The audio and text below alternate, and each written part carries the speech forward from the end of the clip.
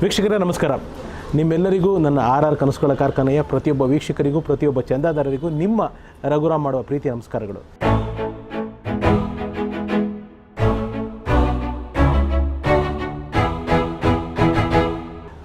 ನಾವು ಏನು Uday Kumar sir series ಮಾಡಿದ್ವಿ, ಏನೊಂದು ವಿಶ್ವವಿಜೇತ ಸರ್ ಸೀರೀಸ್ ಮಾಡಿದ್ವಿ. ವಿಕ್ರಮ್ ಉದಯ್ ಕುಮಾರ್ ಅವರಿಂದ ಸ್ಟಾರ್ಟ್ ಆಯಿತು. ಆದಮೇಲೆ ರೇಣುಕಾ ಬಾಲಿ ಮೇಡಮ್ ಅವರು ತುಂಬ ವಿವರವಾಗಿ ವಿಶ್ವವಿಜೇತ ಸರ್ ಬಗ್ಗೆ ಹೇಳಿದ್ರು. ಆಮೇಲೆ ವಿಶ್ವವಿಜೇತ ಅವರ ಧರ್ಮಪತ್ನಿ ನಮ್ಮ ಶ್ರೀಮತಿ ಮೇಡಮ್ ಅವರು ಸಾರ್ ಬಗ್ಗೆ, ಅವರ ವೈವಾಹಿಕ ಜೀವನದ ಬಗ್ಗೆ ಎಲ್ಲ ಹೇಳಿದ್ರು. ಎಲ್ಲ ಕಾಮೆಂಟ್ಗಳು, ಎಲ್ಲ ಪ್ರೋಗ್ರಾಮ್ಗಳು ನೋಡಿದ್ದು ನೀವು ಪ್ರತಿಯೊಬ್ಬರು ಹಂಸ ಅವ್ರನ್ನ ಮಾತಾಡಿಸಿ. ನಿಜ, ರೇಣುಕಾ ಬಾಲಿ ಮೇಡಮ್ ಅವ್ರದ್ದು ಶೂಟ್ ಮಾಡಬೇಕಾದ್ರೆ ಹಂಸ ಅವ್ರದ್ದು ನಾನು ಶೂಟ್ ಮಾಡಬೇಕಾಗಿತ್ತು. ಆದರೆ ಅವ್ರು ಇನ್ನೂ ಪ್ರಿಪೇರ್ ಆಗಿರಲ್ಲ, ಅವ್ರಿಗೊಂದು ಟೈಮ್ ಕೊಡಬೇಕಾಗಿತ್ತು. ಅಂತೂ ಫೈನಲಿ ಹಂಸ ಅವ್ರು ಒಪ್ಕೊಂಡಿದ್ದಾರೆ. ಆಡಿಯೋ ಪ್ರೋಮೋಗೆ ನೀವು ತುಂಬ ಒಳ್ಳೆ ರೆಸ್ಪಾನ್ಸ್ ಕೊಟ್ಟಿದ್ದೀರಿ. ಸೊ ಈಗ ಹಂಸ ಅವರು ನಮ್ಮ ಜೊತೆಗಿದ್ದಾರೆ. ಬನ್ನಿ ಹಂಸ ಅವ್ರ ಹತ್ರ ಹೋಗೋಣ. ನಿಮ್ಮಲ್ಲಿರೋ ಎಲ್ಲ ಪ್ರಶ್ನೆಗಳು ನನ್ನಲ್ಲೂ ಇದೆ. ಆ ಪ್ರಶ್ನೆಗಳನ್ನ ಅವ್ರ ಮುಂದೆ ಹಾಕಿ ಅವರಿಂದ ನೇರವಾದ ಉತ್ತರನ ಪಡೆಯೋಣ. ಮತ್ತೊಮ್ಮೆ ಮಗದೊಮ್ಮೆ ನಿಮ್ಮೆಲ್ಲರಿಗೂ ನನ್ನ 101 ನೆನಪು ಕಾರ್ಯಕ್ರಮಕ್ಕೆ ಸ್ವಾಗತ ಸುಸ್ವಾಗತ. ನಿಮಗೆಲ್ಲ ಗೊತ್ತಿರೋ ಹಾಗೆ ನಿಮ್ಮ ರಘುರಾಮ್ ಈ ಕಾರ್ಯಕ್ರಮ ಮಾಡಬೇಕಾದ್ರೆ ಮುಖಕ್ಕೆ ಬಣ್ಣ ಹಚ್ಚಲ್ಲ, ಬಣ್ಣದ ಮಾತಾಡಲ್ಲ. ಆದರೆ ಬಣ್ಣದ ಲೋಕದ ನಮ್ಮ ಅಪರೂಪದ ವ್ಯಕ್ತಿಗಳನ್ನ ನಿಮ್ಮ ಮುಂದೆ ಕರ್ಕೊಂಬರೋದು ನಿಲ್ಲಿಸಲ್ಲ ಅಂತ ಹೇಳ್ತಾ ಮತ್ತೊಮ್ಮೆ ಮಗದೊಮ್ಮೆ ನಿಮ್ಮೆಲ್ಲರಿಗೂ ಸ್ವಾಗತ ಬಯಸ್ತಾ ಇದ್ದೀನಿ. ಬನ್ನಿ ವೀಕ್ಷಕರೇ, ತಡ ಮಾಡೋದು ಬೇಡ, ಆದಷ್ಟು ಬೇಗ ಹಂಸ ಅವ್ರನ್ನ ಹೋಗಿ ಮಾತಾಡ್ಸೋಣ. ಸ್ವಾಗತ ಸುಸ್ವಾಗತ. 101 ನೆನಪು. ಎಸ್ ವೀಕ್ಷಕರೇ, ಹಂಸ ವಿಜೇತ ಅವರು ನಮ್ಮೊಂದಿಗಿದ್ದಾರೆ. ನಮಸ್ಕಾರ. ನಮಸ್ಕಾರ. ತುಂಬ ಥ್ಯಾಂಕ್ಸ್. ಯಾಕೆಂದರೆ ಅವರ ಎಲ್ಲರ ಆಸೆಗೆ, ಅವರ ಎಲ್ಲರ ಪ್ರೀತಿಗೆ ಬೆಲೆ ಕೊಟ್ಟು ನೀವು ಬಂದು ಇಲ್ಲಿ ಕೂತು ಇವಾಗ ಮಾತಾಡೋದಕ್ಕೆ ಸ್ಟಾರ್ಟ್ ಮಾಡ್ತಾ ಇದ್ದೀರಾ. ಒಳ್ಳೇದಾಗ್ಲಿಮ್ಮ. ಎಷ್ಟು ವರ್ಷ ಆದಮೇಲೆ ಕ್ಯಾಮ್ರಾ ಮುಂದೆ ಬರ್ತಾ ಇರೋದು? ನನಗೆ ನೆನಪೇ ಇಲ್ಲ ಆ್ಯಕ್ಚುಲಿ ಎಷ್ಟು ವರ್ಷ ಅಂತ. ಸುಮಾರು ಒಂದು ಆಗಿದೆ 8-9 ವರ್ಷ ಅಂತೂ ಖಂಡಿತ ಆಗಿದೆ. ಕ್ಯಾಮ್ರಾ ಫೇಸ್ ಮಾಡಿ 8-9 ವರ್ಷ ಆಗಿದೆ. ಹಾಂ, 8-9 ವರ್ಷದ ಮೇಲೆ ಇವಾಗ ಮೊದಲನೇ ಸಲ ನಿಮ್ಮೆಲ್ಲರ ಪ್ರೀತಿಗೋಸ್ಕರ ಬಂದು ಕೂತಿದ್ದೀನಿ ಇವಾಗ. ಯಾಕೆ ನೀವು ಮಾತಾಡೋದಕ್ಕೆ ಅಷ್ಟು ಯೋಚನೆ ಮಾಡ್ತಾ ಇದ್ರಿ? ಎಲ್ಲರೂ ಕಮೆಂಟ್ ಮಾಡಿದಾಗ ನಾನು ಕಮಿಟೇ ಆಗ್ತಾ ಇರಲಿಲ್ಲ.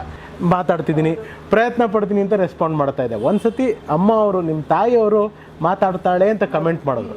ಅದಾದಮೇಲೆ ನನಗೆ ಒಂಥರ ಕನ್ಫರ್ಮೇಷನ್ ಬಂತು, ಮಾತಾಡಿಸ್ತೀನಿ ಅಂತ ಹೇಳಿದ್ರೆ. ಯಾಕೆ ಹೆಸಿಟೇಟ್ ಮಾಡ್ತಿದ್ರಿ? ಆ್ಯಕ್ಚುಲಿ ಹೆಸಿಟೇಷನ್ ಅಂತಲ್ಲ, ಅದೇ ನೀವೇ ಹೇಳ್ದಂಗೆ ಎಷ್ಟು ವರ್ಷ ಆದಮೇಲೆ ಕ್ಯಾಮ್ರಾ ಫೇಸ್ ಮಾಡ್ತಾ ಇದ್ದೀರಾ ನೀವು ಅಂತಂದಿದ್ದು. 8-9 ವರ್ಷದ ಮೇಲೆ ಆಗೋಗಿದೆ, ಅದಕ್ಕಿಂತ ಜಾಸ್ತಿನೇ ಆಗೋಗಿದೆ. ಅದೊಂದು ಶೆಲ್ ಒಳಗಡೆ ಹೋಗ್ಬಿಟ್ಟಿದ್ದೆ ನಾನು, ನನ್ನ ಕಂಫರ್ಟ್ ಝೋನಲ್ಲಿ. ಆಮೇಲೆ ತುಂಬ ವೈಯಕ್ತಿಕ ವಿಷಯಗಳಿಂದ ಲೈಫಲ್ಲಿ ಅದು ಇದು ಆಗಿ ನಾನು ಅದರಲ್ಲೇ ಕಂಫರ್ಟ್, ಅಂದರೆ ನನ್ನ ಮನೆ, ನನ್ನ ಫ್ರೆಂಡ್ಸ್ ಅಂತೂ ಇಲ್ಲವೇ ಇಲ್ಲ. ಒಂದು 4-5 ಜನ, ಇಷ್ಟರಲ್ಲೇ ನನ್ನ ಬುಟಿಕ್ಕು ಅಂತ ಅಂದ್ಕೊಂಡು ಆ ಕಂಫರ್ಟ್ ಝೋನಲ್ಲಿದ್ದೆ. ಇನ್ನೊಂದು, ಜನಕ್ಕೆ ನನ್ನ ಹತ್ರ ಮಾತಾಡೋದಿದೆಯಾ, ನನ್ನನ್ನು ನೆನಪಿಟ್ಕೊಂಡಿದ್ದಾರಾ ಅನ್ನೋದು ಮೇನಿತ್ತು. ಸೊ ಅನ್ವಾಂಟೆಡಾಗಿ ಎಲ್ಲೂ ಬರೋದು ಬೇಡ ಅಂತ ಒಂದು ಮುಜುಗರ. ಆ್ಯಕ್ಚುಲಿ ಅದೊಂದು ಮುಜುಗರನೇ ಆ್ಯಕ್ಚುಲಿ. ಬಟ್ ಈ ಮಾತಾಡದೇ ಇರೋದು ಅಹಂಕಾರ ಅಂತ ಹಂಗೇನಾದರೂ ಹಂಗಲ್ಲ ಆ್ಯಕ್ಚುಲಿ. ಸೊ ನಾನು ಕಂಫರ್ಟ್ ಝೋನಲ್ಲಿ ಇದ್ಬಿಟ್ಟಿದ್ದೆ, ನನ್ನ ಶೆಲ್ಲಲ್ಲಿ ಇದ್ಬಿಟ್ಟಿದ್ದೆ. ಆ್ಯಕ್ಸೆಪ್ಟ್ ಮಾಡ್ಕೋತಾರೋ ಮಾಡ್ಕೊಳ್ಳಲ್ವೋ, ನಾನು ಬೇಕೋ ಬೇಡವೋ. ಇನ್ನೊಂದು, ಇವಾಗ ಅಮ್ಮ ಮಾತಾಡ್ಬಿಟ್ಟಿದ್ರು ಎಲ್ಲ ಇಂಟರ್ವ್ಯೂಲಿ ಎಲ್ಲ ಆಗಿತ್ತು. ಹಾಗಾಗಿ ಯಾಕೆ ಸುಮ್ಮನೆ. ಸೊ ಅವ್ರ ಪ್ರೀತಿನೇ ಮತ್ತೆ ನಿಮ್ಮನ್ನು ಮಾತಾಡೋವಾಗ ಖಂಡಿತ ಜನಗಳ ಪ್ರೀತಿ plus anyone can talk very comfortably in front of you. Thank you. ಮೊದಲನೇದಾಗಿ ಹಂಸ ವಿಜೇತ ಅವರ ಬರ್ಡೇ ಯಾವಾಗ ಬರ್ಡೇ, ಯಾವಾಗ ಹುಟ್ಟಿದ್ದು, ಹೇಗಿತ್ತು ನಿಮ್ಮ ಬಾಲ್ಯ? ನಂದು ಬರ್ಡೇ ಬಂದು 23 ಜೂನ್ 1984. ಹುಟ್ಟಿದ್ದು ಶ್ರೀಕೃಷ್ಣ ಸೇವಾಶ್ರಮ ಜಯನಗರಲ್ಲಿ. ಬಾಲ್ಯ ನೀವು ನಾನು ಹುಟ್ಟಿದಾಗಿಂದ ಕೇಳಿದ್ರೆ ತುಂಬ ವೆರೈಟಿ ನನ್ನದು ಬಾಲ್ಯನೂ. ನಾನು ಒಂದು 3.5 ಇಯರ್ಸ್ ಇರುವಾಗ ಅಪ್ಪನಿಂದ ನಾನು ಅಮ್ಮ ದೂರ ಆಗಿದ್ದು. ಅಂದರೆ ಅಪ್ಪ ನಮ್ಮಿಂದ ದೂರ ಆಗಿದ್ದು, ನಮ್ಮಿಂದ ದೂರ ಹೋಗ್ಬಿಟ್ಟಿದ್ರು ಅವರು. ಅದಾದಮೇಲೆ ಅಮ್ಮನ ಮನೆ ಕಡೆನೇ ಜಾಸ್ತಿ ಇದ್ದಿದ್ದು ನಾನು. 2 ವರ್ಷ ಈ ಅಪ್ಪ ಅವರ ಅಮ್ಮ ಮನೇಲಿ ಇದ್ದಿದ್ದು 2 ವರ್ಷ. That is my 5th and 6th standard. 2 ವರ್ಷ ಸ್ಕೂಲಿಂಗ್ ಟೈಮಲ್ಲಿ. ಯಾಕಂದರೆ ನಾವು ಜಾಸ್ತಿ ಅಮ್ಮನ ಮನೆ ಕಡೆ ಇದ್ದಿದ್ದು. ಯಾಕಂದರೆ ಅಮ್ಮ ಕೆಲಸ ಮಾಡ್ತಾ ಇದ್ದಿದ್ದಲ್ಲಿ.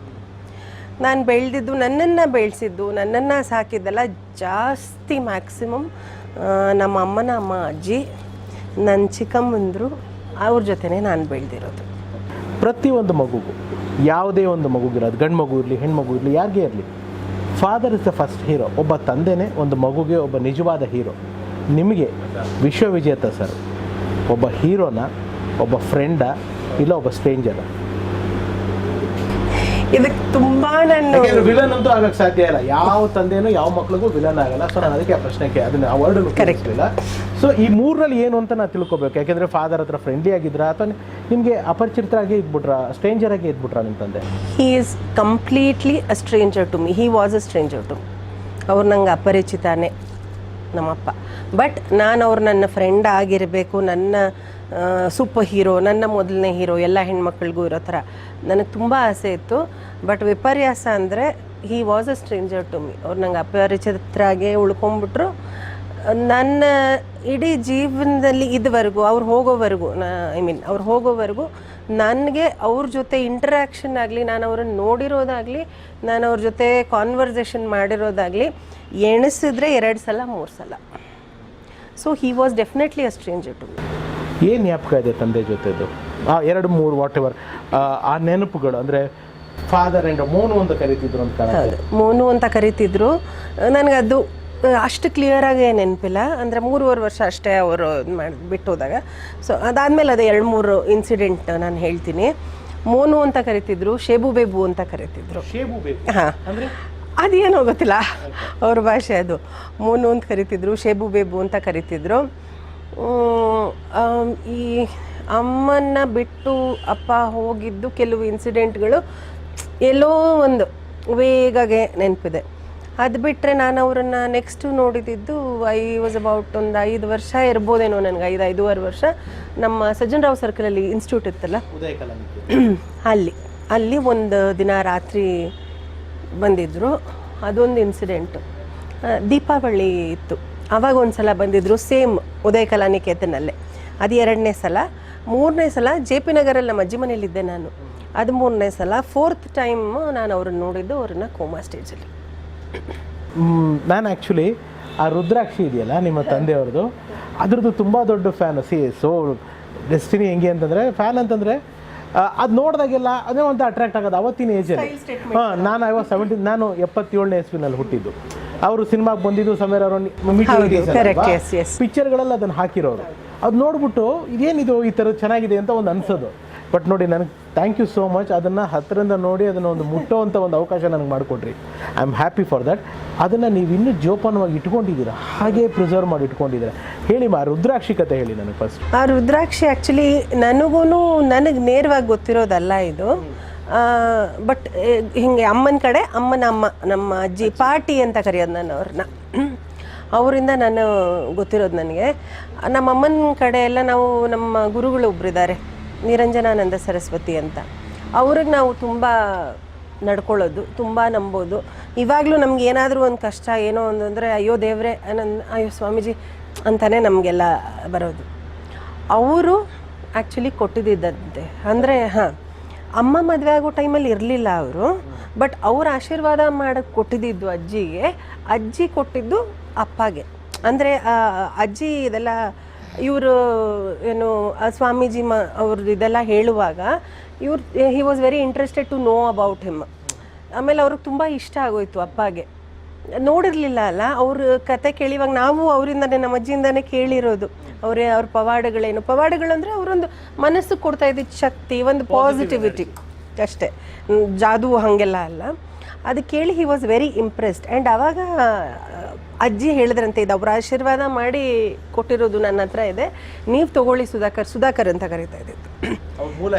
ಹೌದು, ನೀವು ತೊಗೊಳ್ಳಿ, ನಿಮಗೆ ನಿಜವಾಗ್ಲೂ ಒಳ್ಳೇದಾಗುತ್ತೆ, ಇದರಲ್ಲಿ ಸ್ವಾಮೀಜಿ ಆಶೀರ್ವಾದ ಇದೆ ಅಂತ ಅಂದ್ಬಿಟ್ಟು ಅಜ್ಜಿ ಕೊಟ್ಟಿದ್ದು. ಅಜ್ಜಿನ ಅಪ್ಪ ಮದರ್ ಇಂಡಿಯಾ ಅಂತ ಕರೀತಾ ಇದ್ದಿದ್ದು, ಅಜ್ಜಿ ಕೊಟ್ಟಿದ್ದು. ಸೊ ಆವಾಗಿಂದ ಅವರು ಒಂದು ಬೆಳ್ಳಿ ಚೈನಲ್ಲಿ ಅದು ಇದು ಮಾಡಿ ಹಾಕ್ಕೊಂಡಿದ್ರು. ನನಗೆ ಅನಿಸೋ ಪ್ರಕಾರ ವಾಟ್ ಐ ಪರ್ಸ್ನಲಿ ಫೀಲ್, ಯಾವಾಗ ಅದನ್ನು ತೆಗೆದ್ರು ಅವರು ರುದ್ರಾಕ್ಷಿನ, ಆವಾಗಿಂದ ಅವ್ರದ್ದು ಒಂಥರ ಏನು ಗ್ರಾಫ್ ಕೆಳಗೆ ಬರೋಕ್ಕೆ ಸ್ಟಾರ್ಟ್ ಆಯಿತು ಎಲ್ಲ ರೀತಿಲೂ. ಹಿಸ್ ಪರ್ಸ್ನಲ್ ಕೆರಿಯರ್ ಎಲ್ಲ ಐ ಸ್ಟ್ರಾಂಗ್ಲಿ ಬಿಲೀವ್ ಇವಾಗ್ಲೂ ಅದು ತೆಗ್ದಾಗಿಂದ ಹಂಗೆ ಚೇಂಜ್ ಆಗೋಕ್ಕೆ ಸ್ಟಾರ್ಟ್ ಆಯಿತು. ಈವನ್ ಯೋಚನೆ ಮಾಡೋದು ಎಲ್ಲ, ಬಿಕಾಸ್ ಸೈಂಟಿಫಿಕಲಿ ಹೇಳ್ತಾರೆ ಗೊತ್ತಾ, ರುದ್ರಾಕ್ಷಿಗೆ ಆ ಪವರ್ ಇದೆ, ಒಂದು ಪಾಸಿಟಿವ್ ಎನರ್ಜಿ ಕೊಡೋ ಪವರ್ ಇದೆ ಅಂತ. ಸೊ ಮೇ ಬಿ ಅದರಿಂದನೇ ಅಂತ ನಾನು ಅನ್ಕೊಳ್ತೀನಿ. ಹೌದು ಹೌದು, ರುದ್ರಾಕ್ಷಿ ಪ್ರಾಪರ್ಟಿ ಅದು. ಈಶ್ವರನು ಆ್ಯಂಡ್ ಆ ಸೆಲ್ಫ್ ಕಂಟ್ರೋಲು Yeah. ಅದೆಲ್ಲ ತುಂಬ, ಅದರಲ್ಲೂ ಆ ಮುಖಗಳು, ಅದು ಅಪ್ಪ ಹಾಕೋತಿದ್ದು ಪಂಚಮುಖಿ which is generally suitable for everyone. Okay, ಪಂಚಮುಖಿ ಏನಕ್ಕೆ ಅದನ್ನು ತೆಗೆದ್ರಮ್ಮ? ಏನಾದ್ರು ಗೊತ್ತಾ, ಅಮ್ಮ ಅಥವಾ ಅಜ್ಜಿ ಹೇಳಿದ್ರೆ? ಅಂದರೆ ಇದೇ ಕಾರಣಕ್ಕೆ ಅಂತ ನನಗೆ ಗೊತ್ತಿಲ್ಲ. ಒಂದು ದಿವಸ ಹೀಗೆ ಮಾತುಕತೆ ಟೈಮಲ್ಲಿ ಯಾರ ಜೊತೆನೋ, ಅಮ್ಮ ಜೊತೆನೋ ನಮ್ಮ ಮಾತುಕತೆ ಟೈಮಲ್ಲಿ ಕೋಪದಲ್ಲಿ ನಾನು ಹಾಕ್ಕೊಳ್ಳಲ್ಲ ಅಂತ ಬಿಚ್ಚಿಟ್ಟಿದ್ದು. ಬಟ್ ಅದಕ್ಕೆ ರೀಸನ್ ಬೇರೆ ಇದೆ. ಅಂದರೆ ಆವಾಗಲೇ ಅಮ್ಮ ತೆಗೆದಿಟ್ಕೊಂಬಿಟ್ಟಿದ್ರು. ಅಮ್ಮ ಇಟ್ಕೊಳ್ಳೋದಕ್ಕೆ ಕಾರಣ ಏನು ಅಂದರೆ ಸ್ವಾಮೀಜಿ ಆಶೀರ್ವಾದ ಮಾಡಿ ಕೊಟ್ಟಿದ್ದಂದರೆ ನಾವು ಹಿಂಗೆ ಎತ್ತಿ ಬಿಸಾಕುವಂಥದ್ದಲ್ಲ, ನಮಗೆಲ್ಲ ಅದು ತುಂಬ ವೆರಿ ಇಂಪಾರ್ಟೆಂಟ್. ಸೊ ಆ ಅಮ್ಮ ತೆಗೆದಿಟ್ಕೊಂಡಿದ್ರು. ಅದು ನನಗೊಂದು ಸ್ವಲ್ಪ ಬುದ್ಧಿ ಬರೋಕ್ಕೆ ಸ್ಟಾರ್ಟ್ ಮಾಡಿದ್ಮೇಲೆ ನನಗೆ ಅದ್ರ ಮೇಲೆ ಒಲವು ಜಾಸ್ತಿ. ರುದ್ರಾಕ್ಷಿ ಅಂದರೆ ಜನರಲಿ ಇಷ್ಟ. ಆ್ಯಂಡ್ ಅಪ್ಪಂದು ಅಂದರೆ ನನಗೆ ಅಪ್ಪಂದು ಏನಿಲ್ಲ ಆ್ಯಕ್ಚುಲಿ. ಸೊ ನಾನು ಕೇಳಿ ಆವಾಗಿಂದ ನನಗೆ ಬುದ್ಧಿ ಬಂದಾಗಿಂದ ನನ್ನ ಹತ್ರ ಇದೆ ರುದ್ರಾಕ್ಷಿ. ಫ್ಯಾಂಟಾಸ್ಟಿಕ್. ಯಾವ ಸ್ಕೂಲ್ ಓದಿದ್ದು ಹಂಸ ಅವರು? ನಂದು ತುಂಬ ಅದೇ ನಾನು ಹೇಳಿದ್ನಲ್ಲ, ತುಂಬ ಚೈಲ್ಡ್ಹುಡ್ಡಲ್ಲಿ ಅಲೆಮಾರಿ ಥರ ಜಾಸ್ತಿ ನಂದು ಚೈಲ್ಡ್ಹುಡ್ಡು. ನಾನು ಫಸ್ಟು ಇಂದ ಅಮ್ಮನ ಕಡೆ ಅಜ್ಜಿ ಮನೆಯಲ್ಲೇ ಅಲ್ಲೇ ಓದಿದ್ದು. 5th 6th BL ಹೈಸ್ಕೂಲಲ್ಲಿ ಓದಿದ್ದು ಫಸ್ಟಿಂದನೂ, ಅಲ್ಲಿ ಓದಿದ್ದು. ಆಮೇಲೆ 5th 6th ಗುಡ್ ಶೆಪರ್ಡ್ ಅಂತ ಜಯನಗರ್, 2 ವರ್ಷ ಅವ್ರ ಮನೇಲಿದ್ವಿ. ಆಮೇಲೆ ಅಮ್ಮಗೆ ಆಫೀಸ್ಗೆ ಹೋಗೋದು ಬರೋದು, ಬಿಕಾಸ್ ಅಮ್ಮ ಅವ್ರ ಮನೆ ಇದ್ದಿದ್ದೆಲ್ಲ ವಿದ್ಯಾರಣ್ಯಪುರ ತಿಂಡ್ಲು, ಇವ್ರು ಇದ್ದಿದ್ದೆಲ್ಲ ಈ ಕಡೆ JP ನಗರು. ಆ ಟೈಮಲ್ಲಿ ಇಟ್ ವಾಸ್ ವೆರಿ ಡಿಫಿಕಲ್ಟ್ ಅವ್ರಿಗೆ ಓಡಾಟ ಅದಕ್ಕೆಲ್ಲ. ಅದಕ್ಕೆ ಅಮ್ಮ ಅಲ್ಲೇ ಇರ್ತಿದ್ರು. ನಾನು 2 ವರ್ಷ ಇಲ್ಲಿದ್ದೆ. ಆಮೇಲೆ ಅಮ್ಮನ ಬಿಟ್ಟಿರೋಕ್ಕೆ ನನಗೂ ಆಗ್ತಿರ್ಲಿಲ್ಲ. ವೀಕೆಂಡ್ಸಿಗೆ ಬರೋರು ಅಮ್ಮ, ನನಗೂ ಆಗ್ತಿರ್ಲಿಲ್ಲ. ಸೊ 5th 6th ಆದಮೇಲೆ ತಿರ್ಗಾ BL ಸ್ಕೂಲು, 7th ಇಂದ BL ಸ್ಕೂಲೇ. ಹೇಗಿದ್ರು ನೀವು? ಅಂದ್ರೆ ತುಂಟಿ ಆಗಿದ್ರಾ ಅಥವಾ ಸ್ಟೂಡಿಯಸ್ ಆಗಿದ್ರಾ ತುಂಬ? ಹೇಗೆ ನೀವು? ನಾನು ತುಂಟಿ ಅಲ್ಲ, ತುಂಬ ಬುಕ್ವಮ್ ಸ್ಟೂಡಿಯಸ್ಸು ಅಲ್ಲ. ನನಗೆ ಹಾಡುಗಳು ತುಂಬ ಇಷ್ಟ. ಮುಂಚೆಯಿಂದನೂ ಹಾಡುಗಳು ಕೇಳೋದು. ಇವಾಗಿನವರೆಗೂ ನಾನು ಏನು ಮಾಡಬೇಕು ಅಂದ್ರೂ ಬ್ಯಾಕ್ಗ್ರೌಂಡಲ್ಲಿ ಹಾಡಿರಬೇಕು. ಸೂಪರ್. ಅದು ಲಿರಿಕಲ್ ಆಗಿ ವೈಸು ಕೇಳ್ತೀನಿ, ಮ್ಯೂಸಿಕ್ ವೈಸು ಕೇಳ್ತೀನಿ. Music that is my weakness, then that is my strength ಒಂಥರ. ಅದು ಬಿಟ್ಟು ಬುಕ್ಗಳು ತುಂಬ ಓದೋ ಥರ ಅಲ್ಲ, ಸಿನಿಮಾಗಳು ನೋಡ್ತೀನಿ. ಮುಂಚೆಯಿಂದನೂ ಬುಕ್ವಮ್ಮು ಅಲ್ಲ, ತುಂಟಿನೂ ಅಲ್ಲ. I don't have friends. Okay. ಯಾವ ಥರ ಹಾಡುಗಳು ಕೇಳ್ತಾ ಇದ್ರಿ? ಯಾವ ಭಾಷೆ ಇದು? ಕನ್ನಡನ, ತಮಿಳ, ತೆಲುಗು, ಹಿಂದಿ? ಕನ್ನಡನೂ ಕೇಳ್ತಿದ್ದೆ, ತಮಿಳ್ ಸ್ವಲ್ಪ ಕಡಿಮೆ, ಹಿಂದಿ ಜಾಸ್ತಿ ಕೇಳ್ತಿದ್ದೆ. ಯಾವ್ದು ನಿಮ್ಮ ಫೇವ್ರೆಟ್ ಸಾಂಗ್ ಇದೆ? ತುಂಬಾ ಇರುತ್ತೆ. ತುಂಬಾ ಫೇವ್ರೆಟ್ ಸಾಂಗ್ಸ್ ಇದೆ. ಎಲ್ಲ ಮಾಧುರಿ ಸಾಂಗ್ಸ್ ಅಂತ ಅನ್ಕೊಳ್ಳಿ. Any Madhuri Dixit song is my favourite song. And any Shreya Ghoshal ಆ ಥರ. ನನಗೆ ಮೊಹಮ್ಮದ್ ರಫಿ, ಕಿಶೋರ್ ಕುಮಾರ್ ಆ ಥರದ ಹಾಡುಗಳು ಇಷ್ಟ. ದೆನ್ ಸೋನು ನಿಗಮ್ ಟೈಮ್ದು ಇಷ್ಟ. ಇವಾಗ ಅರಿಜಿತ್ ಸಿಂಗ್ದು ಇಷ್ಟ. ಹಾಗೆ ನಾನು ಲಿರಿಕಲ್ ಆಗಿ ಜಾಸ್ತಿ ಕೇಳ್ತೀನಿ. ಓಕೆ. ಹಾಡ್ತೀರಾ? ಇಲ್ಲ, I am a very bad singer. Try ಮಾಡೋದು? ಇಲ್ಲ ಬೇಡ, ಖಂಡಿತ ಬೇಡ. ಓಕೆ.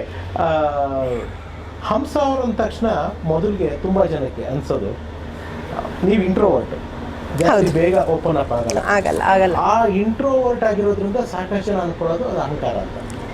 100% ಅನ್ಸಿದ್ಯಾ? ನೀವು ಹೇಳಿದ್ದು 100% ಕರೆಕ್ಟು. ನನ್ನ ಬಗ್ಗೆ ಪ್ರತಿಯೊಬ್ಬರು ಫಸ್ಟ್ ಟೈಮ್ ನೋಡಿದ ತಕ್ಷಣ ಹೇಳೋದೇ ಅದು, ಎಷ್ಟು ಅಹಂಕಾರ ಇವಳಿಗೆ, ಎಷ್ಟು ಅಹಂಕಾರ. ಬಟ್ ನನಗಿಲ್ಲ, ಆ್ಯಕ್ಚುಲಿ ನನಗೆ ಅಹಂಕಾರ ಇಲ್ಲ.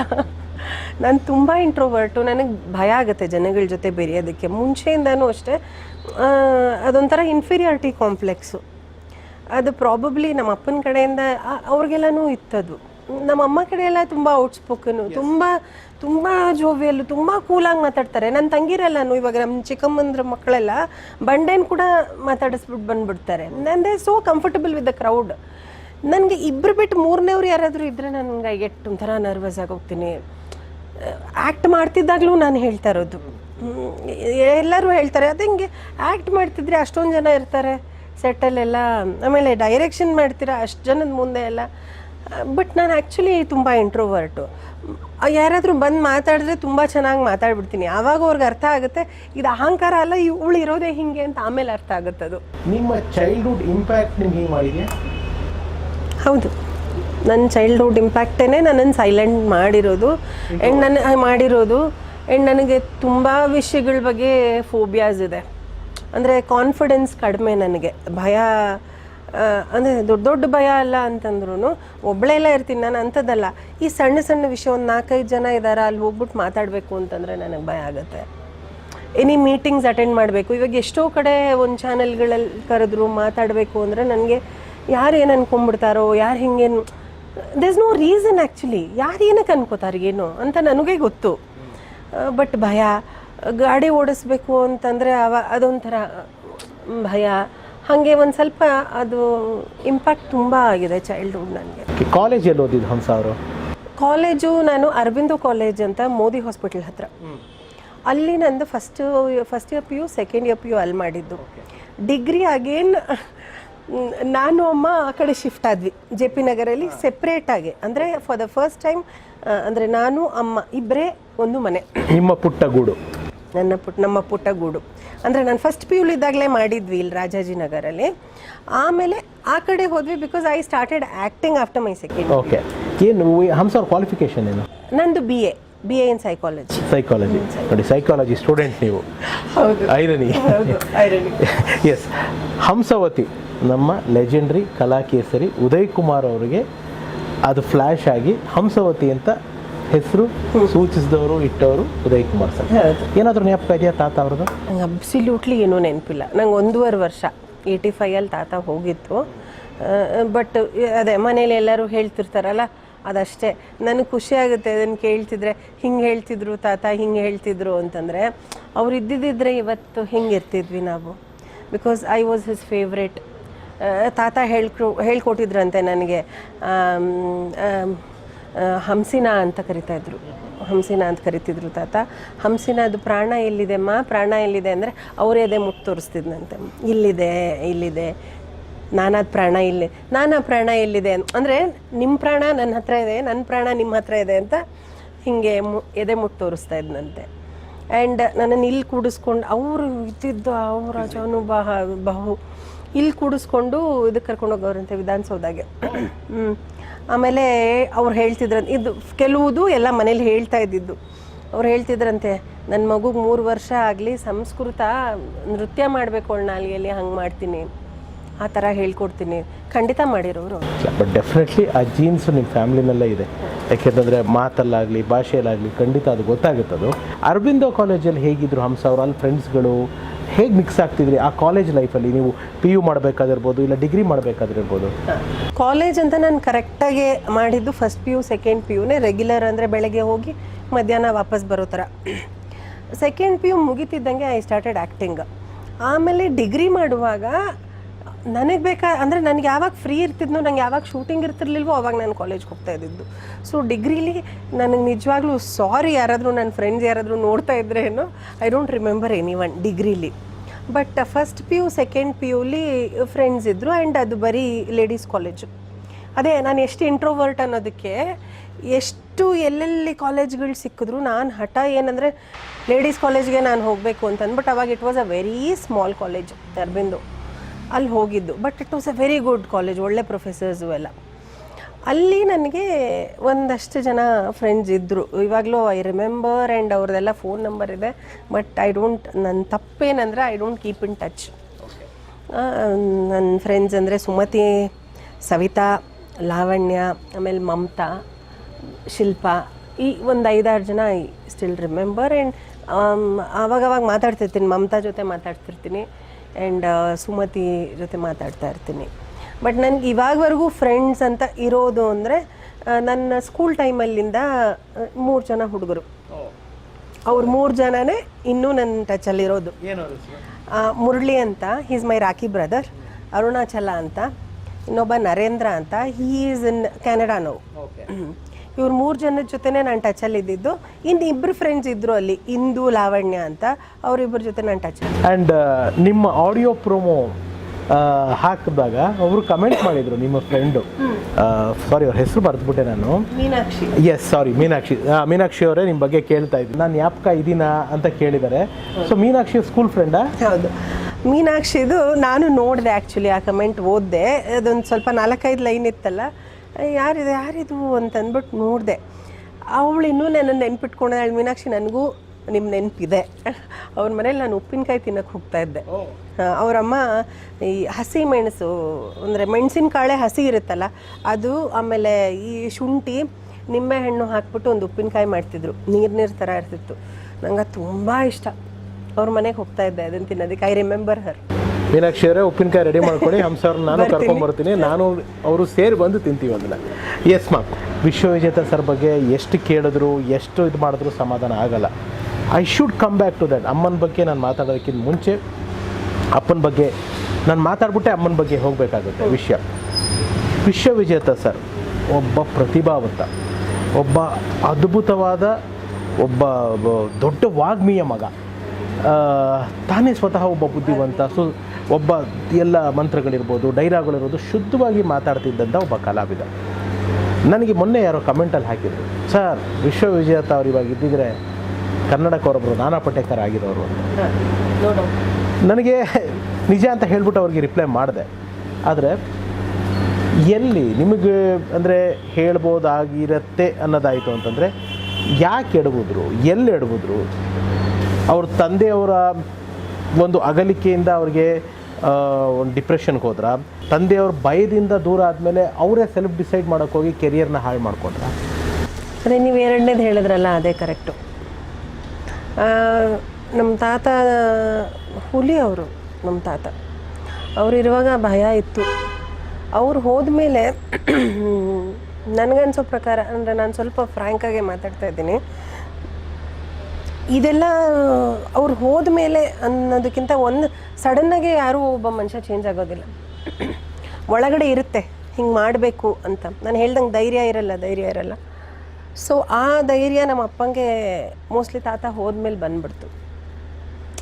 ಈಗ ನಾನು ಹೆಂಗೆ ಬೇಕಾದರೂ ಇರ್ಬೋದು, ಏನು ಬೇಕಾದ್ರೂ ಮಾಡ್ಬೋದು, ಐ ಆಮ್ ನಾಟ್ ಆನ್ಸರಬಲ್ ಅಂತ. ಅದು ತಪ್ಪು. You are always answerable. ಯಾವಾಗಲೂ ಎಲ್ಲ ಕಾಲದಲ್ಲೂ ಎಲ್ಲರೂ ಆನ್ಸರಬಲ್ ಅಲ್ಲ. ಇವನ್ ನಾವು we all are answerable to everyone. Conscious ಯಾರು ನಮ್ಮ ಅಪ್ಪ ಅಮ್ಮಂಗಲ್ದೆ, ದೇವ್ರಿಗಲ್ದೆ, ಹೆಂಡತಿ ಮಕ್ಳುಗಲ್ದೆ, ಅಕ್ಕ ತಂಗಿರ್ಗಲ್ದೆ, ನನ್ನ ಒಳಗಡೆ ಇರೋ ಅಂತರಾತ್ಮಕ್ಕೆ ನಾನು ಆನ್ಸರಬಲ್. ಅದವ್ರಿಗೆ ಅರ್ಥ ಆಗಿದ್ದಾಗ ಇಟ್ ವಾಸ್ ಟೂ ಲೇಟ್. ನೀವು ಹೇಳಿದ್ದು ಇವಾಗ ಮಾತು ಅದು ನಿಜ. ಅದು ಅರ್ಥ ಆಗೋಷ್ಟೊತ್ತಿಗೆ it was too late. Because ಹೆಸರು ಕೂಡ ಅವ್ರು ಇಷ್ಟಕ್ಕೆ ಇಟ್ಕೊಂಡಿದ್ದಲ್ವಾ, ವಿಶ್ವವಿಜೇತ ಜಗತ್ತನ್ನೇ ನಾನು ಗೆಲ್ಲುತ್ತೀನಿ ಅಂತ. ವರ್ಲ್ಡ್ ವಿನ್ನರ್ ಅಂತ ಬರ್ಕೊಂಡಿದ್ರಂತ ಅವ್ರ ಬೈಕ್ ಮೇಲೆ. ಗೊತ್ತಾ ನಿಮ್ಗೆ ಹೇಳಿದ್ರ ಇದು? ಬೈಕ್ ಮೇಲೆ, ಅವ್ರ ಗಾಡಿ ಮೇಲೆ ವರ್ಲ್ಡ್ ವಿನ್ನರ್ ಅಂತ ಬರ್ಕೊಂಡಿದ್ರಂತೆ. He was ambitious actually. That is, he was very positive. ಸಾಧನೆ ಮಾಡಬೇಕು ಅನ್ನೋದಿತ್ತು. ಇವಾಗ ಪ್ರಪಂಚನ ಗೆಲ್ಲೋನು ನಾನು ಅಂತಂದರೆ ಎಷ್ಟು ಹುಮ್ಮಸ್ಸಿರಬೇಕು, ಎಷ್ಟು ಕಾನ್ಫಿಡೆನ್ಸ್ ಇರಬೇಕು, ಇತ್ತಲ್ವಾ. ಬಟ್ ಯಾಕೆ ಒಂದು ಸಣ್ಣ ಅವರವ್ರ ಇದಕ್ಕೆ ಅದು ಯಾವುದೋ ಅವ್ರು ಏನೋ ಅಂದ್ಕೊಂಡು ಬೇರೆ ದಾರಿ ಹಿಡಿದ್ರು. ಬಟ್ ಅದು ಬೇರೆ ಏನೋ ಆಗೋಯ್ತು. Then he was not able to face has back. Ego problem ಆಗೋಯ್ತು. ನಮ್ಮಪ್ಪ ಕೆಟ್ಟವರು ಅಥವಾ ನಮ್ಮ ಅಪ್ಪನ ಮೇಲೆ ನನಗೆ ಕೋಪ ಇದೆ, ದ್ವೇಷ ಇಲ್ಲ, ಕೋಪ ಇದೆ ಸ್ವಲ್ಪ ಇದೆ. ಯಾಕೆಂದರೆ ಅವ್ರು ಚೆನ್ನಾಗಿರಲಿಲ್ಲ ಅನ್ನೋ ಕೋಪ ಇದೆ. ನಮ್ಮನ್ನು ಬಿಟ್ಬಿಟ್ಟು ಹೋದ್ರಿ, ಓಕೆ, ಅವ್ರ ಕೆರಿಯರ್ ಚೆನ್ನಾಗಿ ಇಟ್ಕೋಬೋದಾಗಿತ್ತು. ಎಲ್ಲ ಫರ್ಗೆಟ್ ಅಬೌಟ್ ಎವ್ರಿಥಿಂಗ್. ಅವ್ರು ಖುಷಿಯಾಗಿರ್ಬೋದಾಗಿತ್ತು. ಕೆರಿಯರ್ ಬೇಡವಾ ಬಿಟ್ಬಿಡಿ, ನಾವು ಬೇಡವಾ ಬಿಟ್ಬಿಡಿ. ಅವ್ರು ಚೆನ್ನಾಗಿರ್ಬೋದಾಗಿತ್ತಲ್ಲ, ಅವ್ರು ಸಂತೋಷವಾಗಿರ್ಬೋದಾಗಿತ್ತಲ್ಲ, ಯಾಕಿರಲಿಲ್ಲ? Because his decision was very very very wrong. ಅವ್ರಿಗೆ ಯಾರು ಫ್ರೆಂಡ್ಸ್ ಅಂತ ಇರಲಿಲ್ವಮ್ಮ? ಫ್ರೆಂಡ್ಸ್ನ ಎಲ್ಲರನ್ನೂ ದೂರ ಮಾಡ್ಕೊಂಡಿದ್ದು. ನಾನು ಹೇಳಬೇಕಾ? Should I tell? ಅಲ್ಲ, if you are convenient, if you want to tell, otherwise no force. ಅದು ಯಾವುದು ನಾನು ಅಂದರೆ ಇವಾಗ ಜನರಲಿ ನೀವು ತಪ್ಪು ಮಾಡಿರ್ತೀರ, ನಾನು ತಪ್ಪು ಮಾಡಿರ್ತೀನಿ, ಸಾಕಷ್ಟು ಜನ ಇದೆ. ಅವಾಗ ನಮ್ಗೆ ಯಾರೋ ಫ್ರೆಂಡ್ಸ್ ಆಗಿರೋ, ಮಚ ನೀನು ಹಂಗಲ್ಲ ಮಗ, ನೀನು ಇದು ಮಾಡ್ತಿರೋ ತಪ್ಪು ಮಗ, ಹಿಂಗೆ ಯಾರೋ ವೆಲ್ ವಿಷರ್ಸ್ ಯಾರೋ ಬಂದ್ಬಿಟ್ಟು ಹೇಳಿರ್ತಾರೆ, ಇಲ್ಲಪ್ಪ ನೀನು ಮಾಡ್ತಿರೋ ಸರಿಗಿಲ್ಲ. ಆ ಥರ ಎಲ್ಲೂ ಪ್ರಯತ್ನಗಳು ನಡೀಲಿಲ್ವಾ ಅನ್ನೋ ಪ್ರಶ್ನೆ ಕೇಳಿದೆ ನನಗೆ. I don't want anything in detail. ಅಲ್ಲ, ಡೀಟೇಲ್ ನನಗೆ ಇವಾಗ ಯಾಕೆ ಹೇಳಬೇಕು ಅನ್ನಿಸ್ತು ಅಂದರೆ, I will tell you the detail. ಸ್ವಲ್ಪ ಸಣ್ಣದಾಗಿ ಹೇಳ್ತೀನಿ. ಬಿಕಾಸ್ ಐ ರಿಮೆಂಬರ್ ಇದು ನಮ್ಮ ಅತ್ತೆಯವ್ರು ಇಂಟರ್ವ್ಯೂ ಮಾಡಿದಾಗ, ಆಮೇಲೆ ನಮ್ಮ ಅಮ್ಮ ಅವ್ರು ಇಂಟರ್ವ್ಯೂ ಮಾಡಿದಾಗ, ನಮ್ಮ ಅತ್ತೆಯವರು ಕ್ಯಾಶುಯಲಾಗಿ ಹೇಳಿದರು, ಅವ್ನು ಮಾಡಿದ್ದದು ಒಂದೇ ತಪ್ಪು, ಅದು ಎಲ್ಲರಿಗೂ ಗೊತ್ತು ಅಂತ. ತಮ್ಮ ತಾಯಿಯವ್ರ ಸಂದರ್ಶನ ಮಾಡಬೇಕಾದ್ರೆ ನಾನು ಆ ವಿಷಯನ ಮಾತಾಡೋಕ್ಕೆ ಹೋಗಲಿಲ್ಲ. ಅದಕ್ಕೆ ಕೆಲವು ಕಮೆಂಟು ಬಂತು, ಇವನು ಆ್ಯಂಕರ್ ಸರಿಗಿಲ್ಲ, ಮಾತಾಡೋಕ್ಕೆ ಬಿಡ್ತಾ ಇಲ್ಲ ಅಂತ. ಫೈನ್, ನನಗೆ ನಾನು ಅದ್ರ ಬಗ್ಗೆ ಯೋಚನೆ ಮಾಡಲ್ಲ. ನಾನು ಅದ್ರ ಬಗ್ಗೆ ನಿಮ್ಮ ತಾಯಿ ಹತ್ರ ಕೇಳೋಷ್ಟು ಧೈರ್ಯ ಯೋಗ್ಯತೆ ನನಗಿಲ್ಲ, ಅದು ಸಂಸ್ಕಾರನೂ ಅಲ್ಲ. ನಾನು ಕೂತ್ಕೊಂಡು ಅವ್ರ ವಯಸ್ಸಿಗೆ ಕೊಡೋ ಮರ್ಯಾದೆ ಅಲ್ಲ. ಬಹುಶಃ ಅದು ಕಮೆಂಟ್ ಮಾಡಿದವ್ರಿಗೆ ಅದು ಅರ್ಥ ಆಗಿರುತ್ತೆ ಅನ್ಕೊತೀನಿ. ನಾನು ಕೇಳಿದ್ದು ಫ್ರೆಂಡ್ಸ್ ಅಂತ ವಿಶ್ವವಿಜೇತ ಸರ್ಗೆ ಇಂಡಸ್ಟ್ರಿ ವೈಸಲ್ಲಿ ಇರ್ಬೋದು, ಇಲ್ಲ ಕಸಿನ್ಸು, ಫ್ಯಾಮ್ಲಿ, ಬ್ರದರ್ಸ್, ಈ ಥರದವ್ರು ಯಾರು ವೆಲ್ ವಿಷರ್ಸ್ ಅಂತಾಗಲಿ, ಅಥವಾ ಅವ್ರಿಗೆ ಯಾರು ಅವ್ರ ಕಂಡ್ರೆ ಭಯ ಇತ್ತಾ, ಅಥವಾ ಯಾರು ಹೇಳೋಕ್ಕೆ ಧೈರ್ಯ ಮಾಡ್ತಿಲ್ವ, ಅದು ನಾನು ಕೇಳ್ತೀನಿ. ಇಲ್ಲ, ಪ್ರತಿಯೊಬ್ಬರೂ ಹೇಳಿದ್ರು he had a very good friends industrially. ಸುಳ್ಳು ಹೇಳಬಾರ್ದು. ಫ್ರೆಂಡ್ಸ್ ಕಡಿಮೆ ಇದ್ರೂ ನನಗೆ ಗೊತ್ತಿರೋ ಹಾಗೆ ರವಿಕಿರಣ್ ಅಂಕಲು, ಆಮೇಲೆ ನಮ್ಮ ಸಿಂಗ್ ಸರ್ ಬದುಕು ಡೈರೆಕ್ಟರು, ಈ ಥರ ಸುಮಾರು ಜನ ಫ್ರೆಂಡ್ಸ್ ಇದ್ದರು. ಪ್ರಾಬಬ್ಲಿ ಅವಿನಾಶ್ ಸರು ಇವರೆಲ್ಲನೂ ಅನಿಸುತ್ತೆ. ಪ್ರತಿಯೊಬ್ಬರೂ ಹೇಳಿದ್ದಾರೆ ನೀನು ಮಾಡ್ತಾ ಇರೋದು ತಪ್ಪು, ಮಾಡಬೇಡ, ನೀನು ಮಾಡ್ತಾ ಇರೋದು ತಪ್ಪು, ಡೋಂಟ್ ಡೂ ದಿಸ್ ಅಂತ. ಅವ್ರು ತಪ್ಪು ಅಂದಿದ ತಕ್ಷಣ ಅವ್ರ ಫ್ರೆಂಡ್ಸೇ ಅಲ್ಲ, ಬಿಟ್ಬಿಟ್ರು. He would not listen to anyone. ಅವ್ರು ಯಾರ ಮಾತಿಗೆ ಅವ್ರ ಡಿಸಿಷನ್ ಬಗ್ಗೆ ಅಷ್ಟು ಕಾನ್ಫಿಡೆನ್ಸ್ ಇತ್ತಾ, ಅಥವಾ ನನಗೆ ನಮ್ಮಪ್ಪನೇ ಕೇಳಲಿಲ್ಲ ಅಂತಂದ್ಬಿಟ್ಟು he started doing all these things. ಇನ್ನಿವ್ರಿಗೆಲ್ಲ ಏನಕ್ಕೆ ಕೇರ್ ಮಾಡ್ತಾರೆ ಅಲ್ವಾ? ಇನ್ಫ್ಯಾಕ್ಟ್ ಒಂದು ಇದು ಎಲ್ಲರೂ ಹೇಳಿದ್ದಾರೆ, ಫ್ರೆಂಡ್ಸ್ ಎಲ್ಲರೂ ಹೇಳಿದ್ದಾರೆ ತಪ್ಪು ಮಾಡ್ತಿದ್ದೀರಾ ಅಂತ, you should concentrate on your career, ಇಷ್ಟು ನಿನಗೆ ಕಲೆ ಇದೆ, ಇದು ಮಾಡಬೇಕು. ಅವ್ರು ಯಾರ ಮಾತು ಕೇಳಲಿಲ್ಲ. ಇದು ಯಾರ್ದು ಅವ್ರ ಫ್ರೆಂಡ್ಸ್ದು ತಪ್ಪಲ್ಲ, ಯಾರ್ದು ತಪ್ಪಲ್ಲ, ಯಾರಿಗೂ ಅವ್ರ ಮೇಲೆ ಭಯನೂ ಇರಲಿಲ್ಲ. ಹೇಳಿದ್ರು, ಭಯ ಯಾತಕ್ಕೆ ಪಡಬೇಕು? ಹೇಳಿದ್ರು, ತಪ್ಪು ಮಾಡ್ತಿರೋರ್ಗೆ ಇಲ್ಲದೇ ಇರೋ ಭಯ ಹೇಳೋರ್ಗೆ ಏನಕ್ಕೆ ಇರಬೇಕು ಅಲ್ವಾ? He was wrong. ಹೇಳಿದ್ರು ಅವ್ರು ಯಾರ ಮಾತನ್ನು ಕೇಳ್ತಿರ್ಲಿಲ್ಲ. ಇದು ಒಂದು ಇನ್ಸಿಡೆಂಟ್ ಏನಕ್ಕೆ ಹೇಳ್ತೀನಿ ಅಂತಂದರೆ, ನಾನು ನಮ್ಮ ಅಮ್ಮನ ನೆಕ್ಸ್ಟ್ ತಂಗಿ ಅವ್ರ ಮದುವೆ ಟೈಮಲ್ಲಿ ಪಾಪ ನಮ್ಮ ಅಜ್ಜಿ, ತಾತ ಆ್ಯಂಡ್ ನಮ್ಮ ಚಿಕ್ಕಪ್ಪ ಅವ್ರಿಗೆ ಗೊತ್ತಾಗಿದೆ ನ್ಯೂಸು, ಯಾವುದೋ ಹೋಟೆಲ್, ಐ ಡೋಂಟ್ ರಿಮೆಂಬರ್, ಅಮ್ಮನ ಕೇಳಬೇಕು, ಅಲ್ಲಿದ್ದಾರೆ ಅಂತ. ಇಲ್ಲೇ ಶೇಷಾದ್ರಿಪುರಂ, ಐ ಥಿಂಕ್ ರೇಸ್ ವ್ಯೂನಾ, ಓಕೆ ಐ ಡೋಂಟ್ ರಿಮೆಂಬರ್. ಹೋಟ್ಲಲ್ಲಿ ಇಲ್ಲೇ ಎಲ್ಲೋ ಶೇಷಾದ್ರಿಪುರಂ ಹತ್ರ ಒಂದು ಹೋಟೆಲ್ ಇದ್ರಂತೆ. ಸೊ ಇವ್ರು ಮದುವೆ ಕರೆಯೋಕ್ಕೆ ಅಂತಂದ್ಬಿಟ್ಟು ಹೋಗಿದ್ದಾರೆ ಪಾಪ. ಅಂದರೆ ಇದೇನಂದರೆ ಹಂಗಾದರೂ ಬರ್ತಾರೆ, ಮದುವೆಗೆ ಬಂದಾಗ ಬರ್ತಾರೆ, ನಾವೆಲ್ಲ ಮಾತಾಡೋದು, ಬಿಕಾಸ್ ಸಿಕ್ಕೇ ಇಲ್ಲ ಅಲ್ಲ ಕೈಗೆ ಮಾತಾಡೋದಕ್ಕೆ. ಆವಾಗ್ಲೂ ಹೋಗಿ ನಮ್ಮ ಅಜ್ಜಿ, ನಮ್ಮ ತಾತ, ನಮ್ಮ ಚಿಕ್ಕಪ್ಪ ಏನೂ ಮಾತಾಡಿಲ್ಲ, because he was very Young ಅಲ್ಲ, ಅವ್ರ ಮುಂದೆ ಮಾತಾಡೋಕ್ಕಾಗಲ್ಲ, ನಮ್ಮ ಅಪ್ಪನ ಮುಂದೆ. ನಮ್ಮ ಅಜ್ಜಿ ತಾತ ಕೇಳಿದ್ದಾರೆ, ಮಾತಾಡಿದ್ದಾರೆ. ಆ್ಯಂಡ್ ಸರ್ಪ್ರೈಸ್ ಏನು ಎಲ್ಲರೂ ಆಶ್ಚರ್ಯ ಪಡೋದೇನೆಂದರೆ, he was okay with everyone. ಅಂದರೆ ನಮ್ಮ ಅಮ್ಮನ ಮನೆ ಕಡೆನೂ he use to love my ಅಜ್ಜಿ, ನಮ್ಮ ತಾತ. ಅವ್ರನ್ನ ಚೆನ್ನಾಗಿ ಮಾತಾಡಿಸಿ, ಚೆನ್ನಾಗಿ ಟ್ರೀಟ್ ಮಾಡಿ, ಅವು ಏನು ಕುಡಿತೀರಾ, ಏನು ಬಾದಾಮ್ ಹಾಲೇನೋ ತರಿಸ್ಕೊಟ್ಟು, ಇಡ್ಲಿ ಏನೋ ತರಿಸ್ಕೊಟ್ಟು, ನನಗೆ ನಿಮ್ಮ ಮೇಲೆ ಯಾವಾಗಲೂ ಪ್ರೀತಿ ಇದೆ, ನೀವು ನನ್ನ ಅಮ್ಮನೇ, ನೀವು ನನ್ನ ಅಪ್ಪನೇ, you can come any time. ನನ್ನ ನಾದ್ನಿದ ಮದುವೆ ಅಂದರೆ ಅವಳು ನನ್ನ ತಂಗಿ ಥರ, ನಾನು ಮಗುನ ಆಗಿ ನೋಡಿರೋದು ಅವಳನ್ನು ಅಂತೆಲ್ಲ ನಮ್ಮ ಚಿಕ್ಕಪ್ಪ ಹತ್ರನೂ ಮಾತಾಡಿ ಎಲ್ಲ ಹೇಳಿದ್ದಾರೆ. ಆವಾಗಲೂ he said only one thing, ನನ್ನ ಪರ್ಸ್ನಲ್ ವಿಷಯದ ಬಗ್ಗೆ ಮಾತಾಡಬೇಡಿ, ನನ್ನ ಹೆಂಡತಿ ಮಗು ಆಗಲಿ, ನನ್ನ ಕೆರಿಯರ್ ಆಗಲಿ, ನೀನು ಅದು ಮಾಡು, ಇದು ಮಾಡು, ಬನ್ನಿ ಮಾತಾಡಿ ಜನರಲ್ಲ, ಡೋಂಟ್ ಟಾಕ್ ಅಬೌಟ್. ಹಿಂಗೆ ಹೇಳಿದ್ರೆ ಏನು ಹೇಳೋಕ್ಕಾಗತ್ತೆ ಅನ್ನೋದಕ್ಕೆ ಈ ಇನ್ಸಿಡೆಂಟ್ ಹೇಳಿದೆ. ಸೊ ಮದುವೆಗೂ ಬರಲಿಲ್ಲ ಅವರು? ಇಲ್ಲ ಬರಲಿಲ್ಲ. ಮಾತಾಡ್ತಾ ಇದ್ವಿ ನಾವು, ಅಂದರೆ ತಂದೆಯವ್ರ ಬಗ್ಗೆ, ತಂದೆಯವ್ರ ಸ್ನೇಹಿತರು ಏನು ಹೇಳಲಿಲ್ವಾ ಅನ್ನೋದ್ರ ಬಗ್ಗೆ ಎಲ್ಲ ಹೇಳಿದ್ರಿ. ಅದಕ್ಕೆ ನೀವು ಉತ್ತರ ಕೊಟ್ರಿ. ಅಂದರೆ ನೀವು ಆವಾಗಲೇ ಮಾತಾಡ್ತಾ ಹೇಳ್ತಾ ಇದ್ರಿ, ಒಂದು 3 ರಿಂದ 4 ಇನ್ಸಿಡೆಂಟು ತಂದೆದು ತುಂಬ ಜ್ಞಾಪಕದಲ್ಲಿದೆ ಅಂತ. ಯಾವುದು ತುಂಬ ನಿಮಗೆ, ಅಂದರೆ ಅದರಲ್ಲಿ ಒಂದೊಂದಾಗಿ ಹೇಳ್ಬೋದು, ಆದರೆ ಮೊದಲನೇ ಇನ್ಸಿಡೆಂಟ್ ಯಾವುದು? ಅದರಲ್ಲಿ ಮೊದಲನೇದು ಬಂದು ದೀಪಾವಳಿ ಇತ್ತು. ಅವತ್ತು ದೀಪಾವಳಿ ಇತ್ತು, ಸಜ್ಜನ್ ರಾವ್ ಸರ್ಕಲ್ ನಮ್ಮ ಇನ್ಸ್ಟಿಟ್ಯೂಷನ್ ಇದೆಯಲ್ಲ ಅಲ್ಲಿ. ಅಮ್ಮ ನನಗೆ ಊಟ ಮಾಡಿಸ್ತಾ ಇದ್ರು ರಾತ್ರಿ ಒಂದು 9:30-10 ಅನ್ಸುತ್ತೆ. ಆ ಟೈಮಲ್ಲೆಲ್ಲ ಅಷ್ಟೊಂದು ಟ್ರಾಫಿಕ್ ಏನಿರಲಿಲ್ಲ, ಆ್ಯಂಡ್ ತುಂಬ ಕಡಿಮೆ ಕಾರ್ಗಳು ಓಡಾಟ ಇತ್ತು. ಸರಿ ಅಂತಂದ್ಬಿಟ್ಟು ಒಂದು ಕಾರು ಇತ್ತು. ಅಮ್ಮಗೆ ತಕ್ಷಣ ಗೊತ್ತಾಯಿತು ಅದು ಅಪ್ಪನೇ ಅಂತಂದ್ಬಿಟ್ಟು, ದಡ ಅಂತ ಎತ್ಕೊಂಡು ಹಿಂಗೆ ಒಳಗೆ ಹೊಟ್ಟೋದ್ರು. ಅವ್ರದ್ದು ಯಾಕೆ ಅದು ಏನು ನನಗೆ ಅರ್ಥ ಆಗಿಲ್ಲ ಇದುವರೆಗೂ. ಬಿಕಾಸ್ ಅವ್ರು ಕುಡಿದ್ಬಿಟ್ಟೆ ಬರೋರು.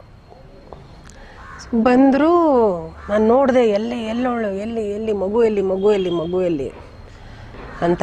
ಆವಾಗ ಅದೊಂದು ಇನ್ಸಿಡೆಂಟ್ ಆಯಿತು. ಅದು ಡೀಟೇಲ್ ಆಗಿ ಹೇಳೋಕ್ಕಾಗಲ್ಲ, ಅದು ಒಂಥರ ಅನ್ಪ್ಲೆಸೆಂಟ್ ಇನ್ಸಿಡೆಂಟು. ಸೆಕೆಂಡ್ ಟೈಮ್ ಏನಂದರೆ ಅದೇ ಇನ್ಸ್ಟಿಟ್ಯೂಷನಲ್ಲೇ, ಸಾರಿ ಆವಾಗ ದೀಪಾವಳಿ ಇತ್ತು, ದೀಪಾವಳಿ ಹಬ್ಬ ಇತ್ತು. ಮಸಾಲೆ ದೋಸೆ ತಿನ್ಸಿದ ಅದೇ ಟೈಮಲ್ಲ? ಅದೇ ಎಕ್ಸಾಕ್ಟ್ಲಿ ಅದೇ. ಓಕೆ. ಆವಾಗ ಬಂದರು ಅವ್ರು. ಆವಾಗ ನನಗೆ ಅದ್ರದ್ದು ನೆನಪಿಲ್ಲ, ಯಾವಾಗ ಬಂದರು, ಹೆಂಗೆ ಬಂದರು, ಏನು ಅಂತ. ಒಟ್ಟಲ್ಲಿ ಅಲ್ಲಿ ನಾನು ಒಬ್ಬಳೇ ಇದ್ದೆ. ಅಷ್ಟರಲ್ಲಿ ಅವ್ರು ಬರ್ತಾ ಇದ್ದಿದ್ದು, ನೀವು ಬಂದಿದ ತಕ್ಷಣ, ಎಂಟರ್ ಆಗಿದ ತಕ್ಷಣ ಅಮ್ಮ, ನಮ್ಮ ಅಜ್ಜಿ, ನಮ್ಮ ಅತ್ತೆ ಎಲ್ಲರೂ ಹೊಟ್ಟೋಗ್ಬಿಟ್ಟಿದ್ರು. ನನ್ನನ್ನು ಮಾತ್ರ ಬಿಟ್ಬಿಟ್ಟು ಹೊಟ್ಟೋಗ್ಬಿಟ್ಟಿದ್ರು. ಬಿಕಾಸ್ ತಿರ್ಗಾ ಏನಾದರೂ ಅನ್ಪ್ಲೆಸೆಂಟ್ ವಾತಾವರಣ ಆಗುತ್ತೆ ಅಂತ ಅಂದ್ಬಿಟ್ಟು. ನನಗೆ ಭಯ ಅಪ್ಪ ಅಂದರೆ ಆ್ಯಕ್ಚುಲಿ. ಬಿಕಾಸ್ ನಾನು ನೋಡ್ತಾ ಇದ್ದಿದ್ದು ಫುಲ್ ಕುದ್ದಿರ್ತಿದ್ರು. ಸೊ ಆಮೇಲೆ ಆ ಕಣ್ಣುಗಳೆಲ್ಲ ಕೆಂಪಗೆ ಹಂಗಿರ್ತಿತ್ತು. ಪ್ರೀತಿಗಿಂತ ಭಯ ಜಾಸ್ತಿ ಇತ್ತು. ಯಾವಾಗಲೂ ಒಂದು ಸಲ ಅದೇ 2 ಸಲ 3 ಸಲ ಸಿಕ್ಕಿದ್ದಲ್ವ ಭಯ. ಆವಾಗ ಇಲ್ಲಿಂದ ಈ ಕೈ ಪೂರ್ತಿ ಲೆಫ್ಟ್ ಹ್ಯಾಂಡು ಫುಲ್ ಬೆಂದೋಗ್ಬಿಟ್ಟಿತ್ತು. ಸುಟ್ಟೋಗಿದೆ. ಲಿಟ್ರಲಿ ಸುಟ್ಟೋಗಿದೆ. ಅದು ಒಂಥರ ಹೆಂಗಿತ್ತಂದ್ರೆ ಹಿಂಗೆ ಪಿಚ್ಚ ಮುಟ್ಟಿದ್ರೆ ಫ್ರೆಶ್ ಆಗಿರೋದು. ಐ ಡೋಂಟ್ ಥಿಂಕ್ ಅದು ಗಂಜಿ ಎಸ್ತಿದ್ದು ಅಂತ ಹೇಳ್ತಾರೆ ಕೆಲವರು. ಅಕ್ಕಿ ಗಂಜಿ ಎಸಿದ್ರೆ ಅಷ್ಟು ಸುಡುತ್ತಾ ಗೊತ್ತಿಲ್ಲ. ಕೆಲವ್ರು ಹೇಳ್ತಾರೆ ಯಾವುದೋ ಕೆಮಿಕಲ್ ಹಾಕಿದ್ದು, ಆ್ಯಸಿಡ್ ಹಾಕಿದ್ದು ಅಂತ. ಅದೇನು ಅಂತ ಗೊತ್ತಿಲ್ಲ. ಫುಲ್ ಸುಟ್ಟೋಗ್ಬಿಟ್ಟಿತ್ತು. ಮೊದಲೇ ನಂಗೆ ಅಪ್ಪ ಅಂದರೆ ಭಯ. ಪ್ಲಸ್ ಅದು ಹಂಗಿದೆ. ಹೌದು, ಬಂದಿದ್ದಾರೆ ದೀಪಾವಳಿ ದಿನ. ಅವ್ರ ಜೊತೆ ಶಂಕರಪ್ಪ ಅಂತ ಯಾವಾಗಲೂ ಬರ್ತಿದ್ರು. ಅವ್ರು ಇವಾಗ ಎಲ್ಲಿದ್ದಾರೆ ಗೊತ್ತಿಲ್ಲ. ಅವ್ರನ್ನ ಕರೆದ್ಬಿಟ್ಟು ನನ್ನ ಮಗಳನ್ನ ಕರ್ಕೊಂಡು ಹೋಗು, ಅವಳು ಏನೇನು ಪಟಾಕಿಗಳು ಕೇಳ್ತಾಳೋ ಅದನ್ನು ಕೊಡಿಸ್ಕೊಂಡು ತೊಗೊಂಡು ಬಾ ಅಂತಂದರು. ಅವ್ರು ಕರ್ಕೊಂಡು ಹೋದರು. ಪಟಾಕಿ ತೊಗೊಂಡು ಅವ್ರ ಮನೆಗೆಲ್ಲ ಕೊಟ್ಟು ಕರ್ಕೊಂಬಂದರು ವಾಪಸ್ಸು. ಅಷ್ಟರಲ್ಲಿ ಮಸಾಲೆ ದೋಸೆ ತರಿಸಿದ್ರು ಅಪ್ಪ. ಆವಾಗ ಪಟಾಕಿ ಹೊಡಿಸ್ತಾ ಇದ್ದಾರೆ. ಅವ್ರಿಗೆ ಹೊಡಿಸೋದಕ್ಕೂ ಆಗ್ತಾಯಿಲ್ಲ, ಫುಲ್ ಕುಡಿದ್ಬಿಟ್ಟಿದ್ರು. ಆವಾಗ 1-2 ಪಟಾಕಿ ಹೊಡಿಸಿ ನನಗೆ ಅವಾಗ ಊಟ ಅದು ಮೇ ಬಿ ಅವಾಗ ಟೈಮ್ ಎಷ್ಟು ಒಂದು 11-11:30.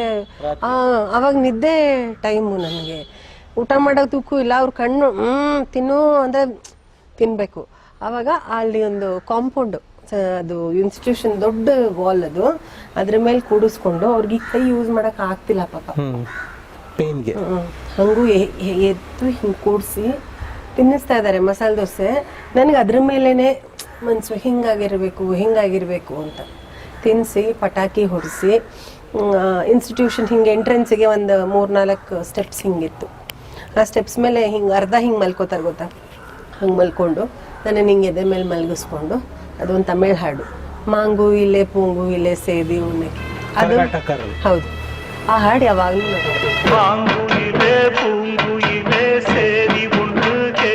ನಿಮ್ಮ ತಂದೆ ಅಂದರೆ ಹಾಡು. ಹಾಡು. ಇದು 2ನೇ ಇನ್ಸಿಡೆಂಟ್. ಮೂರನೇದು ಬಂದು ಅವಾಗ ನಾನು 5th ಸ್ಟ್ಯಾಂಡರ್ಡಲ್ಲಿದ್ದೆ. ನಂಗೆ ನೆನಪಿದೆ, ಯಾಕಂದರೆ ನಾನು ಗುಚ್ಚಪಟ್ ಸ್ಕೂಲಲ್ಲಿ ಓದ್ತಾ ಇದ್ದೆ.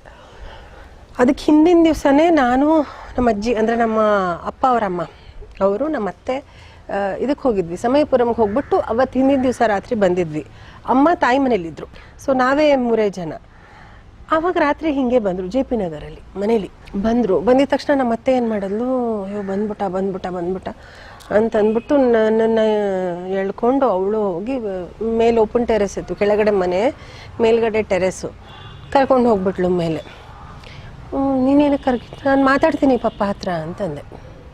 ನಾನು ಮಾತಾಡ್ತೀನಿ ಅಂದರೆ ನನಗೇನಂದ್ರೆ ಆವಾಗ ಮನ್ಸಲ್ಲಿ ನಾನು ಮಾತಾಡಿದ್ರೆ ಬಂದ್ಬಿಡ್ತಾರೆ ನಮ್ಮಪ್ಪ, ಅಥವಾ ಬಂದ್ಬಿಡಿಸ್ಕೊಂಬಿಡ್ಬೋದೇನೋ ಒಂದು ಅವಕಾಶ ಅಂತ. ಅವಳ ಮನಸ್ಸಲ್ಲಿ ಏನಿತ್ತಂದರೆ ಅವಳು ಹೇಳಿದ್ದು ನನಗೆ ಕೋಪ ಜಾಸ್ತಿ, ಪ್ಲಸ್ ಹುಡುತ್ತಾ ಹೊಡೆದು ಬಡ್ದು ಮಾಡ್ಬಿಡ್ತಾನೆ. ಸೆಕ್ಯೂರ್ ಮಾಡಬೇಕಾಗಿತ್ತು ನಿಮ್ಮನ್ನು, ಹೊಡೆದು. ಯಾಕಂದರೆ ಕೋಪ ಜಾಸ್ತಿ ಎಲ್ಲರ ಮೇಲೂ ಬಂದ್ಬಿಡ್ತಿತ್ತು. ಹೊಡೆದು ಗಿಡ್ದು ಮಾಡಿಬಿಟ್ರೆ ಕಷ್ಟ ಅಂತ. ಅಜ್ಜಿ ಇದ್ದರು, ಅಜ್ಜಿಗೆ ಏನು ಮಾಡ್ತಿರ್ಲಿಲ್ಲ. ಅದಕ್ಕೆ ನಾವಿಬ್ಬರು ನನ್ನ ಅವಳು ಕರ್ಕೊಂಡು ಟೆರೆಸ್ ಮೇಲೆ ಕರ್ಕೊಂಡು ಹೋದ್ಲು. ಟೆರೆಸ್ಸಿಂದ ಮೇಲೆ ನೋಡಿದ್ರೆ ಇವ್ರಿಗೆ ನಮ್ಮಪ್ಪ ಕೆಳಗಡೆ ಇದ್ದಾರೆ. ನಿಮಗೆ ಕಾಣಿಸ್ತಾ ಇದೆ? ನಂಗೆ ಕಾಣಿಸ್ತಾ ಇದೆ, ಅವ್ರಿಗೆ ನಾನು ಕಾಣಿಸ್ತಿಲ್ಲ. ಫಿಲ್ಮಿ ಸ್ಟೈಲಲ್ಲಿ ಅವ್ರನ್ನ ನಾನು ನೋಡ್ತಾ ಇದ್ದೀನಿ ಮೇಲಿಂದ. ಅಂದರೆ ಅವ್ರ ಮುಖ ಎಲ್ಲ ಕಾಣಿಸಿಲ್ಲ, ತಲೆ ಈ ಭಾಗ ಕಾಣಿಸ್ತಾ ಇದೆ. ಅಲ್ಲಿ ಪಕ್ಕದಲ್ಲೇ ಒಂದು ಬಿಂದಿಗೆ ಇತ್ತು, ಗ್ರೀನ್ ಕಲರ್ ಪ್ಲಾಸ್ಟಿಕ್ ರೌಂಡ್ ಕೂಡ ಬರುತ್ತಲ್ಲ, ಅದರಲ್ಲಿ ಇದು ನೀರು ಚೆಲ್ಬಿಟ್ಟು ಅದನ್ನು ಹಿಂಗೆ ಉಲ್ಟಾ ಹಾಕ್ಕೊಂಡು ಅದ್ರ ಮೇಲೆ ತಬ್ಲಾ ಥರ ನುಡಿಸ್ಕೊಂಡು ಹಿ ವಾಸ್ ಸಿಂಗಿಂಗ್ ಇದು ಮಾಂಗು ಇದೇ ಹಾಡು ಹಾಡ್ಕೊಂಡು ಕೇಳಿದ್ರು ನನ್ನ ಮಗಳು ಹೇಗಿದ್ದಾಳೆ. ಅಲ್ಲಿ ಯಾರೋ ಹೋದ್ರು ಆ ಟೈಮಲ್ಲಿ, ಯಾವುದೋ ಒಂದು ಹುಡುಗಿ, ಅಷ್ಟಕ್ಕೆ ಬೆಳೆದಿದ್ದಾಳ, ಅಷ್ಟು ಉದ್ದ ಆಗಿದ್ದಾಳ, ಹೇಗಿದ್ದಾಳೆ ನೋಡೇ ಇರಲಿಲ್ಲ ನಿಮ್ಮನ್ನು. ನನ್ನ ಮೇಲೆ ಇದ್ದೀನಿ ಟೆರೆಸ್ ಮೇಲೆ, ಕೇಳ್ತಾ ಇದ್ದಾರೆ ಕೆಳಗೆ. ಇದೇ ಲಾಸ್ಟ್ ನಾನು ಅವ್ರನ್ನ ನೋಡಿದ್ದು. ಅಷ್ಟೇ. This is the second incident. Third incident, ಮೂರನೇ ಇನ್ಸಿಡೆಂಟ್ ಇದು. And this was the last I saw him ಜೀವಂತವಾಗಿ. ಫಿನಿಶ್. ಮೂರನೇ ಸಲ ನಾನು ಅವ್ರನ್ನ ನೋಡಿರೋದು, ಅದರಲ್ಲಿ ಅವ್ರು ನಾನು 2 ಸಲ ನೋಡಿರೋದು. ಓಕೆ, ಇವಾಗ ನೆಕ್ಸ್ಟ್ ನೀವು ನೋಡಿದ್ದಾಗ ವಿಶ್ವವಿಜೇತ sir he was already in coma, Mallya ಹಾಸ್ಪಿಟ್ಲಲ್ಲಿ.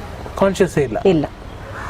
ಅದು ದೀಪಾವಳಿನೇ, ದೀಪಾವಳಿ ದಿನನೇ ಸುದ್ದಿ ಬಂದಿದ್ದು ಅಮ್ಮಗೆ. ಅಮ್ಮ ಅವಾಗ ಹೇಳ್ಬೋದಾ?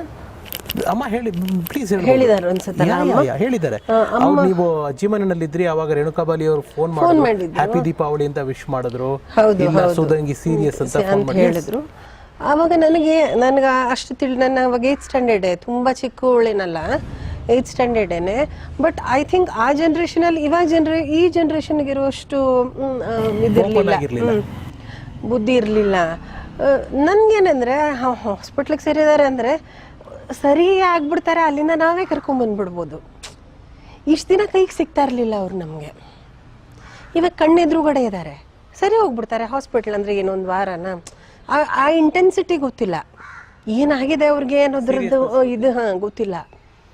ಸಿರೋಸಿಸ್ ಆಫ್ ಲಿವರ್ ಅವ್ರಿಗೆ ಆಗಿದ್ದು. ಆ್ಯಂಡ್ ಇದಕ್ಕೆ ಮುಂಚೆ 2-3 ಸಲ ಅಡ್ಮಿಟ್ ಆಗಿದ್ರಂತವರು. ಡಾಕ್ಟರ್ ಹೇಳಿದ್ದಾರೆ, ಇನ್ನೊಂದು ಸಲ ನೀನು ಕುಡಿದ್ರೂ ಇಟ್ ಇಸ್, ನಾವು ಏನು ಮಾಡಿದ್ರೂ ಬದುಕ್ಸೋಕ್ಕಾಗಲ್ಲ. ನನ್ನ ಪ್ರಕಾರ ನಮ್ಮಪ್ಪ ಇಟ್ ಈಸ್ ಸೂಸೈಡ್ ಆಗಿತ್ತು. ಅವರು ಬೇಕು ಅಂತಾನೆ ಮಾಡ್ಕೊಂಡಿರೋದು, ಇನ್ನೇನಿಲ್ಲ ಅಂದ್ಕೊಂಡು ಮಾಡ್ಕೊಂಡಿದ್ದಾರೆ. ಅವರಾಗವರೇ ಅವ್ರ ಪ್ರಾಣಕ್ಕೆ ಸ್ವಯಂಕೃತ ಅಪರಾಧ. ಅವ್ರು ಹಂಗೆ ಮಾಡೋ ಬದಲು ಅವ್ರಿಗವ್ರು ಶಿಕ್ಷೆ ಕೊಟ್ಕೋಬೇಕು ಅನ್ನೋ ಮೆಂಟಾಲಿಟಿಲಿ ಮಾಡ್ಕೊಂಡಿರೋದು. ಅದು ಬೇಕಾಗಿರಲಿಲ್ಲ. ಹೆಂಡತಿ ಮಗು ಜೊತೆ ವಾಪಸ್ ಬಂದುಬಿಟ್ಟು ಚೆನ್ನಾಗಿರ್ಬೋದಾಗಿತ್ತು. ಅವತ್ತು ವಿವಿಪುರಮಲ್ಲಿ ನಿಮಗೆ ದೋಸೆ ತಿನ್ನಿಸಿದಾಗ ನಿಮ್ಮನ್ನ ಅವ್ರು ನೋಡಿದ್ದೆ ಲಾಸ್ಟ್. ಆಮೇಲೆ ನೀವು ನೋಡಿದ್ರಿ ಅವ್ರನ್ನ, ಅವ್ರು ನಿಮ್ಮನ್ನ. ಅಂದ್ರೆ ಇದು ಎಷ್ಟು ವರ್ಷದ ಗ್ಯಾಪ್ ಅಮ್ಮ ಅಲ್ಲಿಗೂ ಇಲ್ಲಿಗೂ? ಎಷ್ಟು ಅದು ವಿವಿಪುರಮಲ್ಲಿ ದೋಸೆ ಗೀಸೆ ಎಲ್ಲ ತಿನ್ನಿಸಿದಾಗಲ್ಲ ನನಗೇನು ಒಂದು 4-5 ವರ್ಷ. ಇವಾಗ ನೀವು 8th ಸ್ಟ್ಯಾಂಡರ್ಡ್. ಅಮ್ಮನೂ ನೋಡಿಲ್ಲ? ಅಮ್ಮನೂ ನೋಡಿಲ್ಲ. ಅಮ್ಮನ ಮಧ್ಯದಲ್ಲಿ ಒಂದ್ಸಲ, ಅಮ್ಮನೂ ನೋಡಿಲ್ಲ. ಇದಕ್ಕೆ ಮಧ್ಯೆ ಯಾವಾಗೂ ಒಂದ್ಸಲ ಬಂದಿದ್ರು. ಅಂದರೆ ಇದಕ್ಕೆ ಮಧ್ಯೆ ಅಂದರೆ ಇನ್ನೂ ನಾನು ಅದೇ 4-4.5 ವರ್ಷದಿದ್ದವಳಿದ್ದಾಗ ಯಾವಾಗ ಒಂದ್ಸಲ ಬಂದಿದ್ರಂತೆ. ಹಾಗೆ ಅದು ಅವಾಗ ನಾನು ಇನ್ನೂ ತುಂಬ ಚಿಕ್ಕವಳು, ಐ ಡೋಂಟ್ ರಿಮೆಂಬರ್. ನನಗೆಲ್ಲೋ ವೇಗ ಬಂದು ಅಂದರೆ ನಮ್ಮಮ್ಮಂಗೆ ಏನು ಭಯ ಅಂತಂದರೆ ನನ್ನ ಮಗುನ ತೊಗೊಂಡು ಹೋಗ್ಬಿಡ್ತಾರೆ ಅಂತ. ಸೊ ಬರ್ತಾರೆ ಅನ್ನೋ ಸುದ್ದಿ ಇದ್ದಾಗಲೇ ನಮ್ಮಮ್ಮ ಕುಡ್ಕೊಂಬಂದ್ಬಿಡ್ತಾರೆ, ಇನ್ನು ಮಗುನ ಕೊಡು ಒಂದು ಮಗುನ ತೊಗೊಂಡು ಹೋಗ್ಬಿಟ್ರೆ ಅಂತಂದ್ಬಿಟ್ಟು ನನ್ನನ್ನು ಎತ್ಕೊಂಡು ಲಾಲ್ಬಾಗಿಗೆ ಹೋಗ್ಬಿಟ್ಟಿದ್ರು ಅವಾಗ. ಅಯ್ಯೋ, ಆ ಥರ ಎಲ್ಲ ತುಂಬ ಅಮ್ಮ ತುಂಬ ಕಾಪಾಡಿದ್ದಾರೆ. ಆಮೇಲೆ ಒಂದ್ಸಲ ಹಿಂಗೆ ಒಂದು ಅಂಡರ್ ಕನ್ಸ್ಟ್ರಕ್ಷನ್ ಬಿಲ್ಡಿಂಗ್ ಇತ್ತು. ಆ ಬಿಲ್ಡಿಂಗಲ್ಲಿ ಬಚ್ಚಿಟ್ಕೊಂಡು ರಾತ್ರಿ ಎಲ್ಲ ಅಲ್ಲೇ ಬಚ್ಚಿಟ್ಕೊಂಡಿದ್ರು. ಕರ್ಕೊಂಡು ಹೋಗ್ಬಿಟ್ರೆ ಮಗುನ ಎತ್ಕೊಂಡು ಹೋಗ್ಬಿಟ್ರೆ ನಾನು ಏನು ಮಾಡಲಿ ಗ್ರೇಟ್ ಲೇಡಿ ಅಂತ. ಇನ್ನೊಂದು ಇನ್ಸಿಡೆಂಟ್ ಹೇಳ್ತೀನಿ. ಅಮ್ಮ ಅದೇ ಅಮ್ಮನ ಬಗ್ಗೆ ಇದಕ್ಕೆ ಹೇಳ್ತಾ ಇದ್ದೀನಿ ನಾನು. ತುಂಬ ಪ್ರಯತ್ನ ಪಟ್ಟರು ಅಮ್ಮ. ಸರಿ ಹೋಗಬೇಕು, ಎಲ್ಲ ಸರಿ ಹೋಗಬೇಕು. ನಾನು ನನ್ನ ಕಣ್ಣಾರೆ ನೋಡಿರೋದು, ಯಾರು ಯಾವ ಪೂಜೆ ಹೇಳ್ತಾರೋ ಆ ಪೂಜೆ ಮಾಡೋದು. ಯಾರು ಅಲ್ಲಿ ಹೋಗು ಇಲ್ಲಿ ಹೋಗು, ಇವ್ರ ಹತ್ರ ಜಾತಕ ಹೇಳಿದ್ರೆ ಅವ್ರು ಹೇಳ್ದಂಗೆ ಮಾಡಿದ್ರೆ ಸರಿ ಹೋಗುತ್ತೆ, ಹಿಂಗೆ ಮಾಡಿದ್ರೆ ಸರಿ. ಪೂಜೆಯಿಂದ ಹಿಡಿದು ಆಮೇಲೆ ಅವ್ರ ಫ್ರೆಂಡ್ಸ್ ಯಾರನ್ನಾದರೂ ನೋಡಿದ್ರ, ರೀಸೆಂಟಾಗಿ ಎಲ್ಲಾದರೂ ಸಿಕ್ಕಿದ್ರಾ, ಮಾತಾಡಿದ್ರಾ, ಸಿಗ್ತಾರಾ, ನಾವು ಬರಬಹುದಾ, ಈ ಥರ ಎಲ್ಲ ಪಾಸಿಬಲ್ ಪ್ರಯತ್ನ ಅಮ್ಮ ಮಾಡಿದ್ದಾರೆ. ನನ್ನನ್ನು ಒಂದ್ಸಲ ಕರ್ಕೊಂಡು ಹೋಗಿದ್ದಾರೆ. ಇಲ್ಲೆಲ್ಲ ಹೊಸಕೆರೆ ಹಳ್ಳಿಲಿದ್ದಾರೆ ಅಂತ ಅಂದ್ಬಿಟ್ಟು ಯಾರೋ ಹೇಳಿದ್ರು. ಹೇಳ್ಬಿಟ್ಟು ಅವ್ರ ಮನೆಯಿಂದ ಹೊರಗಡೆ ಕರ್ಕೊಂಬರ್ತೀನಿ ಅವ್ರನ್ನ, ನೀವಿಬ್ಬರು ಇಲ್ಲಿ ಕೂತ್ಕೊಂಡಿರಿ ಒಂದು ಸರ್ಕಲ್ ಥರ. ಅವಾಗೆಲ್ಲ ಅಷ್ಟೊಂದು ಡೆವಲಪ್ಡ್ ಆಗಿರಲಿಲ್ಲ ಅಲ್ಲಿ. ನೀವಿಬ್ಬರು ಇಲ್ಲಿ ಕೂತಿರಿ, ಹೇಳ್ಬೋದಾ ನಾನು? ಹೇಳಿ ನೀವು. ಮನೆಯಿಂದ ಹೊರಗಡೆ ಕರ್ಕೊಂಬರ್ತೀನಿ, ಅಲ್ಲಿ ಬೇಡ, ಇಲ್ಲಿ ನೀವು ಮಾತಾಡಿ ಅಂತ ವೇಟ್ ಮಾಡಿಸಿದ್ರು. ಬಟ್ ಅಲ್ಲಿ ಒಳಗಡೆ, ಮನೆ ಒಳಗಡೆ ಇದ್ದಿದ್ದ ವ್ಯಕ್ತಿ, ಇನ್ನೊಬ್ಬರು ಅವ್ರ ಜೊತೆ ಇದ್ದಿದ್ದ ವ್ಯಕ್ತಿ, ಅವಳು ಹೋಗಲಿಲ್ಲ ಅವತ್ತು ಎಲ್ಲೂ. So he could not come. ನೀವು ಆಚೆನೇ ಕೂತಿದ್ರಿ? ನಾವು ಕೂತು ಎಷ್ಟು ಮಧ್ಯಾಹ್ನ ಅಷ್ಟೊತ್ತು ಅಲ್ಲೇ ಕೂತಿದ್ವಿ. ಕೂತು ಸಾಕಾಗಿ ಇನ್ನು ಕತ್ಲಾಗ್ತಾ ಇದೆ ಅನ್ನುವ ನಾನು ನಮ್ಮಮ್ಮ ಹೊರಟು. ಫೈನ್. ಅದು ಅವ್ರಿಗೆ ಗೊತ್ತಿಲ್ವೋ ಇದುವರೆಗೂ ನನಗೆ ಗೊತ್ತಿಲ್ಲ. ನಮಗೆ ಗೊತ್ತಿಲ್ಲ. ಈ ಸೇಮ್ ಸಿನಿಮಾ ಸ್ಕ್ರಿಪ್ಟಲ್ಲಿ ಅದಕ್ಕೆ ಮಿಸ್ಸಿಂಗ್. ಹೌದು ಸಿನಿಮಾ ಥರನೇ. ಒಂದು ಪ್ರಶ್ನೆ ಉತ್ತರಿಸೋದು ಬಿಡೋದು ನಿಮ್ಮ ಇಷ್ಟ, ನನ್ನ ಬಲವಂತ ಇಲ್ಲ. ಆದರೆ ಜನಗಳ ಪರವಾಗಿ ಕ್ಯಾಮ್ರಾ ಮುಂದೆ ಇರೋದ್ರಿಂದ ನಾವು ಆದಷ್ಟು ಎಲ್ಲ ಮುಕ್ತವಾಗಿ ಮಾತಾಡೋಣ ಅನ್ನೋ ಉದ್ದೇಶದಿಂದ ಕೇಳ್ತಾರೆ. ಸಾಕಷ್ಟು ಜನ ನಿಮ್ಮ ತಾಯಿಯವ್ರನ್ನ ಸಂದರ್ಶನ ಮಾಡಿದಾಗ ಅಮ್ಮ ಅಲ್ಲಿ ಹೇಳಿದ್ರು, ನಮ್ಮಿಂದ ದೂರ ಆದರು, 5 ವರ್ಷ ದೂರ ಆದರು, 6 ವರ್ಷ ದೂರ ಆದರು. ನಾನು ಅದನ್ನು ಅವ್ರನ್ನ ಡಿಗ್ ಮಾಡಿ ಕೇಳಕ್ಕೆ ಹೋಗಲಿಲ್ಲ. ನೀವು ಮಾತಾಡೋಕ್ಕೆ ಬಂದರೆ ನಾನು ಆಮೇಲೆ ಮಾತಾಡ್ತೀನಮ್ಮ ಅಂತ ನಾನು ಆಗಲೇ ಹೇಳಿದೆ. ನನಗದು ಕೇಳೋದು ಸಂಸ್ಕಾರ ಅಲ್ಲ ಅನ್ನಿಸ್ಬಿಡ್ತು ಅಮ್ಮನ ಹತ್ರ. ಯಾಕೆಂದರೆ ವಯಸ್ಸಿನಲ್ಲಾಗಲಿ ಅನುಭವದಲ್ಲಾಗಲಿ ತುಂಬ ದೊಡ್ಡವರು ಅವ್ರ ಕೈಯದ್ದು ಮುಗಿಬೇಕು ನಾವು. ಅಲ್ಲಿ ಬಂದ್ಬಿಟ್ಟು ಅವ್ರ ಹತ್ರ ಕೂತ್ಕೊಂಡು ಸಂಸಾರದ ಬಗ್ಗೆ ಕೇಳೋ ಕುತೂಹಲ ನನಗಿಲ್ಲ. ಈಗ ನೀವು ನನಗಿಂತ ಚಿಕ್ಕವರು, ನೀವು ಬಾಯಿ ತುಂಬ ಅಣ್ಣ ಅಂತ ಬೇರೆ ಕರಿತಿದ್ದೀರ. ಆ ಒಂದು ಲಿಬರ್ಟಿ ತೊಗೊಂಡು, ಆ ಒಂದು ಸಲಹೆ ತೊಗೊಂಡು ನಾನು ಈ ಪ್ರಶ್ನೆ ಕೇಳ್ತೀನಿ. ನಿಮ್ಮ ಮನಸ್ಸಿಗೆ ಮುಜುಗರ ಆದರೆ ದಯವಿಟ್ಟು ಖಂಡಿತ ಉತ್ತರ ಕೊಡ್ತೀನಿ. ಒಂದೇ ಒಂದು ಉತ್ತರ ಬೇಕು ನಿಮ್ಮಿಂದ, ಒಂದೇ ಒಂದು ಉತ್ತರ ಬೇಕು. ವಿಶ್ವವಿಜೇತ ಅವ್ರಿಗೆ 2ನೇ ಮದುವೆ ಆಗಿತ್ತಾ? ಖಂಡಿತ ಇಲ್ಲ ಸರ್, ಖಂಡಿತ ಅವ್ರಿಗೆ 2ನೇ ಮದುವೆ ಅನ್ನೋದು ತುಂಬ ದೂರದ ಮಾತು. ಅವ್ರಿಗಾಗಿದ್ದು ಒಂದೇ ಮದುವೆ, ನಮ್ಮಮ್ಮನ್ನೇ ಮದುವೆ ಮಾಡ್ಕೊಂಡಿದ್ದು. ನಮ್ಮಮ್ಮನ್ನ ಅವ್ರು ಮದುವೆ ಮಾಡ್ಕೊಂಡಿದ್ದು ತುಂಬ ಫಿಲ್ಮಿ ಸ್ಟೈಲಲ್ಲೇ ಮಾಡ್ಕೊಂಡಿದ್ದು, ಅಮ್ಮ ಹೇಳಿರ್ತಾರೆ ಅನ್ಸುತ್ತೆ. ಕಾಲೇಜಲ್ಲಿ ಲವ್ ಮ್ಯಾರೇಜು. ನಮ್ಮಪ್ಪನ ಅದೆಲ್ಲ ಅದೇ ನಮ್ಮತ್ತೆ ಸಂದರ್ಶನ ಮಾಡಿದಾಗ್ಲೂ, ನೀವು ಅಮ್ಮನ ಕೇಳಿದಾಗ್ಲೂ ಅವ್ರು ಮಾಡಿದ್ದೊಂದು ತಪ್ಪು, ಅದು ಎಲ್ರಿಗೂ ಗೊತ್ತು. ಅದೇನು ಒಂದು ತಪ್ಪು ಅಂತಂದರೆ, ಹಿ ಹ್ಯಾಡ್ ಅನ್ ಅಫೇರ್ ಕೂಡ. ಅಫೇರ್ ಅನ್ನೋದೇ ಒಂದು ಸ್ವಲ್ಪ ನನ್ನ ಪ್ರಕಾರ ಕಡಿಮೆ ಇದರದ್ದು ಪದಾನೇ. It's non ethical word. ಇದು ಅದಕ್ಕಿಂತ ಅದು after marriage affair is a very very non ethical word and it is a very bad word ನನ್ನ ಪ್ರಕಾರ. ಅದು ಕೂಡ you cannot use for this ಈ ಕಾಂಟೆಕ್ಸ್ಟ್ಗೆ. ನೀವು ಅಫೇರ್ ಅಂತಲೂ ಹೇಳಕ್ಕಲ್ಲ, ಅದಕ್ಕಿಂತನೂ ಕೆಳಮಟ್ಟದ್ದು ಅಂತ ಹೇಳ್ಬೋದು. ಅವ್ರು ಎಲ್ಲೋ ಮಾರಿ ಏನೋ ಅಂತ ಅನ್ಕೊಂಡು ಹೋದ್ರು, ಇಮ್ಮಿಡಿಯೇಟಾಗಿ ಹೀ ರಿಯಲೈಸ್ಡ್ ಇದಲ್ಲ ಅಂತ. ಬಟ್ ಅವ್ರಿಗೆ ಇದ್ದಿದ್ದು ಈಗೋ ಎಷ್ಟು ದೊಡ್ಡದಿತ್ತಂದರೆ, ತಕ್ಷಣ ಅವ್ರಿಗೆ ಗೊತ್ತಾಗ್ಬಿಡ್ತು ನಾನು ತುಂಬ ದೊಡ್ಡದು, ನಾನು ಏನೋ ಅಂದ್ಕೊಂಡು ಎಲ್ಲೋ ಬಂದ್ಬಿಟ್ಟಿದ್ದೀನಿ ನಾನು ಅಂತ ಗೊತ್ತಾಗ್ಬಿಡ್ತು ಅವ್ರಿಗೆ.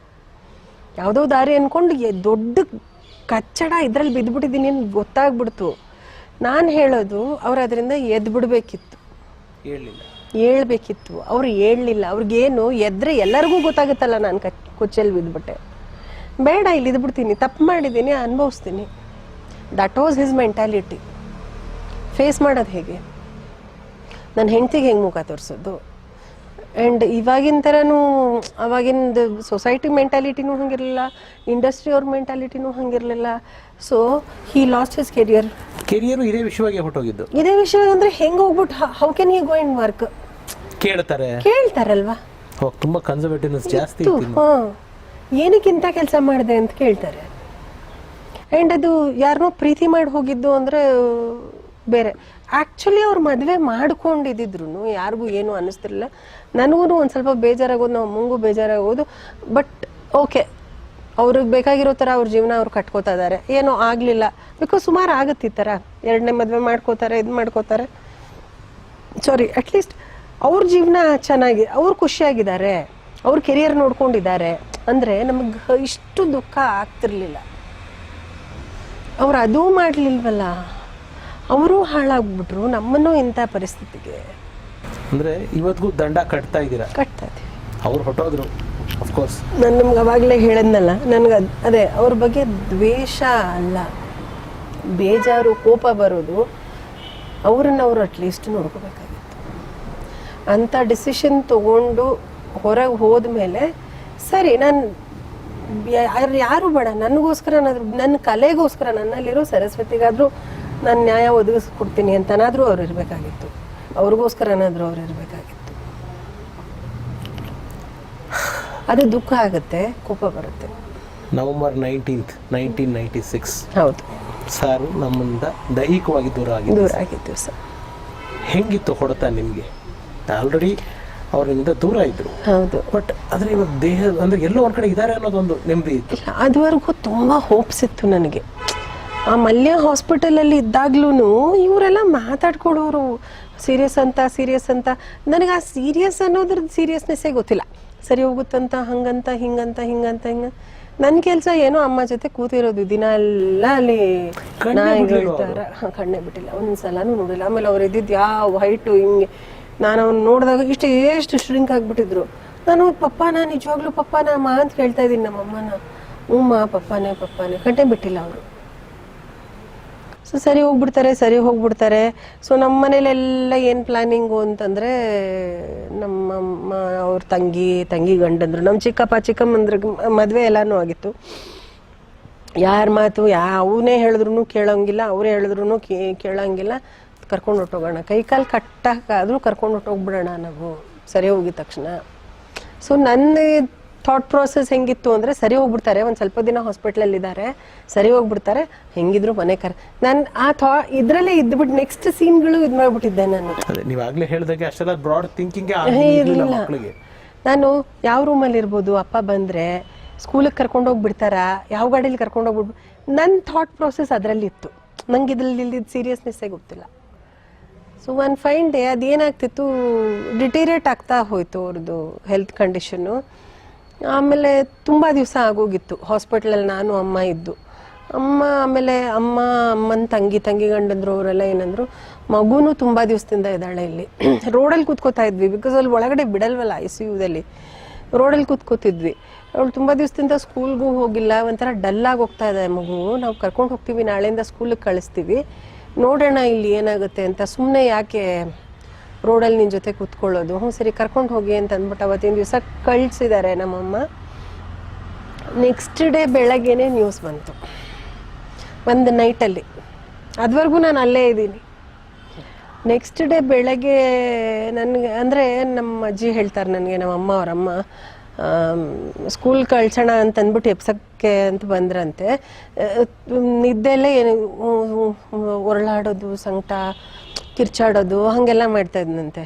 ಸೊ ಅವ್ರು ಅಂದ್ಕೊಂಡಿದ್ದಾರೆ ಹಾಸ್ಪಿಟ್ಲ್ದದೆಲ್ಲ ನೋಡಿ ಏನೋ ಡಿಸ್ಟರ್ಬ್ ಆಗಿದೆ ಮಗು, ಇವತ್ತೊಂದು ದಿವಸ ಹೋಗೋದು ಬೇಡ, ನಾಳೆಯಿಂದ ಕಳ್ಸೋಣ ಅಂತ ಅಂದ್ಬಿಟ್ಟು ಸುಮ್ಮನೆ ಆಗಿದ್ದಾರೆ.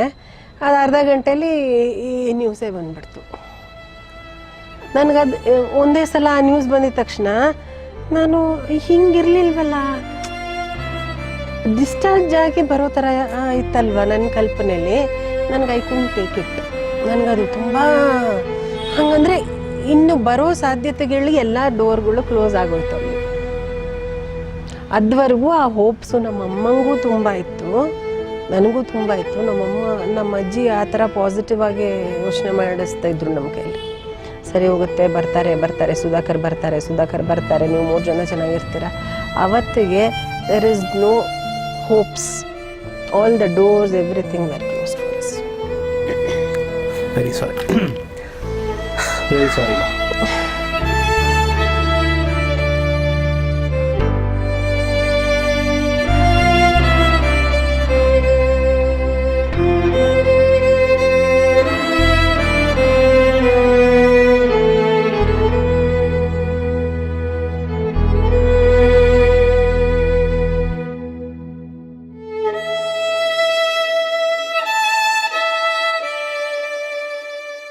ಅಪ್ಪ ಇಲ್ಲದ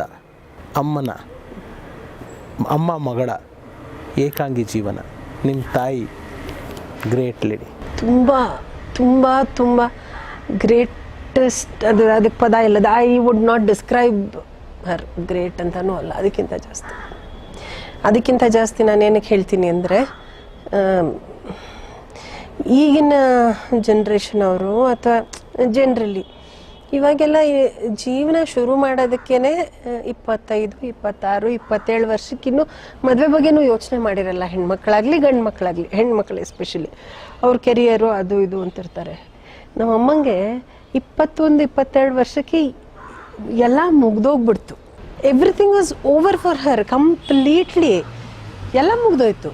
ಮದುವೆ ಆಯಿತು, ನಾನು ಹುಟ್ಟಿದೆ, ನಮ್ಮ ಅಪ್ಪ ಬಿಟ್ಟು ಹೋಗಾಯಿತು. ಹೆಂಗೆ ಹ್ಯಾಂಡಲ್ ಮಾಡಿರ್ಬೋದು ಒಂದು 21, 22 ಇಯರ್ಸ್. ಇವಾಗೆಲ್ಲ ಮಕ್ಕಳು ಅಂತೀವಿ ನಾವು, 21 ವರ್ಷದ ಮಗು ಅಂತೀವಿ ನಾವು ಏನಾದರೂ ನೋಡಿದ್ರೆ. She had actually last everything. ಇವಾಗ ಬೇರೆ ಯಾರಾದರೂ ಅಂದರೆ ಮುಗ್ದೋಯ್ತು ಎಲ್ಲ ನನ್ನ ಜೀವನ ಅಂತ ಒಂಥರ ಯೋಚನೆ ಮಾಡಿರ್ಬೋದಿತ್ತು. ಇಲ್ಲ ಅಂದರೆ ಇನ್ನೂ ಟೈಮ್ ಇದೆ, ನಾನು I will choose my life ಅಂತ ಅಂದ್ಬಿಟ್ಟು ಬೇರೆ ಥರನೂ ಮಾಡಿಕೊಂಡು ಇನ್ನೊಂದು ಚೆನ್ನಾಗಿ ಜೀವನ ರೂಪಿಸ್ಕೋಬೋದಾಗಿತ್ತು. ಇದೊಂದು ನಾನು ಹೇಳ್ತೀನಿ ವಿಷಯ. ನಾನು ಎಷ್ಟೋ ಸಲ ನಮ್ಮ ಅಮ್ಮಂಗೆ ಹೇಳಿದ್ದೀನಿ, ನೀನು ಮದುವೆ ಮಾಡ್ಕೊ, ಇನ್ನೊಂದು ಮದುವೆ ಮಾಡ್ಕೊ. ನಾನು ಅಜ್ಜಿ ತಾತ ಜೊತೆ ಇರ್ತೀನಿ ಅಂತ ನಾನು ಹೇಳಿದ್ದೀನಿ. After my father past away, because ನಾನು ಏತಲ್ಲಿದ್ದಾಗ ಹೋಗಿದ್ದಲ್ವ ಅವರು, ಮಾಡ್ಕೊ ಅಂತ ಹೇಳಿದ್ದೀನಿ. ಅವ್ರ ಥರ ಆ ಥರ dedication impossible. Hats off to her. ಅವರು ನಮ್ಮಪ್ಪ ಹೋಗೋಕ್ಕೆ ಮುಂಚೆನೂ she was only waiting for him. ಅವ್ರು ಹೋದ್ಮೇಲೆ ಶಿ ಡಿಸೈಡೆಡ್ ಓಕೆ ಫೈನ್, ನನ್ನ ಲೈಫಲ್ಲಿ ಅವರೊಬ್ಬರೇ.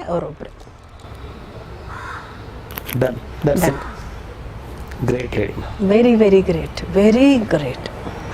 ಎಷ್ಟು ಆಸೆಗಳಿರುತ್ತಲ್ವ ಅಣ್ಣ ಆ ಏಜಲ್ಲಿ, ಹೆಂಗಿರುತ್ತೆ ಇಮ್ಯಾಜಿನೇಷನ್ಸು. ಅಥವಾ ಸುತ್ತಮುತ್ತ ನಮ್ಮ ರಿಲೇಟಿವ್ಸಲ್ಲೇ ನೋಡಿದಾಗ, ಎಲ್ಲಾದರೂ ಹೋದಾಗ ಬಂದಾಗ ಆಸೆ ಪ್ರತಿ ಮನುಷ್ಯನಿಗೂ ಒಂದು ಬೇಸಿಕ್ ಲೈಫ್ ಅಲ್ವಾ. ತಾಯಿ ಮಗಳು ಹೇಗೆ ಅಂತಂದರೆ, ಇದೇ ನಿಮ್ಮ ತಾಯಿಯವರು ಆಫ್ ದ ರೆಕಾರ್ಡ್ ನಾನು ಕ್ಯಾಮ್ರಲ್ಲಿ ಮಾತಾಡಬೇಕಾದ್ರೆ ನಿಮ್ಮ ಬಗ್ಗೆ ಹೀಗೆ ಹೇಳಿದರು. ಅಂದರೆ ನನ್ನ ತಂಗಿ ಮಕ್ಕಳು ಅವ್ರ ತಂದೆ ತಾಯಿಗಳ ಜೊತೆ ಹಿಂಗೆ ಓಡಾಡ್ತಿರ್ಬೇಕಾದ್ರೆ ನನ್ನ ಮಗುಗೆ ಎಷ್ಟು ಅನ್ನಿಸ್ತಿತ್ತು. ನೀವು ಆ ತಾಯಿ ಯೋಚನೆ ಮಾಡಿ. ಸೊ ಅವ್ರಿಗೆ ನೀವೇ ತಾಯಿ, ನಿಮ್ಗೆ ಅವರೇ ತಂದೆ. ಸಿಂಪಲ್ ಆ ರಿಲೇಷನ್ಶಿಪ್ಪು. ಅಂದರೆ ನಾನು ಯಾವುದೇ ಉತ್ಪ್ರೇಕ್ಷೆ ಹೇಳ್ತಾಯಿಲ್ಲಮ್ಮ, ನಿಮ್ಮ ತಾಯಿ ಮಾತಾಡ್ತಾ ಒಂದು ಫ್ಲೋನಲ್ಲಿ ನನಗೊಂದು ಸತಿ ಮಗನೇ ಅಂತ ಹೇಳಿದ್ರು. ನನಗೆ ಎಷ್ಟು ಕಾಡಿದೆ ಅದು ಅಂತಂದರೆ, ನಾನು ಹೆಂಡತಿ ಹತ್ರ ಯಾವಾಗಾದರೂ ಕೇಳಿ ನೀವು, ನನಗೆ ಅಪ್ಪ ಅಮ್ಮ ಇಬ್ಬರೂ ಇಲ್ಲ. ನಾನು ಅಮ್ಮನ ತುಂಬ ಹಚ್ಕೊಂಡಿದ್ದೆ, ಅಮ್ಮನ ತುಂಬ ಪ್ರೀತಿಸಿದೆ. ಅಮ್ಮ ತೀರ್ಕೊಂಡು ಒಂದು 3 ವರ್ಷ ಆಯಿತು, ಅಪ್ಪ ತೀರ್ಕೊಂಡು 2 ವರ್ಷ ಆಯಿತು. ಅಫ್ಕೋರ್ಸ್ ಕಮೆಂಟ್ಗಳೆಲ್ಲ ನೀವು ಹೇಳಿದಾಗ ಸಾಕಷ್ಟು ಜನ ನನ್ನ ವೀಕ್ಷಕರು ಕೂಡ ಆ ಪ್ರೀತಿ ಕೊಟ್ಟಿದ್ದಾರೆ. ಬಟ್ ನಿಮ್ಮ ತಾಯಿ ಆ ಮಗ ಅಂತ ಹೇಳಿದ್ದು ನನಗೆಲ್ಲೋ ತೀರಾ ಪರ್ಸ್ನಲ್ ಆಗ್ಬಿಡ್ತು. ಸೊ ನೀವು ಅಣ್ಣ ಅಂತ ಅಂದಾಗಲೂ ಕೂಡ I could connect with you.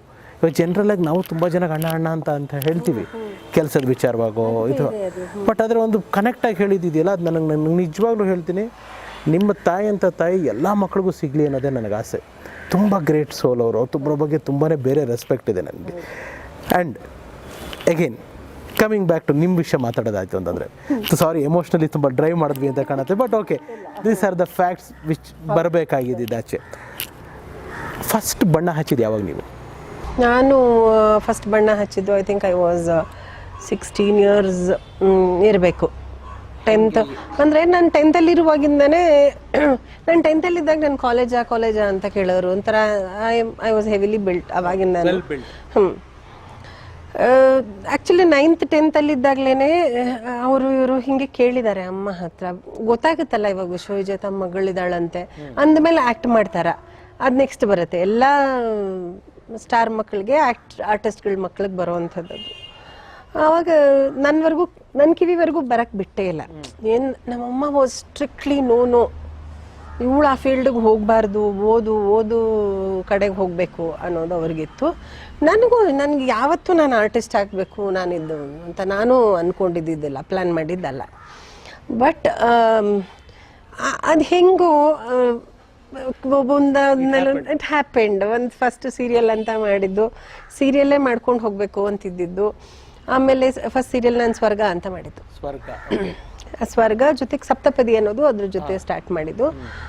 Nimbus ಅವ್ರದ್ದು ಸಪ್ತಪದಿ, ಸುನಿಲ್ ಪುರಾಣಿಕ್ ಸರ್ ಡೈರೆಕ್ಟರ್ ಅದಕ್ಕೆ. ಅವಾಗ ಸಪ್ತಪದಿ ಅದೆರಡು ಶುರು ಆಯಿತು. ಆಮೇಲೆ ಬಾಲಾಜಿ ಟೆಲಿಫಿಲ್ಮ್ಸ್ ಅವ್ರದ್ದು ರೆಗ್ಯುಲರ್ ಆಗಿ ಬಂತು, ಕನ್ನಡಿ, ಕವಲುದಾರಿ, ಅದು ಇದು ಮಾಡಿಕೊಂಡು. ನಿಮ್ಮ ಬದುಕು ಸೀರಿಯಲ್ ಬಗ್ಗೆ ಇವತ್ತು ಕಮೆಂಟ್ ಮಾಡ್ತಾರೆ. ಹೌದು, ಬದುಕು ಅಲ್ಲ, ಎಲ್ಲ ಸೀರಿಯಲು ನಂಗೆ ತುಂಬ ಸ್ಪೆಷಲೇ. ಬಟ್ ಬದುಕು ಅದು ನನಗೆ ಇನ್ನೊಂದು ಮನೆ ಥರ. ಬಿಕಾಸ್ ಸಿಂಗ್ ಸರು, ರಾಜೇಂದ್ರ ಸಿಂಗ್ ಸರು, ನಮ್ಮ ಪಪ್ಪ ಅವರ ಫ್ರೆಂಡು. ಅಲ್ಲಿ ಏನು ಮಜಾ ಅಂತಂದರೆ, ಆಮೇಲೆ ಲಂಬು ನಾಗೇಶು ಅಪ್ಪನ ಕ್ಯಾರೆಕ್ಟರ್ ಮಾಡ್ತಿದ್ರು. ಅವರು ಪಪ್ಪನ ಫ್ರೆಂಡು. ನಾನು ಪಪ್ಪ ಅಂತ ಯಾರನ್ನೂ ಕರೆದಿರಲಿಲ್ಲ ಅಲ್ಲ. So I use to call him ಪಪ್ಪ, ಲಂಬು ನಾಗೇಶ್ ಅಂಕಲ್ನ. ಒಂದು ದಿವಸನೂ ನಾನು ಅಂಕಲ್ ಅಂತ ಕರೆದಿಲ್ಲ, ಪಪ್ಪ ಅಂತಲೇ ಕರಿತಿದ್ದಿದ್ದು ಸೆಟ್ಟಲ್ಲಿ. ಅವ್ರು ನನ್ನ ತಂದೆ ಕ್ಯಾರೆಕ್ಟರ್ ಮಾಡ್ತಾ ಇದ್ದಿದ್ದು. ಇನ್ನೊಂದು ಏನಲ್ಲಿ ಖುಷಿ ಅಂತಂದರೆ, ಅವರಿಬ್ಬರೂ ನಮ್ಮ ಅಪ್ಪನ ಬಗ್ಗೆ ಹೇಳೋರು.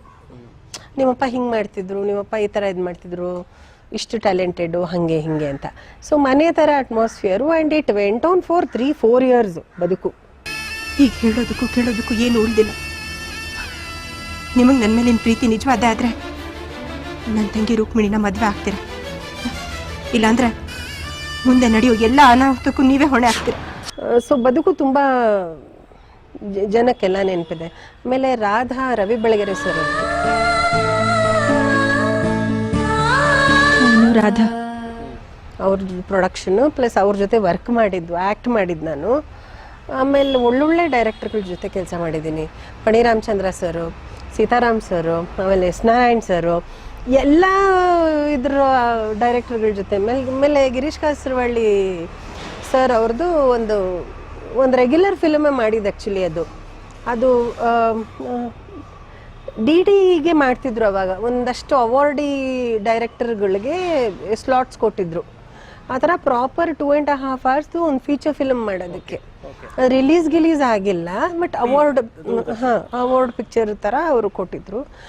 ಒಂದು 2.5 hour ಡ್ಯೂರೇಷನ್ ಪ್ರಾಪರ್ ಪಿಕ್ಚರೇನೆ ಅದು.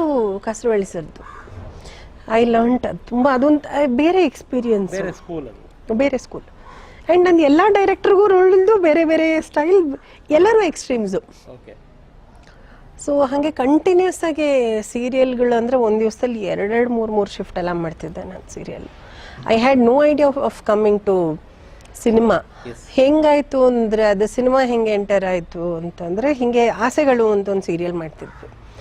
ಆ ಸೀರಿಯಲ್ಗೆ ಯಾರು, ಐ ಡೋಂಟ್ ರಿಮೆಂಬರ್ ಯಾರು ಅಂತ, ಯಾರೋ ಹೇಳಿದ್ದಾರೆ ಒಂದು ಹುಡುಗಿ ಮಾಡ್ತಾಯಿದ್ದಾಳೆ ಸೀರಿಯಲಲ್ಲಿ, ಸೂಟ್ ಆಗ್ತಾಳೆ. ಅದಂದರೆ ಆ ಕಾಶಿ ವಿಕ್ರಮ್ದು ಕಾಶಿ ಪಿಕ್ಚರ್, ಅದಕ್ಕೆ ಸೂಟ್ ಆಗ್ತಾಳೆ ನೀವು ನೋಡಿ ಅಂತ ಹೇಳಿಬಿಟ್ಟಿದ್ದಾರೆ.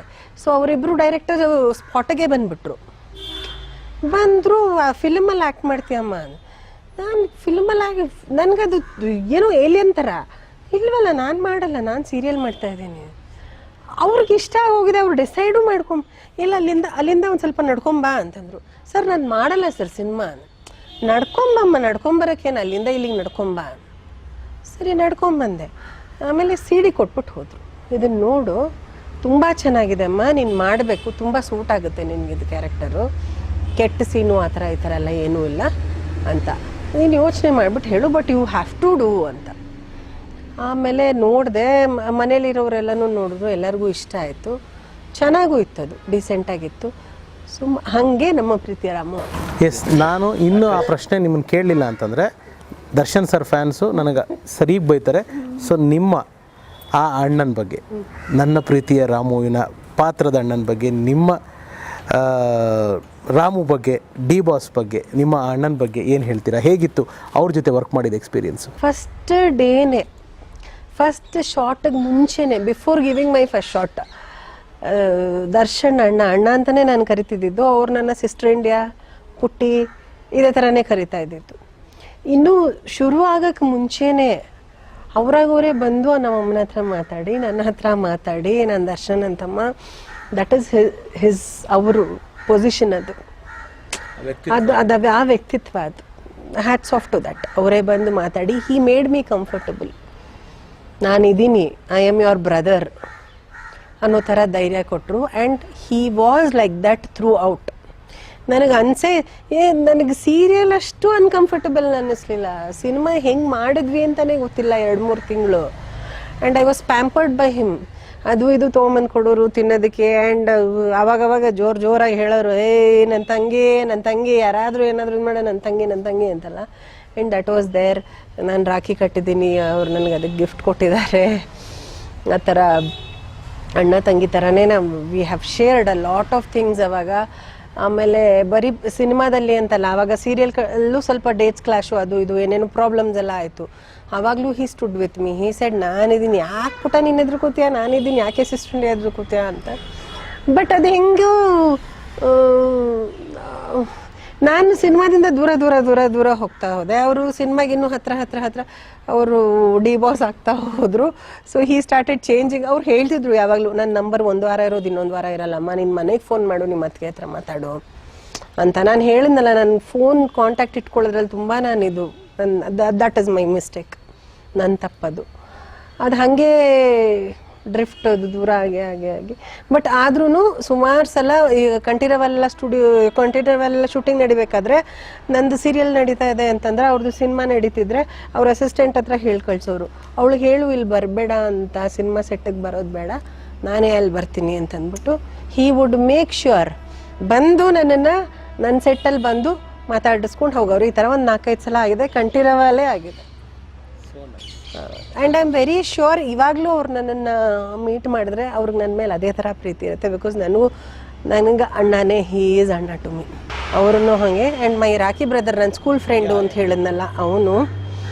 ಆಮೇಲೆ ಇನ್ನೊಬ್ಬ ಅವನ ತಮ್ಮ, ನನಗೆ ಇನ್ನೊಬ್ಬ ತಮ್ಮ ಇದ್ದಾನೆ ಅದೇ ಥರ, ರಾಖಿ ಬ್ರದರ್. ಆ್ಯಂಡ್ ಯು, ನಿಮ್ಮನ್ನು ಹಾಗೆ ನಾನು ಅದು ನಮ್ಮಮ್ಮ ಮಗ ಅಂತ ಕರೆದ್ರು ಅಂತಲ್ಲ, ಅದಕ್ಕೆ ಮುಂಚೆನೇ I had this brotherly feeling. Thank you so much. In fact Hamsa ಅವ್ರನ್ನ ನಾನು ಆ್ಯಂಕರಿಂಗ್ ಮಾಡಿಸೋದಕ್ಕೂ ಪ್ರಯತ್ನ ಪಟ್ಟಿದ್ದೆ. ಇದನ್ನು ಕೂಡ ಡಿ ಬಾಸ್ ದರ್ಶನ್ ಅವರೇ ಹೇಳಿದ್ದಿದ್ದು. ಬಟ್ ಅವಾಗ ಆಗಲಿಲ್ಲ, ಸಮಯ ಕೂಡ ಬರಲಿಲ್ಲ. ಇವಾಗ ನೋಡಿ, ಅವರೊಂದು ಆರ್ಟಿಸ್ಟ್ ಆಗಿ ಅವ್ರನ್ನ ಇಂಟರ್ವ್ಯೂ ಮಾಡೋಕ್ಕೆ ನಾನೇ ಇಂಟರ್ವ್ಯೂ ಮಾಡ್ತಾಯಿದ್ದೀನಿ. I am honoured for that. And ನನ್ನ ಪ್ರೀತಿಯ ರಾಮು ಆದಮೇಲೆ ನಂಜುಂಡಿ ಮಾಡಿದ್ರಿ. ನಂಜುಂಡಿ ಮಾಡಿ ಶಿವಣ್ಣ ಅವ್ರ ಸಿನಿಮಾ. ಯಾಕಮ್ಮ ನಂಜುಂಡಿ ಆದ್ಮೇಲಿಂದ ನೀವು ಯಾವುದು ಸಿನಿಮಾಗಳಲ್ಲೇ ಕಾಣಿಸ್ಲಿಲ್ಲ ಜಾಸ್ತಿ? ಕಾಣಿಸ್ಲಿಲ್ಲ ಅಂದರೆ ಏನಾಗೋಯ್ತು, ನಾನು ಸಿನಿಮಾಗೆ I am not made for cinema. ನಿಮ್ಮ ಕ್ಯಾರೆಕ್ಟರ್, ನನ್ನ ಮೆಂಟಾಲಿಟಿ, ನನ್ನ ಪ್ರತಿಯೊಂದೂ ನನಗೆ ಆ ಬೋಲ್ಡ್ ಎಲ್ಲ ರೀತಿಯಲ್ಲೂ ನಾನು ಹೇಳ್ತಾ ಇರೋದು, ಮಾತಾಡೋದ್ರಿಂದ ಹಿಡಿದು ಜನಗಳ ಜೊತೆ ಬೆರೆಯೋದ್ರಿಂದ ಹಿಡಿದು ಔಟ್ಫಿಟ್ಗಳು ಆ ಥರ ಹಾಕೊಳ್ಳೋದ್ರಿಂದ ಹಿಡಿದು ನಮ್ಮನ್ನು ನಾವು ಫಿಟ್ಟಾಗಿ ಇಟ್ಕೊಳ್ಳೋದ್ರಿಂದ ಹಿಡಿದು ಅದಕ್ಕೆ ಬೇರೆ ಡೆಡಿಕೇಶನ್ ಬೇಕು. ಅದು ತಪ್ಪಲ್ಲ, ಅದು ಅದಕ್ಕೆ ಅಂತಲೇ ಹೋದವ್ರು ತುಂಬ ಡೆಡಿಕೇಟೆಡ್ ಆಗಿ ಅದಕ್ಕೆ ಪ್ರಿಪೇರ್ ಆಗ್ತಾರೆ. ನನಗೆ ಐ ಆಲ್ವೇಸ್ ಫೆಲ್ಟ್ ಸಿನಿಮಾ ನನಗೆ ಮಾಡಿರೋದಲ್ಲ. I mean I cannot be that bold in anyway. Not my cup of tea. Serial is very comfortable. ಇವಾಗಲ್ಲ, ಆವಾಗ ಸಿನಿಮಾ ಬಂತು, ತುಂಬ ಆಫರ್ಗಳು ಬಂತು. ನಮ್ಮ ಪ್ರೀತಿಯ ರಾಮು ಆದಮೇಲೆ ಸುಮಾರಷ್ಟು ತಮಿಳ್ ಸಿನಿಮಾಸ್ ಬಂತು, ಆಮೇಲೆ ತೆಲುಗು ಬಂತು, ಆಮೇಲೆ ಸುಮಾರು ಸಿನಿಮಾಗಳು ಬಂತು. ಬಟ್ ನನಗೇನಾಯಿತು, ನಾನು ಎಲ್ಲ ನಮ್ಮ ಪ್ರೀತಿಯ ರಾಮು ಥರ ಇರುತ್ತೆ ಅಂತ ಇದು ಮಾಡೋಕ್ಕೆ ಎಕ್ಸ್ಪೆಕ್ಟ್ ಮಾಡ್ತಿದ್ದೆ. ನನಗೆ ಸಿನಿಮಾದ ಬಗ್ಗೆ ಬೇಜಾರಲ್ಲ, ನಾನು ಐ ಆಮ್ ನಾಟ್ ಕಂಫರ್ಟಬಲ್. ಕೆಲವು ಸೀನ್ಗಳು ಮಾಡೋದಕ್ಕಾಗಲಿ, ಕೆಲವು ಕಾಸ್ಟ್ಯೂಮ್ಸ್, ಮೇನ್ ಕಾಸ್ಟ್ಯೂಮ್ಸು, ಆ ಸೀನ್ಗಳು ಆ ಥರ ನಾನು ಅಷ್ಟೊಂದು ಆಗಲ್ಲ ನನ್ನ ಕೈಯಲ್ಲಿ. ಶಿವಣ್ಣ ಅವ್ರ ಜೊತೆ ವರ್ಕ್ ಮಾಡಿದ ಎಕ್ಸ್ಪೀರಿಯನ್ಸ್ ಹೇಗಿತ್ತು? That is also great. ಅವರು ಅಷ್ಟೇ. ದಟ್ ಈಸ್ ವೈ ಅವರೆಲ್ಲ stars. That is why they are legends. Such a humble person, such a down to earth person. ಅವ್ರಿಗೆ ಇದು ಅಂದರೆ ನಾವೇ ವಿಶ್ವ ವಿಜೇತ ಅವ್ರ ಮಗಳು ಅಂತ ನೀವು ಗೊತ್ತಾದ ತಕ್ಷಣ ಏನಂದಿದ್ರು ಶಿವಣ್ಣ ಅವರು? ಅದು ಆ್ಯಕ್ಚುಲಿ ಏನಾಯಿತು ಅಂತಂದರೆ, ಸೆಟ್ಟಲ್ಲಿ ಅವ್ರದ್ದು ಕಾಂಬಿನೇಷನ್ ಸೀನ್ ಇತ್ತು ಅವತ್ತು. ನಂದು ಕಾಂಬಿನೇಷನ್ ಅಂದರೆ ಸುಮಾರು ಜನ ಆರ್ಟಿಸ್ಟ್ ಇದ್ದರು, ಅದರಲ್ಲಿ ನಾನು ಎಲ್ಲ ಒಂದು ಮೂಲೆಯಲ್ಲಿ ಒಂದು ಇದರ ಥರ ಇದ್ದೆ. ಅವ್ರಿಗೆ ಗೊತ್ತಾಯಿತು ಈ ಥರ ಅಂತ. ನನಗೆ ಆ್ಯಕ್ಚುಲಿ ಯಾರನ್ನೂ ಹೋಗಿ ಮಾತಾಡಿಸ್ಬಾರ್ದು ಅನ್ನೋದು ಇಂಟೆನ್ಷನ್ ಅಲ್ಲ. ನನಗೇನು ಭಯ ಅಂತಂದರೆ, ಮೇಲ್ ಬಿದ್ದು ಮಾತಾಡಿಸ್ಬಿಟ್ರೆ ಕ್ಯಾರೆಕ್ಟರ್ಲೆಸ್ ಅಂತ ಅನ್ಕೊಂಡ್ಬಿಡ್ತಾರೆ ಅಂತ ಭಯ. ಆ ಭಯಕ್ಕೆ, ಅದು ಇವರೆಲ್ಲ ದೊಡ್ಡವರು, ಭಯನೂ ಅಲ್ಲ, ಹೆಸಿಟೇಷನ್ನು. ಆಮೇಲೆ ಈ ಥರ ಹಂಗೆ ಅನ್ಕೊಂಡ್ಬಿಟ್ರೆ, ಆಮೇಲೆ ದೊಡ್ಡವರು ಅವ್ರ ಹತ್ರ ಹೋಗ್ಬಿಟ್ಟು ನಾವು ಮೈ ಮೇಲೆ ಬಿದ್ದು ಮಾತ್ರ ಹಂಗೆ ಹೋಗುತ್ತೆ ಅಂತ ಅಂದ್ಬಿಟ್ಟು ಅದು ನಾನು ಮೇಕಪ್ ಮಾಡ್ಕೋತಾ ಇದ್ದೆ. ಅವಾಗ ಇನ್ನೂ ನಾನು ಮೇಕಪ್ ಆಗಿರಲಿಲ್ಲ, ಅರ್ಧದಲ್ಲಿ ಮೇಕಪ್ ಮಾಡ್ಕೋತಿದ್ದೆ. ಅವ್ರು ಬಂದರು, ಅವರೇ ಬಂದು ಮಾತಾಡ್ಸಿದ್ರು. Very sweet of him. ಎಲ್ಲರ ಹತ್ರ, ಅಮ್ಮ ಹತ್ರ ಮಾತಾಡಿದ್ರು, ನನ್ನ ಹತ್ರ ಮಾತಾಡಿದ್ರು, ಎಲ್ಲರೂ ಮಾತಾಡಿಸಿದ್ರಲ್ಲ, ಎಲ್ಲರೂ ಇದ್ರೆಲ್ಲ ಮಾತಾಡ್ಸಿದ್ರು. ಆವಾಗ ಗೊತ್ತಾಯ್ತು ಅವರಿಗೆ, ವಿಶ್ವನ್ ಮಗಳ ಹೌದಾ ಅಂತೆಲ್ಲ ತುಂಬ ಖುಷಿಪಟ್ಟರು. ಸೊ ಎರಡೇ ಸಿನಿಮಾ, ನನ್ನ ಪ್ರೀತಿಯ ರಾಮು, ನಂಜುಂಡಿ, ಎರಡೇ ಸಿನಿಮಾ. ಸೀರಿಯಲ್ ಬಗ್ಗೆ ನಾವು ಮಾತಾಡಿದ್ವಿ. ಹಂಸ ಅವರ ಜೀವನದ ಮತ್ತೊಂದು ಘಟ್ಟಕ್ಕೆ ನಾವು ಬಂದು ಮಾತಾಡಬೇಕು ಅನ್ನೋದಾಯಿತು ಅಂತಂದರೆ, ಐ ಡೋಂಟ್ ವಾಂಟ್ ಟು ಜಾಸ್ತಿ ನಿಮಗೆ ಅದ್ರ ಬಗ್ಗೆ ಪ್ರೊಲಾಂಗ್ ಮಾಡಿ ನೀವು ತುಂಬ ನನಗೆ ಇದು ಮಾಡೋದಕ್ಕೆ ಇಷ್ಟ ಇಲ್ಲ. ಶ್ಯಾಮ್ ಅವರು ನಿಮ್ಮ ಜೀವನದಲ್ಲಿ ಬಂದಂಥ ಒಂದು ಸಮಯ. ಸ್ನೇಹಿತರೆ, ಶ್ಯಾಮ್ ಅಂತಂದರೆ, ಶ್ಯಾಮ್ ಸರ್ ಅಂತಂದರೆ ನಮ್ಮ ಹಂಸ ಮೇಡಮ್ ಅವರ ಹಸ್ಬೆಂಡ್, ಅವರ ಪತಿಯವರು. ಸೊ ಅವರು ಹಂಸ ಅವರ ಜೀವನದಲ್ಲಿ ತುಂಬ ಪರಿಣಾಮ ಬೀರಿದ್ದಾರೆ. ಹಂಸ ಅವ್ರನ್ನ, if I am not wrong, ನಿಮ್ಮನ್ನು ಡೈರೆಕ್ಟ್ರು ಮಾಡಿದ್ದು ಅವರೇನೆ. ನಿಮ್ಮ ಡೈರೆಕ್ಷನ್ ಬಗ್ಗೆ ನಾನು ಮಾತಾಡಿದೆ. ಸೊ ಶ್ಯಾಮ್ ಸರ್ ಬಗ್ಗೆ ಏನಾದ್ರು ಹೇಳೋದಾಗಿತ್ತು ಅಂತಂದರೆ, ಹೇಗೆ ಪರಿಚಯ ಆಯಿತು ನಿಮ್ಮದು ಅವ್ರದ್ದು? ಏನೇ ಥರ ಒಂದು ಸೀರಿಯಲಲ್ಲಿ ಪರಿಚಯ ಆಗಿದ್ದು. He was one of the producers ಆ ಸೀರಿಯಲ್ಗೆ. ಆ್ಯಂಡ್ ಅವರು ಸ್ಟುಡಿಯೋದಲ್ಲಿ ಎಡಿಟಿಂಗ್ ಆಗ್ತು. ಮದುವೆ ಅಂತ ಒಂದು ಸೀರಿಯಲ್ ಝೀಗೆ ಬಂದಿದ್ದು, ಫಸ್ಟ್ ಸೀರಿಯಲ್ ಅನಿಸುತ್ತೆ. ಅವರು ಸ್ಟುಡಿಯೋದಲ್ಲಿ ಎಡಿಟಿಂಗ್ ಆಗ್ತಿತ್ತು. ಸೊ ಅವರು ಯಾವುದೋ ಒಂದು ದಿವಸ ಹೀಗೆ ಹೊಸ ಕ್ಯಾರೆಕ್ಟರ್ ಇಂಟ್ರಡ್ಯೂಸ್ ಆಗ್ತಿದೆ ಅಂತ ಹೇಳಿದ್ರಂತೆ. ಅವ್ರು ಅಷ್ಟೊಂದು ತಲೆ ಕೆಡ್ಸ್ಕೊತಿರ್ಲಿಲ್ಲ ಸೀರಿಯಲ್ ಇದೆಲ್ಲ. ಅವ್ರದ್ದೇನು, ನಂದು ಎಡಿಟಿಂಗು, ಕ್ಯಾಮ್ರಾ ಇದಿತ್ತು, ಗಾಡಿಗಳಿತ್ತು. It was his department. ಅದರಲ್ಲಿ ಹೇಳ್ತಾ ಇದ್ರಂತೆ ಎಲ್ಲರೂ ಹಿಂಗೆ ಉದಯ್ ಕುಮಾರ್ ಮೊಮ್ಮಗಳು ವಿಶ್ವವಿಜೇತ್ ಅವ್ರ ಮಗಳು. ಅವ್ರಿಗೆ ಅದೇನೋ ಗೊತ್ತಿರ್ಲಿಲ್ವಂತಪ್ಪ, ಉದಯ್ ಕುಮಾರ್ ಯಾರು ಅಂತ ಗೊತ್ತಿಲ್ಲ, ವಿಶ್ವವಿಜೇತ್ ಯಾರು ಅಂತ ಗೊತ್ತಿರಲಿಲ್ಲ. ಉದಯ್ ಕುಮಾರ್ ಕೇಳಿದ್ದೀನಿ, ವಿಶ್ವವಿಜೇತ್ ಯಾರು ಅಂತ ಗೊತ್ತಿರಲಿಲ್ಲ ಅಂದೇನು. ಅಲ್ಲಿಗಲ್ಲಿ ಮುಗಿದೋಗಿದೆ. ಎಡಿಟಿಂಗ್ ಆಗ್ತಿತ್ತಂತೆ, ಒಂದು ಕ್ಲೋಸ್ ಅಪ್ ಏನೋ ಒಂದು ಇಟ್ಬಿಟ್ಟು ಫ್ರೀಸ್ ಮಾಡಿಬಿಟ್ಟು ಹೋಗಿದ್ದಾರೆ ಎಡಿಟರು. ವಾಶ್ರೂಮ್ಗೆ ಎಲ್ಗೋ ಹೋಗಿದ್ದಾರೆ. ಇವ್ರು ಆ ಎಡಿಟರ್ನ ಹುಡ್ಕೊಂಡು ಬಂದಿದ್ದಾರೆ. ಎಡಿಟರ್ನ ಹುಡ್ಕೊಂಡು ಬಂದು ಸೂಟದ್ದು ಹಿಂಗೆ ಡೋರ್ ಓಪನ್ ಮಾಡಿದಾಗ ನೋಡಿದ್ರಂತೆ. ಏನು ಫ್ರೀಸ್ ಮಾಡಿ ಇಟ್ಬಿಟ್ಟು ಹೋಗಿ, ಯಾರಿದು ಚೆನ್ನಾಗಿದ್ದಾಳಲ್ಲ ಇವಳು ಅಂತ ಅಂದ್ಬಿಟ್ಟು ಅಲ್ಲೇ ಕೂತ್ಕೊಂಡ್ರಂತೆ. ಆಮೇಲೆ ಬಂದಂತೆ ಎಡಿಟರ್, ಏನಣ್ಣ ಹುಡುಕ್ತಿದ್ರಿ? ಇದು ಯಾರು ಇವಳು? ಅದೇ ಮೊನ್ನೆ ಎಲ್ಲ ಮಾತಾಡ್ತಿದ್ರಲ್ಲ ಹೊಸ ಎಂಟ್ರಿ ಅಂತ. ಹೌದಾ, ಅದಕ್ಕೆ ಫ್ರೀಸ್ ಮಾಡಿ ಇಟ್ಬಿಟ್ಟು ನೋಡ್ಕೊಂಡು ಕೂತಿದ್ಯಾ ಅಂತ ಕೇಳಿದ್ರಂತೆ. ಅಣ್ಣ ನಾನು ಎಡಿಟ್ ಮಾಡ್ತಿದ್ದೆ, ವಾಶ್ರೂಮ್ಗೆ ಹೋಗಿ ನೀವು ಬಂದ್ಬಿಟ್ಟು ನೀವು ನೋಡ್ಕೊಂಡು ಕೂತ್ಕೊಂಡ್ಬಿಟ್ಟು ನಂಗೆ ಹೇಳ್ತೀರಲ್ಲ ಅಂತಂದ್ಬಿಟ್ಟು ಅದು ಹಂಗೆ ಸ್ಪ್ರೆಡ್ ಆಗಿಬಿಟ್ಟು ಸ್ಟುಡಿಯೋಲಿ. ಶ್ಯಾಮ್ ಸರ್ ಹಿಂಗೆ ನೋಡ್ತಾ ಇದ್ರು, ಹಂಸ ಮೇಡಮ್ ನೋಡ್ತಾ ಇದ್ರು ಅಂತಂದು. ಆಮೇಲೆ ಹ್ಯಾಡ್ ದಟ್ ಲೈಕಿಂಗ್, ಅವ್ರಿಗೆ ಆಲ್ರೆಡಿ ಇದಾಗಿತ್ತು, ಇಷ್ಟ ಆಗಿತ್ತು ನಾನು ಕಂಡ್ರೆ. ಒಂದು ದಿವಸ ಒಂದು ಆಡಿಯೋ ಪ್ರಾಬ್ಲಮ್ ಆಗೋಗಿತ್ತು, ಡಬ್ಬಿಂಗ್ ಮಾಡಬೇಕಾಗಿತ್ತು. ಸ್ಟುಡಿಯೋಲೇ ಹೋಗ್ಬಿಟ್ಟು ಡಬ್ ಮಾಡಬೇಕು. ಅದಕ್ಕೆ ಅವರು ಡ್ರೈವರ್ಗೆಲ್ಲ ನೀನು ಹೋಗ್ಬೇಡ, ಗಾಡಿ ತೊಗೊಂಡು ನಾನೇ ಹೋಗ್ತೀನಿ ಅಂತಂದು ಬಂದು ನನ್ನನ್ನು ಕರ್ಕೊಂಡು ಹೋಗಿ. ಆ್ಯಂಡ್ ಇಮಿಡಿಯೇಟ್ಲಿ ಜಾಸ್ತಿ ದಿನ ಹಂಗೆ ಇದು ಮಾಡಲಿಲ್ಲ, ಎಲ್ಲರಿಗೂ ಗೊತ್ತಾಗೋ ಥರನೇ ಇದು ಮಾಡಿದ್ರು. ಪ್ರಪೋಸ್ಡ್. ಮನೇಲಿ ಇಷ್ಟ ಆಯಿತು. ನಾನು ಆಗಲ್ಲ ಅಂದ್ಕೊಂಡೆ ಮದುವೆ ಆದೆ. It was nice. ಅವರು ತುಂಬ ಕಡಿಮೆ ಪೀರಿಯಡ್ಗೆ ನನ್ನ ಜೀವನದಲ್ಲಿ ಬಂದರು. ಒಂದಷ್ಟು ಮಾಡಿದ್ರು, ಒಳ್ಳೆಯದು ಮಾಡಿದ್ರು, ಕೆಟ್ಟದ್ದು ಮಾಡಿದ್ರು. ಬಟ್ ಬೇಡ, ಕೆಟ್ಟದ್ದು ಬೇಡ. ಹಿ ಮೇಡ್ ಮಿ ಎ ಡೈರೆಕ್ಟರ್. ಅದು ದೊಡ್ಡ ವಿಷಯ. ಬಿಕಾಸ್ ನಾನು ಅನ್ಕೊಂಡೇ ಇರಲಿಲ್ಲ ನಾನು ಡೈರೆಕ್ಷನ್ ಮಾಡ್ತೀನಿ. ಅಂದರೆ before coming to that, Shyam ಅವರು ಕೂಡ ಆಕ್ಟ್ ಮಾಡಿದ್ರಲ್ಲಮ್ಮ, ಅವರು ಸಿನಿಮಾಗಳಲ್ಲೂ ಆಕ್ಟ್ ಮಾಡಿದ್ರು. Basically he is from north Karnataka. ಹೌದು, ಹುಬ್ಬಳ್ಳಿಯವರು. ಸೊ ಅದಕ್ಕೆ ನೀವು ಹುಬ್ಬಳ್ಳಿ ನಮ್ಮ ಆ ಬೇಸ್ಡ್ ಸಬ್ಜೆಕ್ಟ್ ತಗೊಂಡು ಮಾಡಿದ್ದು. ಹೇಗೆ ಡೈರೆಕ್ಟರ್ ಆಗಬೇಕು ಅಂತ ಬಂದಿದ್ದು ಹೆಂಗೆ? ಅದು ಏನಂದ್ರೆ ನನಗೆ ಡೈರೆಕ್ಷನ್ ಬಗ್ಗೆ ಒಲವಿತ್ತು. ಅಂದ್ರೆ ಸೀರಿಯಲ್ ಅಲ್ಲೇನೆ ನಾನು ಆಕ್ಟ್ ಮಾಡ್ತಿದ್ದಾಗ ನನ್ನ ಸೀನ್ ಇಲ್ಲ ಅಂದ್ರೆ ನಾನು ಹೋಗ್ಬಿಟ್ಟು ಮಲ್ಕೊಂಡ್ಬಿಡೋದು, ಹಂಗೆ ಮಾಡ್ತಿರ್ಲಿಲ್ಲ. ಕೂತ್ಕೊಂಡು ರೀಡಿಂಗ್ ಬರ್ಕೋತಾ ಇದ್ದೆ. ನಾನು ಕಂಫರ್ಟಬಲ್ ಆಗಿರೋ ಡೈರೆಕ್ಟರ್ಗಳ ಜೊತೆ ಕೂತ್ಕೊಂಡು ನಾನು ರೀಡಿಂಗ್ ಬರ್ಕೋತೀನಿ ಅಂತ ಅಸೋಸಿಯೇಟ್ ಹತ್ರ ಇದಿಸ್ಕೊಂಡು ರೀಡಿಂಗ್ಗಳು ಬರ್ಕೋತಾ ಇದ್ದೆ. ಆಮೇಲೆ ಕೇಳ್ಕೋತಾ ಇದ್ದೆ ಡೈರೆಕ್ಟರ್ಸ್ನ, ಇದು ಚೇಂಜ್ ಮಾಡಿದ್ರಲ್ಲ, ಏನಕ್ಕೆ ಚೇಂಜ್ ಮಾಡಿದ್ರಿ? ಇವಾಗ ಲೆಫ್ಟ್ ಲುಕ್ ಅಂತ ಹೇಳ್ತೀರಾ, ಲೆಫ್ಟ್ ಲುಕ್ಕೇ ಏನಕ್ಕೆ ಕೊಡಬೇಕು? ರೈಟ್ ಲುಕ್ ಹೇಗೆ ಅಂತೀರಾ, ರೈಟ್ ಲುಕ್ ಏನಕ್ಕೆ ಕೊಡಬೇಕು? ಆಮೇಲೆ ಆಕ್ಸಿಸ್ ಕ್ರಾಸ್ ಮಾಡೋದು ಅದೇನು? ಆ ಥರದ್ದೆಲ್ಲ ಕೇಳ್ಕೊಂಡು I had gained experience.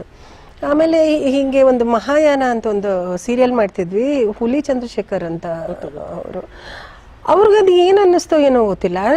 First ಡೇನೆ ನಾನು ಹೋದೆ. ಫಸ್ಟ್ ಡೇ ಆಯಿತು ಶೂಟಿಂಗ್, ನನ್ನ ಸೀನ್ಸ್ ಆಯಿತು. ಮಧ್ಯಾಹ್ನ ಅಷ್ಟೊತ್ತಿಗೆ ಅಮ್ಮ ಇನ್ನೊಂದು 4 ಸೀನ್ ಇದೆ ಅಂತಂದರು. ಸರಿ ಸರ್, ನನಗೇನು ಪ್ರಾಬ್ಲಮ್, ನನ್ನ ಟೈಮ್ದೆಲ್ಲ ಯಾವತ್ತೂ ಪ್ರಾಬ್ಲಮ್ ಇಲ್ಲ. ಸರಿ ಸರ್, ಇನ್ನು 4 ಸೀನ್ ಡೈರೆಕ್ಟ್ ಮಾಡ್ಬಿಡಮ್ಮ, ನಾನು ಹೋಗ್ತೀನಿ ಅಂತಂದರು. ನಾನು ಸರ್ ನೀನು ಮಾಡಮ್ಮ, ನೀನು 4 ಸೀನು, ಅದರಲ್ಲಿ 2 ಸೀನಲ್ಲಿ ನೀನಿದೆಯಾ, 2 ಸೀನಲ್ಲಿ ಇಲ್ಲ, ಆರಾಮಾಗಿ ಮಾಡ್ಬೋದು ಅಂತಂದ್ಬಿಟ್ಟು ಇಟ್ಬಿಟ್ಟು ಹೋಗೇ ಬಿಟ್ರು. ನಾನು ಹೆಂಗಿದು ನನಗದೊಂಥರ ಖುಷಿ. ಮಾಡಿದೆ, ಬೇಗನೂ ಪ್ಯಾಕಪ್ ಆಯಿತು, ಚೆನ್ನಾಗೂ ಬಂತು. ಸೂಪರ್.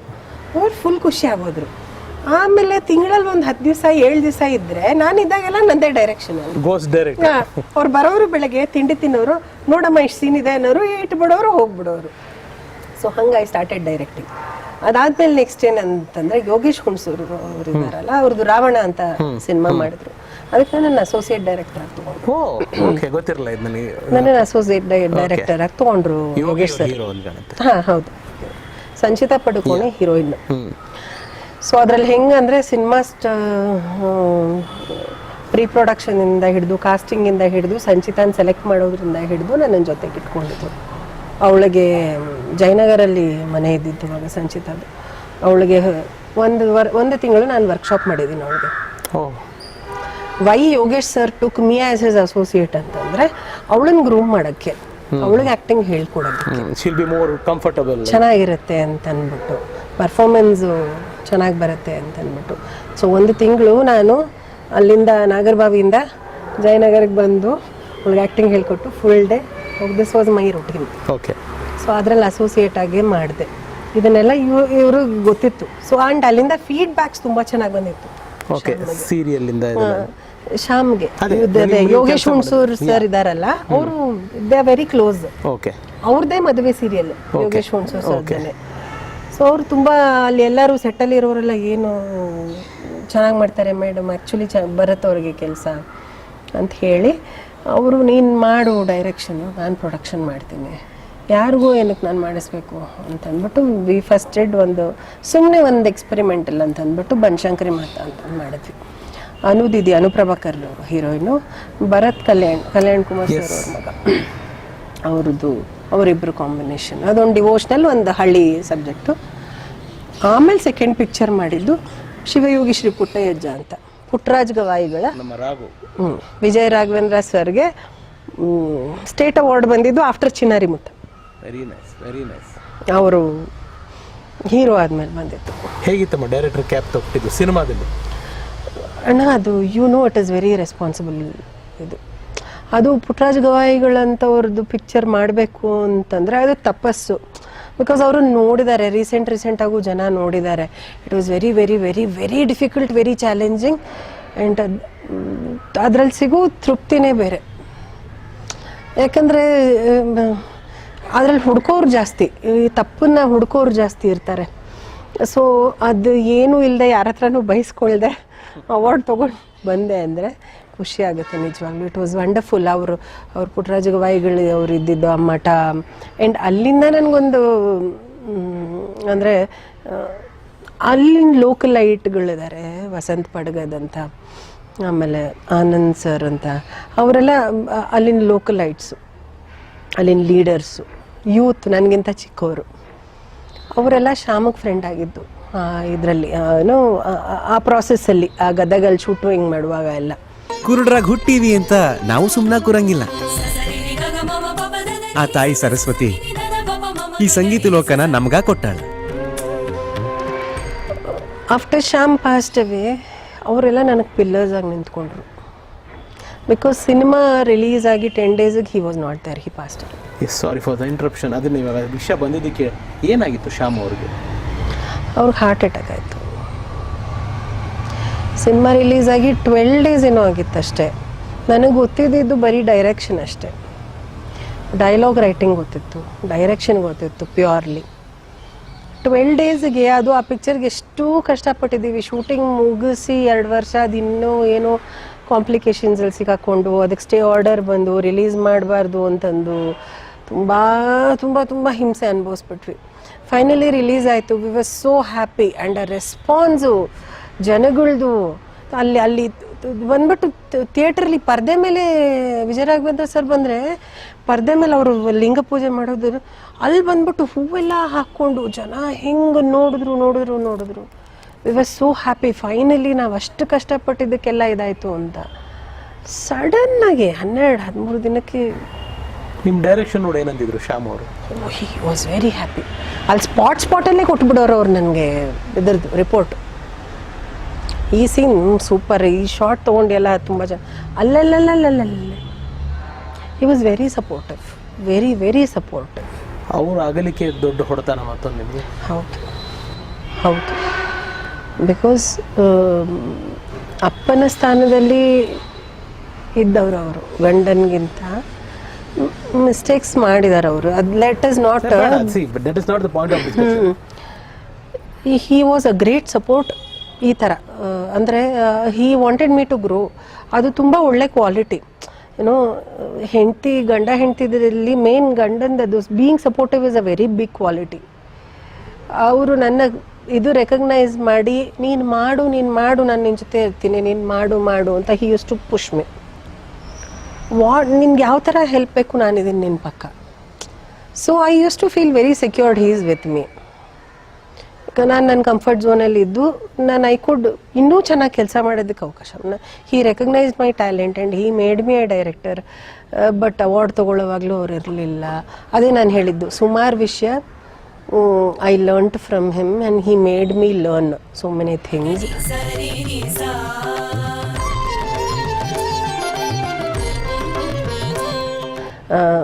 ಫಿಲ್ಮ್ ರಿಲೀಸ್ ಆಗಿ 12-13 ದಿವಸಕ್ಕೆ ಅವ್ರು ಇಲ್ಲ ಅಲ್ಲಿ. ಅದಾದಮೇಲೆ ಅವ್ರ ಫ್ರೆಂಡ್ಸ್ ಅದೆಲ್ಲ ಹೇಳದ್ನಲ್ಲ, ಅವರೆಲ್ಲ ನನಗೆ ತುಂಬ ಹೆಲ್ಪ್ ಮಾಡಿದ್ರು, ನನ್ನ ಜೊತೆ ಪಿಲ್ಲರಾಗಿ ನಿಂತ್ಕೊಂಡ್ರು. ಐ ಲರ್ನ್ ಡಿಸ್ಟ್ರಿಬ್ಯೂಷನ್ ಅಲ್ಲ ಅವಾಗ. ಅರ್ಧದಲ್ಲೇ ಸಿನಿಮಾ ನಿಂತೋಗ್ಬಿಟ್ಟಿದೆ, ಇವಾಗ ರಿಲೀಸ್ ಮಾಡಲೇಬೇಕು. ಐ ಲರ್ನ್ ಡಿಸ್ಟ್ರಿಬ್ಯೂಷನ್, ಆ ಟ್ರೇಡ್ ಗೊತ್ತಾಯ್ತು ನನಗೆ, ಏನೇನು ಆಗುತ್ತೆ ಥಿಯೇಟರ್ಸಲ್ಲಿ, how difficult it is for a producer. ಎಕ್ಸಿಬಿಟರ್ಸ್ದು ಪ್ರಾಬ್ಲಮ್ ಏನು, ಥಿಯೇಟರ್ ಓನರ್ಗಳದ್ದು ಪ್ರಾಬ್ಲಮ್ಸ್ ಏನು, ground realities I faced it and I am happy. ಇವಾಗ ನೆನೆಸ್ಕೊಂಡ್ರೆ I learned so many things. I understood how difficult it is for a producer.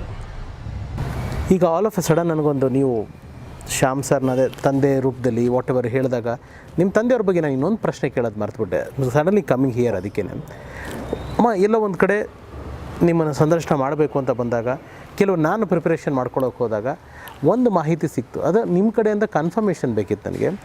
ತಂದೆಯವ್ರಿಗೆ, ವಿಶ್ವವಿಜೇತ ಸರ್ಗೆ finally ಅವರೊಬ್ಬರು ಇಂಡಸ್ಟ್ರಿಯ ತುಂಬ ಆತ್ಮೀಯ ಸ್ನೇಹಿತರು, ಅವ್ರ ಹೆಸರು ತೊಗೊಳೋದು ಬೇಡ, ಅವರು ಹೇಳಿದ್ರಂತೆ, ಹೋಗ್ಬಿಡು ನಿನ್ನ ಹೆಂಡತಿ ಮಗಳ ಹತ್ರ ವಾಪಸ್ಸು, ಯಾಕೆ ಖಂಡಿತ ಅವ್ರು ನಿನ್ನನ್ನು 2 ಕೈಯಲ್ಲಿ ಅಪ್ಕೋತಾರೆ ಅಂತ. ನಿಮ್ಮ ತಂದೆಯವರು ಕೂಡ ಬರಬೇಕು ಅಂತ ಇದ್ರಂತೆ, ಅದು ನಿಜನಾ? ಅದು ಖಂಡಿತ ನಿಜ. ಅವ್ರು ಹೇಳಿದರು. ಅವ್ರಿಗೂ ನಮ್ಮ ಅಪ್ಪಗೂ ಸಾಕಾಗ್ಬಿಟ್ಟಿತ್ತು, ಬಿಕಾಸ್ ಅಷ್ಟು ವರ್ಷ ಅನುಭವಿಸ್ಬಿಟ್ರು ಅವರು. ಸೊ ಅವ್ರಿಗೇನಂದರೆ ಆ ಈಗೋ ಕಡಿಮೆ ಆಗಿ ವಾಪಸ್ ಬರೋಕ್ಕೆ ರೆಡಿ ಇದ್ದರು ಅವರು. ಅವ್ರು ಹೇಳಿದ್ರಂತವಾಗ ಅಪ್ಪ, ಹೌದು ನಾನು ಹೋಗಬೇಕು, ನನಗೆ ಗೊತ್ತು, ನನಗಿನ್ನೇನು ಬೇಡ, ನನಗೆ ನನ್ನ ಹೆಂಡತಿ ಮಗು ಬೇಕು, ಸಾಕಾಗೋಗಿದೆ ನನಗೆ ಹೇಳಿದ್ರಂತೆ. ಆಮೇಲೆ ನಾನು ತಿರ್ಗಾ ಇಂಡಸ್ಟ್ರಿಗೆ ಬರಬೇಕು, ನಾನು ಬರವಣಿಗೆ ಮಾಡಬೇಕು, ನಂಗೆ ಇನ್ನೇನು ಬೇಡ, ನನ್ನ ಪಾಡಿಗೆ ನಾನು ಕೆಲಸ ಮಾಡ್ಕೊಂಡು ನನ್ನ ಹೆಂಡತಿ ಮಗು ಜೊತೆ ನಾನು ಇದ್ಬಿಡ್ಬೇಕು. ಬಟ್ ಅದಕ್ಕೆ ಮುಂಚೆ ಒಂದು ಸ್ವಲ್ಪ ನನ್ನ ಮೈಂಡನ್ನು ನಾನು ಕ್ಲೀನ್ ಮಾಡ್ಕೋಬೇಕು, ನನ್ನ ಮನಸ್ಸನ್ನು ನಾನು ಕ್ಲೀನ್ ಮಾಡ್ಕೋಬೇಕು.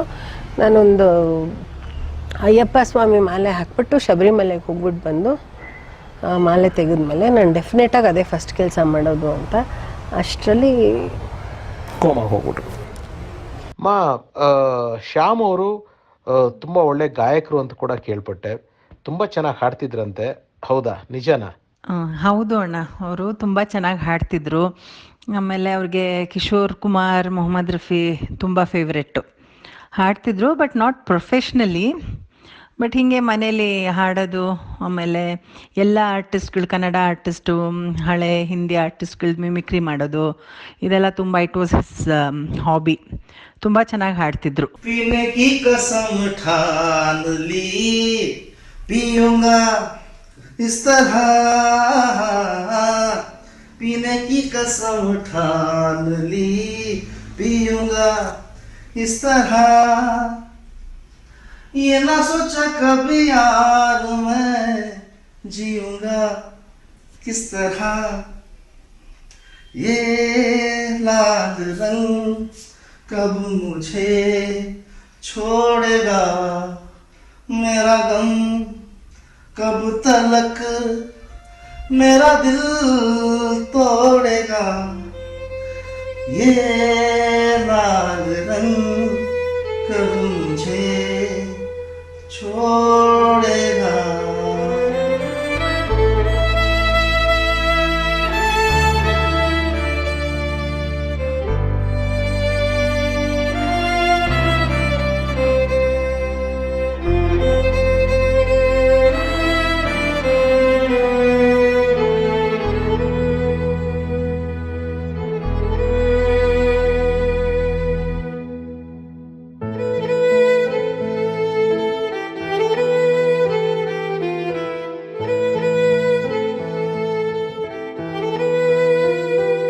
ಏನಿವೆ, ನನಗೊಂದು ಸಂತೋಷ, ಒಂದು ಪ್ರೌಢತೆ ಏನಾಗ್ತಿದೆ ಗೊತ್ತಾ, ಉದಯ್ ಕುಮಾರ್ ಅವರ ಒಂದು ಫ್ಯಾಮ್ಲಿ, ಅವ್ರದ್ದೊಂದು ಜೀನ್ಸು ಎಲ್ರಿಗೂ ಗೊತ್ತು. ಉದಯ್ ಕುಮಾರ್ ಸರ್ ಬರವಣಿಗೆ ತಾಕತ್ತು ಎಷ್ಟಿತ್ತು, ಎಷ್ಟು ಅವರು ತಿಳುವಳಿಕೆ ಇರೋರಾಗಿದ್ದರು ಅಂತ. ವಿಶ್ವವಿಜೇತ ಅವರು ಅಷ್ಟೇ ವೆರಿ ಜೀನಿಯಸ್ ಫೆಲೋ. ಹೌದು, ಅವರಿಬ್ಬರು ಮಾಡದಿರೋ ಸಾಧನೆನ ನೀವು ಆ ಡೈರೆಕ್ಟರ್ ಕ್ಯಾಪ್ ತೊಟ್ಟಿದ್ದೀರಾ. I am really happy for that. ನನ್ನ ಒಂದು ಕಳಕಳಿಯ ಮನವಿ ಅನ್ಕೊತಿರೋ ಅಥವಾ ಆಜ್ಞೆ ಅನ್ಕೊತಿರೋ ಏನೋ ಅನ್ಕೊತಿರೋ ಗೊತ್ತಿಲ್ಲ, ನನ್ನ ಒಂದಿದು ನೀವು ನಿಲ್ಲಿಸಬಾರ್ದು. ಈ ಜನ್ರೇಷನ್ದು ಏನು ನೀವು ಮಾಡ್ಕೊಂಡು ಬರ್ತಿದ್ದೀರಾ ನಿಮ್ಮ ಫ್ಯಾಮ್ಲಿದು, ನೀವು ಕಂಟಿನ್ಯೂ ಆಗಬೇಕು.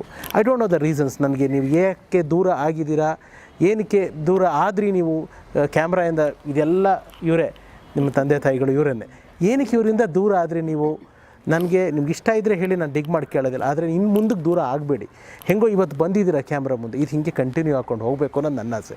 ಹೋಪ್ಫುಲಿ ನನಗೂ ಇದ್ರ ಬಗ್ಗೆ ಆ್ಯಕ್ಚುಲಿ ಇವಾಗ ನಿಮ್ಮ ಹತ್ರ ಮಾತಾಡಿದ್ಮೇಲೆ ಇಷ್ಟೆಲ್ಲ ಆದಮೇಲೆ ಆ್ಯಂಡ್ ಇವಾಗ ಜನಗಳು ನನ್ನ ಹತ್ರ ಮಾತಾಡಬೇಕು, ನನ್ನ ಬಗ್ಗೆ ತಿಳ್ಕೋಬೇಕು ಅಂತೆಲ್ಲ ಇಷ್ಟಿದು ಮಾಡಿದ್ಮೇಲೆ ನನಗೆ ಅನ್ನಿಸ್ತಾ ಇದೆ ಬರಬೇಕು, ನಾನು ತಿರ್ಗಾ ಕ್ಯಾಮ್ರಾ ಮುಂದೆ ಆದರೂ ಬರಬೇಕು, ಕ್ಯಾಮ್ರಾ ಹಿಂದೆ ಆದರೂ ಬರಬೇಕು, ಒಟ್ಟಿನಲ್ಲಿ ಎಸ್ ಫೀಲ್ಡಲ್ಲಿ ಇರಬೇಕು ಅಂತ ಇಲ್ಲ. ನನಗೂ ಆಸೆ ಇದೆ ಖಂಡಿತ. ನಾನು ಇದನ್ನೇ ಒಂದು ಸ್ಟಾರ್ಟ್ ಅಂತ ಹೋಪ್ಫುಲಿ ದೇವ್ರ ದಯದಿಂದ ಆಗಲಿ. ಸಿನಿಮಾ ಅನ್ನೋ ಅಮ್ಮಗೆ ಈ ಮಗಳು ಬೇಕಾಗಿದ್ದಾಳೆ ಇನ್ನು. Thank you so much. Cinema ಅನ್ನೋ ನಮ್ಮೆಲ್ಲರ ತಾಯಿಗೆ ಈ ಮಗಳು ಬೇಕಾಗಿದ್ದಾಳೆ. Thank you. ಅಮ್ಮನ್ ಬಿಟ್ಟು ಜಾಸ್ತಿ ದಿವಸ ಮಕ್ಳು ಇರಬಾರ್ದು. ಸ್ಮಾಲ್ ಗ್ಯಾಪ್ ಓದೋದಕ್ಕೆ ಅದಕ್ಕೆ ದೂರ ಆಗ್ತೀವಿ ಅಷ್ಟೇ, ಸ್ಮಾಲ್ ಗ್ಯಾಪ್ ಅಷ್ಟೇ. ನೀವು ಬರಬೇಕು ಇನ್ನೂ. ಆ್ಯಂಡ್ ಉದಯ ಕಲಾನಿಕೇತನ ನಿಮ್ಮ ತಾತ ಅವರು ಪ್ರಾರಂಭ ಮಾಡಿದ್ದು, ನಿಮ್ಮ ಅತ್ತೆಯವರು ನಡೆಸ್ತಾ ಇದ್ದಾರೆ. ಸೊ ಅಲ್ಲಿ ನಾನು ಅವ್ರಿಗೆ ಆ ಪ್ರಶ್ನೆ ಕೇಳಿದ್ದೆ, ಇವಾಗ ನಾನು ನಿಮಗೆ ಕೇಳ್ತಾ ಇದ್ದೀನಿ, ನೀವು ಅದರಲ್ಲಿ ನಿಮ್ಮನ್ನು ನೀವೇ ತೊಡಗಿಸ್ಕೋತೀರಾ? ನಂಗೆ ಅದ್ರಲ್ಲಿ ನನ್ನ ತೊಡಗಿಸ್ಕೋಬೇಕು ಅಂತ ಮುಂಚೆಯಿಂದನೂ ಆಸೆ ಇತ್ತು, ಆದರೆ ಅದಕ್ಕೆ ಅವಕಾಶ ಆಗಲಿಲ್ಲ. ಒಂದು ನಾನು ಬ್ಯುಸಿ ಆಗಿಬಿಟ್ಟೆ, ನನ್ನ ಸೀರಿಯಲ್ಸು, ನನ್ನ ಸಿನಿಮಾ ಅಂತ ಒಂದಷ್ಟು ದಿವಸ. ಇವಾಗ ನಾನು ಬುಟಿಕ್ ಮಾಡ್ತಾ ಇದ್ದೀನಿ, ಅದರಲ್ಲಿ ಬ್ಯುಸಿ ಆಗಿಬಿಟ್ಟೆ. ಸೊ ಅದರಿಂದ ತೊಡಗಿಸ್ಕೊಳಕ್ಕೆ ಆಗಲಿಲ್ಲ. ಬಟ್ ನಂಗೆ ತುಂಬ ಇಷ್ಟ ಇದೆ. ಯಾಕೆ ನೀವು ಬಣ್ಣದಿಂದ, ಕ್ಯಾಮ್ರಾಗಳಿಂದ ನಿಮ್ಮನ್ನು ಪ್ರೀತಿಸೋ ನೂರಾರು ಹೃದಯಗಳಿಂದ ಈ ಗ್ಯಾಪ್ ತೊಗೊಂಡಿದ್ದು, ದೂರ ಆದ್ರಿ ಅಂತ ನಾನು ಹೇಳಲ್ಲ, ಗ್ಯಾಪ್ ತೊಗೊಂಡಿದ್ದೇನಕ್ಕೆ ಅಂತಂದರೆ, ನಾನು ಸಿನಿಮಾ ಡೈರೆಕ್ಷನ್ ಸ್ಟಾರ್ಟ್ ಮಾಡಿದಾಗ ಆ್ಯಕ್ಟಿಂಗಿಂದ ಗ್ಯಾಪ್ ತೊಗೊಂಡೆ. ಬಿಕಾಸ್ ಅದು ಡೈರೆಕ್ಷನ್ ಅಂದರೆ ನಿಮಗೆ ಚೆನ್ನಾಗಿ ಗೊತ್ತು, ಅದು ಬರೀ ಆ್ಯಕ್ಷನ್ ಕಟ್ ಹೇಳಿಬಿಟ್ಟು ಬರೋದಲ್ಲ, ತುಂಬ ಕೆಲಸ ಇರುತ್ತೆ. ಸೊ ಸೀರಿಯಲ್ ಅವರು ಅರ್ಥ ಮಾಡ್ಕೊಂಬಿಟ್ರು, ಇವಳು ಸಿನಿಮಾಗೆ ಹೋಗ್ಬಿಟ್ಲು ಡೈರೆಕ್ಷನ್ಗೆ ಇನ್ನು ಮಾಡಲ್ಲ ಅಂತ. ಇದರಲ್ಲಿ ಯಾರ್ದು ತಪ್ಪು ಇಲ್ಲ, ಅವರು ಹಂಗೆ ಅಂದ್ಕೊಂಡು ಸುಮ್ಮನಾದ್ರು. ನನಗೂ ಸಾಕು, ಅದೇ ಮೊನೋಟನಸ್ ಕ್ಯಾರೆಕ್ಟರ್ಗಳು ಮಾಡಿ ಮಾಡಿ ಮಾಡಿ ಮಾಡಿ ಸಾಕಾಗಿತ್ತು. ಸೊ ಆ್ಯಕ್ಟಿಂಗಿಂದ ದೂರ ಉಳ್ಕೊಂಡೆ, ಡೈರೆಕ್ಷನ್ ಕಡೆಗೆ ಇದಾಯಿತು. ಅದಾದಮೇಲೆ ಐ ಲಾಸ್ಟ್ ಶ್ಯಾಮ್. ಅದಾದಮೇಲೆ ನನಗೆ ಬೇಕು ಅಂತ ಅನ್ನಿಸ್ಲಿಲ್ಲ ಆ್ಯಕ್ಚುಲಿ ಸಿನಿಮಾನು ಬೇಡ. ಶ್ಯಾಮ್ ಅವ್ರು ದೂರ ಆಗಿದ್ದು ಒಂದು ಆಘಾತ ನಿಮಗಾಯ್ತಾ? ಹೌದು, ತುಂಬ ದೊಡ್ಡ ಆಘಾತ ಆಯಿತು. ಈ ಫೀಲ್ಡಲ್ಲಿ ಮುಂದುವರಿಬಾರ್ದು ಅನ್ನೋದಕ್ಕೆ ಅಲ್ಲ, ನಾನು ಜನರಲಿನೇ ಐ ವಾಸ್ ಲಾಸ್ಟ್, ಜನರಲಿನೇ ಲಾಸ್ಟು. ಆಮೇಲೆ ನನಗಿದು ಹೊಟ್ಟೋಗ್ಬಿಡ್ತು ಕಂಪ್ಲೀಟ್, ನನ್ನ ಮೈಂಡಿಂದ ಆ್ಯಕ್ಟಿಂಗ್ ಆಗಲಿ ಡೈರೆಕ್ಷನ್ ಆಗಲಿ ಎಲ್ಲ ಹೋಗ್ಬಿಡ್ತು. ಅಂದರೆ ಎಲ್ಲೋ ಒಂದು ಆಸೆ ಇದ್ರೂ ನಾನು ಮಾಡಬಲ್ಲೆ ಅನ್ನೋದು, ಫಸ್ಟ್ ಆಫ್ ಆಲ್ ನನ್ನ ಮೈಂಡ್ ಮೆಂಟಾಲಿಟಿನೇ ಇದಕ್ಕಿರಲಿಲ್ಲ, ಅಂದರೆ ನಾನು ಸರಿ ಇರಲಿಲ್ಲ. ನನ್ನ ಪರಿಸ್ಥಿತಿ ಕರೆಕ್ಟಾಗಿ ಹೇಳಬೇಕಂದ್ರೆ ನನ್ನ ಮನಸ್ಥಿತಿನೂ ಸರಿ ಇರಲಿಲ್ಲ, ನನ್ನ ಪರಿಸ್ಥಿತಿನೂ ಸರಿ ಇರಲಿಲ್ಲ. ಇವಾಗ ಒಂದು ಸ್ವಲ್ಪ ದಿವಸದಿಂದ I am completely normal, I am out of it. ಇವಾಗ I don't want to even think about him. ಅದು ತಪ್ಪಾಗಲ್ಲ, ಬೇಡ, ಮುಗೀತವ್ರದ್ದು. ಅವ್ರನ್ನ ಇಲ್ಲ ಅನ್ಕೊಂಡಷ್ಟು ನಾವೇ ಅವ್ರನ್ನ ದೂರ ಮಾಡ್ದಂಗಾಗತ್ತೆ. ಅವ್ರು ಇದಾರೆ ಅನ್ಕೊಂಡಷ್ಟು ನಮ್ಮ ಜೊತೆಗೆ ಇರ್ತಾರೆ ಅವರಷ್ಟೇ. ಅಂದ್ರೆ ಅವ್ರ ಚಾಪ್ಟರ್ ಮುಗೀತು. I don't want to remember or whatever, ಏನೋ. I just want to stop that discussion. ಇವಾಗ ಹಂಸ ಅವ್ರು ಏನು ಮಾಡ್ತಾ ಇದ್ದಾರೆ? ಈಗ ನಾನು ಅದು ಬಿಟ್ಬಿಟ್ಟಿದ್ದೆ. ಇವಾಗಂತೂ ಈ ನಿಮ್ದು ಇಂಟರ್ವ್ಯೂ ಎಲ್ಲ ಆಗಕ್ಕೆ ಮುಂಚೆ ಅಂತೂ I was very very very sure ನಾನು ಬರೋದೇ ಇಲ್ಲ ಇನ್ನು ನನ್ನ ಲೈಫಲ್ಲಿ. ನಾನು ಆ್ಯಕ್ಟಿಂಗಿಗೂ ಬರಲ್ಲ, ಡೈರೆಕ್ಷನ್ಗೂ ಬರಲ್ಲ ಅಂತ ನಾನು ಡಿಸೈಡೆಡ್. ಸೊ ನಾನು ಬುಟಿಕ್ ಮಾಡ್ತಾಯಿದ್ದೆ, ನಾನು ಫ್ಯಾಷನ್ ಡಿಸೈನಿಂಗು ಕೂಡ ಮಾಡಿದ್ದೆ NMKRV ಕಾಲೇಜಲ್ಲಿ. ಸೊ ನಾನು ಇವಾಗ ಒಂದು ಬುಟಿಕ್ ಇಟ್ಕೊಂಡಿದ್ದೀನಿ, ಒಂದು 5-6 ವರ್ಷದಿಂದ ಬುಟಿಕ್ ಇಟ್ಕೊಂಡಿದ್ದೀನಿ. ಬುಟಿಕ್ ಅಂದರೆ ಒಂದು ಚಿಕ್ಕ ಅಂಗಡಿ. How much you are enjoying ಈ ಕೆಲಸನ? I am loving it. Okay. I am loving it. ಒಂದು ಇಟ್ಕೊಂಡಿದ್ದೀನಿ ನಾನು, ಅದರಲ್ಲೇ ಪೂರ್ತಿ ನನ್ನ ದಿನ ಅದರಲ್ಲೇ ಹೋಗುತ್ತೆ. Very nice. ಈಗ ಜೊತೆಗೆ ಯಾವ್ದಾರ ಕತೆಗಳು, ನಾನು ಮೊನ್ನೆ ನಿಮಗೊಂದು ಶಾರ್ಟ್ ಫಿಲ್ಮ್ದು ಲಿಂಕ್ ಕಳಿಸಿದ್ದೆ. ಸೊ ನಾನು ಹೇಳಿದ್ದೀನಿ ವೀಕ್ಷಕರೇ, ಅದೇನೆ ನಿಮ್ಮ ಮತ್ತೆ ಬನ್ನಿ ಡೈರೆಕ್ಷನ್ನು. ಸೊ ಯಾವ್ದಾರು ಕತೆಗಳು ಅಂದ್ಕೊಂಡಿದ್ದೀರಾ, ಅಥವಾ ಸಿನಿಮಾಗಾಗಲಿ ಮತ್ತೊಂದಾಗಲಿ ಯಾವ್ದಾದ್ರು ಸ್ಕ್ರಿಪ್ಟ್ಗಳಂತ ಏನೋ ಥಾಟ್ಸ್ ಇದೆಯಾ, ಏನಾದ್ರು ತಲೆಯಲ್ಲಿ? ಥಾಟ್ಸ್ ತುಂಬ ಇದೆ, ಯಾಕಂದರೆ ನನಗೆ ನಾನು ಡೈರೆಕ್ಷನ್ ಅಂತ ಆವಾಗ ಬಂದಾಗ ನಂಗೆ ಬರೀ ಅದೊಂದೇ ಇತ್ತು ತಲೆಯಲ್ಲಿ. ಈ ಕಾನ್ಸೆಪ್ಟ್ ಬಗ್ಗೆ ಮಾಡ್ಬೋದು, ಇದ್ರ ಬಗ್ಗೆ ಮಾಡ್ಬೋದು. And you will not believe, ನನ್ನ ಪ್ರಕಾರ ತುಂಬ ವಂಡರ್ಫುಲ್ ಆಗಿರೋ ಕಾನ್ಸೆಪ್ಟ್ಗಳು ನೆನಪು ಬಂದಾಗೆಲ್ಲ ಲೈನ್ಸ್ ಬರೆದಿಟ್ಕೋತಾ ಇದ್ದೆ. ಕಾನ್ಸೆಪ್ಟ್ಸ್ ಇದೆ ಮಾಡಬೇಕು ಅಂತ, ಇದ್ರ ಬಗ್ಗೆ ಅಂದರೆ ಎಲಾಬ್ರೇಟ್ ಮಾಡಿದೆ. ಇದ್ರ ಮೇಲೆ ವರ್ಕ್ ಮಾಡಬೇಕು, ಇದ್ರ ಮೇಲೆ ವರ್ಕ್ ಮಾಡಬೇಕು, ಪಾಯಿಂಟ್ಸ್ ಬರೆದಿಟ್ಕೊಂಡಿರೋದು ಆ ಥರದ್ದಿದೆ ಆ್ಯಂಡ್ ನನ್ಗೆ ಅದು ಒಳಗಡೆ ಇದ್ದೇ ಇರುತ್ತೆ ಗೊತ್ತಾ. ಒಂದು ಇಡ್ಲಿ ವಡೆ ತಿನ್ಬಿಟ್ರೆ ಸುಲಭ ಬಿಡಲ್ಲ, ಇದ್ದೇ ಇರುತ್ತೆ. ಯಾವ್ದಾದ್ರು ಒಂದು ಪಿಕ್ಚರ್ ನೋಡಿದ್ರೆ ಅಯ್ಯೋ ಇದಕ್ಕಿಂತ ಹಿಂಗೆ ಮಾಡ್ಬೋದಾಗಿತ್ತಾ, ಇದು ಈ ಥರ ಹಿಂಗೆ ಅದು ಡೈರೆಕ್ಟರ್ ಆಗಲಿ ಒಂದು ಆರ್ಟಿಸ್ಟ್ ಆಗಲಿ ಅದು ಇದ್ದೇ ಇರುತ್ತೆ. ಸೊ ಆ ಥರ ಇತ್ತು. But I was very sure ಬೇಡ ನನಗೆ ಇಂಡಸ್ಟ್ರಿ ಅಂತ. ಯಾಕಂದರೆ ನನ್ನ ಬುಟಿಕ್ ಮುಗೀತು, ಅದು ನೋಡ್ಬಿಟ್ಟೆ ಇವಾಗ ಇದೇ ನನ್ನ ಜೀವನ ಅಂತ. ಬಟ್ ಇವಾಗ ಈ ಕಾರ್ಯಕ್ರಮ ಆದಮೇಲೆ, ಈ ಕಾರ್ಯಕ್ರಮ ಅಂದರೆ ನಾಟ್ ದಿಸ್ ಇಂಟರ್ವ್ಯೂ, ಅಮ್ಮ ಇಂಟರ್ವ್ಯೂ ಇದೆಲ್ಲ ಆದಮೇಲೆ ಜನಗಳು ಕೇಳ್ತಾ ಇರೋದು ಆ್ಯಂಡ್ ನೀವು ನನ್ನ ಜೊತೆ ರೆಸ್ಪಾಂಡ್ ಮಾಡಿದ್ದು, ಇಟ್ ಇಸ್ ಎಲ್ಲರಿಗೂ ಸಿಗೋದಿಲ್ಲ ಈ ಪುಣ್ಯ. ನನಗೊಂದೇನು ಗೊತ್ತಾ, ನಾನು ಅವಾಗಲೇ ಮಾತಾಡೋಕ್ಕೆ ಬಂದಿದ್ದು, ಎಂಥ ಪ್ರತಿಭಾವಂತರ ವಂಶ ನಿಮ್ಮದು. ನಿಮ್ಮ ತಾತ ಅವ್ರು ಬರೆದಿರೋ ಎಷ್ಟೋ ಕೃತಿಗಳು, ಸ್ಕ್ರಿಪ್ಟ್ಗಳು ಅಂತ ಬಾಲಿಯವರು ಹೇಳಿದ್ರು, ಅದೆಲ್ಲನೂ ಎಲ್ಲೋ ಶೆಲ್ಫಲ್ಲಿದೆ. ನೀವು ಅಂದ್ಕೊಂಡಿರೋ ಥಾಟ್ಸ್ಗಳಿದೆ, ಮಾಡಬೇಡಿಮ್ಮ. ಕನ್ನಡಿಗರು ಜನಗಳು ಏನೂ ಪಾಪ ಇದು ಮಾಡಿಲ್ಲ. ನನ್ನ ಸಿನ್ಸಿಯರ್ ರಿಕ್ವೆಸ್ಟ್, ನನ್ನ ಸಿನ್ಸಿಯರ್ ಮನವಿ. ಯಾರೋ ಒಬ್ಬರು ಜೆಂಟ್ಲ್ಮನ್ ಕಮೆಂಟ್ ಕೂಡ ಮಾಡಿದರು, ಸರ್ ಉದಯ್ ಕುಮಾರ್ ಅವ್ರ ಹ್ಯಾಂಡ್ ರೈಟಿಂಗ್ ನೋಡಬೇಕು ಸರ್, ನಾನು ಅವ್ರು ಏನು ಬರೆದಿದ್ದಾರೆ ಅನ್ನೋ. ಸೊ ಅವರ ಕೃತಿಗಳನ್ನ ನೀವು ಪ್ರಯತ್ನ ಪಟ್ಟಿದ್ದೀರಾ ಅಂತ ನನಗೆ ಗೊತ್ತು. ನಾನು ಪ್ರಯತ್ನ ಪಟ್ಟಿದ್ದೀನಿ. 10 ವರ್ಷದಿಂದನೇ ವೀಕ್ಷಕರೇ, ನಿಮ್ಮ ಗಮನಕ್ಕೆ ಹಂಸ ಅವರು, ನಮ್ಮ ನಿರ್ದೇಶಕರು, ಕಲಾಗಂಗೋತ್ರಿ ಮಂಜು ಅವರ ಜೊತೆಗೂಡಿ ಉದಯ್ ಕುಮಾರ್ ಸರ್ ಅವರು ಬರೆದಿರುವಂಥ ಎಲ್ಲ ಕೃತಿಗಳನ್ನ ನಿಮ್ಮಗಳ ಮಡ್ಲಿಗೆ ಅರ್ಪಿಸಬೇಕು ಅಂತ ಪ್ರಯತ್ನ ಪಟ್ಟಿದ್ದಾರೆ. ಬಟ್ ಆ ಪ್ರಯತ್ನ ಇನ್ನೂ ನಿಂತಿಲ್ಲ, ಮುಂದುವರಿಸ್ತಾ ಇದ್ದಾರೆ. ಅತಿ ಶೀಘ್ರದಲ್ಲಿಯೇ ಅವರ ಫ್ಯಾಮಿಲಿ ಪರವಾಗಿ ನಾನು ಇಲ್ಲೇ ಕಮಿಟ್ ಮಾಡಿಸ್ತಾ ಇದ್ದೀನಿ ಹಂಸ ಅವ್ರನ್ನ. ಆದಷ್ಟು ಬೇಗ ಅದನ್ನು ಜನಕ್ಕೆ ನೋಡೋಂಗೆ ಮಾಡಿಕೊಡಿ. ಖಂಡಿತ ನನ್ನ ಪ್ರಯತ್ನ ನಾನು ಮಾಡ್ತೀನಿ. ಅದೇನಂದರೆ ಆ ಕೃತಿಗಳೆಲ್ಲ ಇರೋದು ನನ್ನ ಅತ್ತೆ ಹತ್ರ, ರೇಣುಕಾ ಬಾಲಿ ಹತ್ರ ಇರೋದು. ಸೊ ಅವ್ರದ್ದು ಅದು ಏನಿದ್ರು first decision is Har decision. ನಾನು ಅವ್ರಿಗೆ ಖಂಡಿತ ಕನ್ವಿನ್ಸ್ ಮಾಡ್ತೀನಿ. ಪ್ಲೀಸ್, ನಾವು ಈ ಮೂಲಕ ಬಾಲಿ ಮೇಡಮ್ಗೆ ರಿಕ್ವೆಸ್ಟ್ ಮಾಡ್ಕೊತೀವಿ. ಖಂಡಿತ ಇದು ಹೊರಗೆ ಆದಷ್ಟು ಬೇಗ ಬಂದೇ ಬರುತ್ತೆ ಅಷ್ಟೇ. ಯಾರಾದ್ರೂ ಮಾಡಲಿ, ಅದೇ ನನಗೂ ಅದಿಲ್ಲ, ಬರಬೇಕು. ಯಾಕಂದ್ರೆ ಇನ್ನೆಷ್ಟು ದಿನ ಅದು ಪೇಪರ್ ಫಾರ್ಮಲ್ಲಿ ಇದ್ದು ಅದು ಇವಾಗಲೇ ಅದೇನು ಹೇಳ್ತಾರೆ ವರ್ಮ್ಸು ಅದು ಇದು ಟರ್ಮೈಟ್ಸು ಅದೆಲ್ಲ ಬಂದು ಅದು ಅವ್ರ ಬರವಣಿಗೆಯಲ್ಲಿರೋದು, ಅದರದ್ದು ಕಾಪಿನೂ ಜೆರಾಕ್ಸ್ ಕಾಪಿನೂ ಇಲ್ಲ, ಮದರ್ ಕಾಪಿ. ಅಂಡ್ ಒಂದು ಪೇಪರ್ ಅದರಲ್ಲಿ ಸರಿದೋಗ್ಬಿಟ್ರು ಅವ್ರಿಗೆ ಏನು ಬರ್ದಿದ್ದಾರೆ ಅಂತ ದೇವರಾಣಿಗೂ ಅರ್ಥ ಆಗಲ್ಲ, ನಮ್ಮ ಸಾಮಾನ್ಯ ಜನಕ್ಕಂತೂ ಅರ್ಥ ಆಗಲ್ಲ. ನೀವು ನೋಡಿದ್ದೀರಾ? ನಾನು ನೋಡಿದ್ದೀನಿ. ತಂದೆಯವರ ಹ್ಯಾಂಡ್ ರೈಟಿಂಗ್ ನೋಡಿದ್ದೀರಾ? ನಮ್ಮ ತಂದೆಯವ್ರ ಹ್ಯಾಂಡ್ ರೈಟಿಂಗು ನೋಡಿದ್ದೀನಿ ನಾನು. ಹೆಂಗಿತ್ತಮ್ಮ ಅವ್ರ ಹ್ಯಾಂಡ್ ರೈಟಿಂಗ್? ನಮ್ಮ ತಂದೆಯವ್ರದ್ದು ಚೆನ್ನಾಗಿತ್ತು, ತಾತದು ತುಂಬ ಚೆನ್ನಾಗಿತ್ತು. ಅದನ್ನ ಎಲ್ಲರಿಗೂ ಓದಕ್ಕಾಗಲ್ಲ. ಇಬ್ರು ಓದ್ತಾ ಇದ್ದಿದ್ದು ನಮ್ಮ ತಾತನ ಹ್ಯಾಂಡ್ ರೈಟಿಂಗು. ಒಂದು ನಮ್ಮ ಅಮ್ಮ, ಇನ್ನೊಂದು ಮಾಲಿಂಗು ಮಾಮ ಅಂತ ಅದೇ ನಮ್ಮ ಇನ್ಸ್ಟಿಟ್ಯೂಟ್ಸ್ ಇದಾಗಿದ್ರು, ಕಾರ್ಯದರ್ಶಿ ಆಗಿದ್ರು. ಅವರು ಇಬ್ಬರೇ ಓದಕ್ಕಾಗ್ತಾ ಇದ್ದಿದ್ದು. ಆಮೇಲೆ ಅವ್ರದ್ದು ಬರವಣಿಗೆ ತಾತದು ಅದು ಕರೆಕ್ಟಾಗಿ ನೀವು ಅಷ್ಟು ಪದಗಳು ಓದಿಲ್ಲ ಅಂತಂದರೆ ಕಷ್ಟ. ಮಧ್ಯದಲ್ಲಿ ನಾನು ಹೇಳ್ತಾ ಇರೋದು ಆ ಪೇಪರ್ ಫಾರ್ಮಲ್ಲಿದೆ, ಇನ್ನೂ ಮಧ್ಯದಲ್ಲಿ ಒಂದಿಷ್ಟು ಹೋಗ್ಬಿಟ್ರು ನಾವು ಹುಡ್ಕೋಕ್ಕಾಗಲ್ಲ ಆ ಪದನ, ನಾವು ಆ ಪದಗಳನ್ನ ಹುಡ್ಕಕ್ಕೆ ಸಾಧ್ಯನೇ ಇಲ್ಲ. ಆ ಥರ ಬರವಣಿಗೆ ಅವ್ರದ್ದು. ಸೊ ಅದು ಬರಬೇಕು, ಅದು ಹೊರಗೆ ಬರಬೇಕು, ಎಲ್ಲ ಸೇರಿ ಅದನ್ನು ಹೊರಗೆ ತರೋ ಪ್ರಯತ್ನ ತರಬೇಕು ಖಂಡಿತ ಅಣ್ಣ. ಯಾಕಂದರೆ ಸುಮಾರು ವರ್ಷ ಆಗೋಯ್ತು, ಸಾಕಿನ್ನು ಇನ್ನು ಹೊರಗೆ ಬರಬೇಕು, ಜನಕ್ಕೆ ಗೊತ್ತಾಗಬೇಕು. ತಾಯಿನೇ ಮಗುನ ಬರೀ 9 ತಿಂಗಳು ಅಷ್ಟೇ ಗರ್ಭದಲ್ಲಿ. ಹೌದು, ಇದು ಇನ್ನೂ ಜಾಸ್ತಿ ದಿವಸ, ತುಂಬಾ ಜಾಸ್ತಿ ದಿವಸ ಇದು ಡೆಲಿವರಿ ಆಗಲೇಬೇಕು. ನಿಮ್ಮ ಲೈಫ್ನಲ್ಲಿ ಈಗ ಒಂದು ಎನರ್ಜಿ ಬೂಸ್ಟರ್ ಒಬ್ಬರಿದ್ದಾರೆ, ಬೂಸ್ಟರ್ ಡೋಸ್ ಒಬ್ಬರಿದ್ದಾರೆ, ಅವ್ರ ಬಗ್ಗೆ ಏನು ಹೇಳೋದಕ್ಕೆ ಇಷ್ಟಪಡ್ತೀರಮ್ಮ?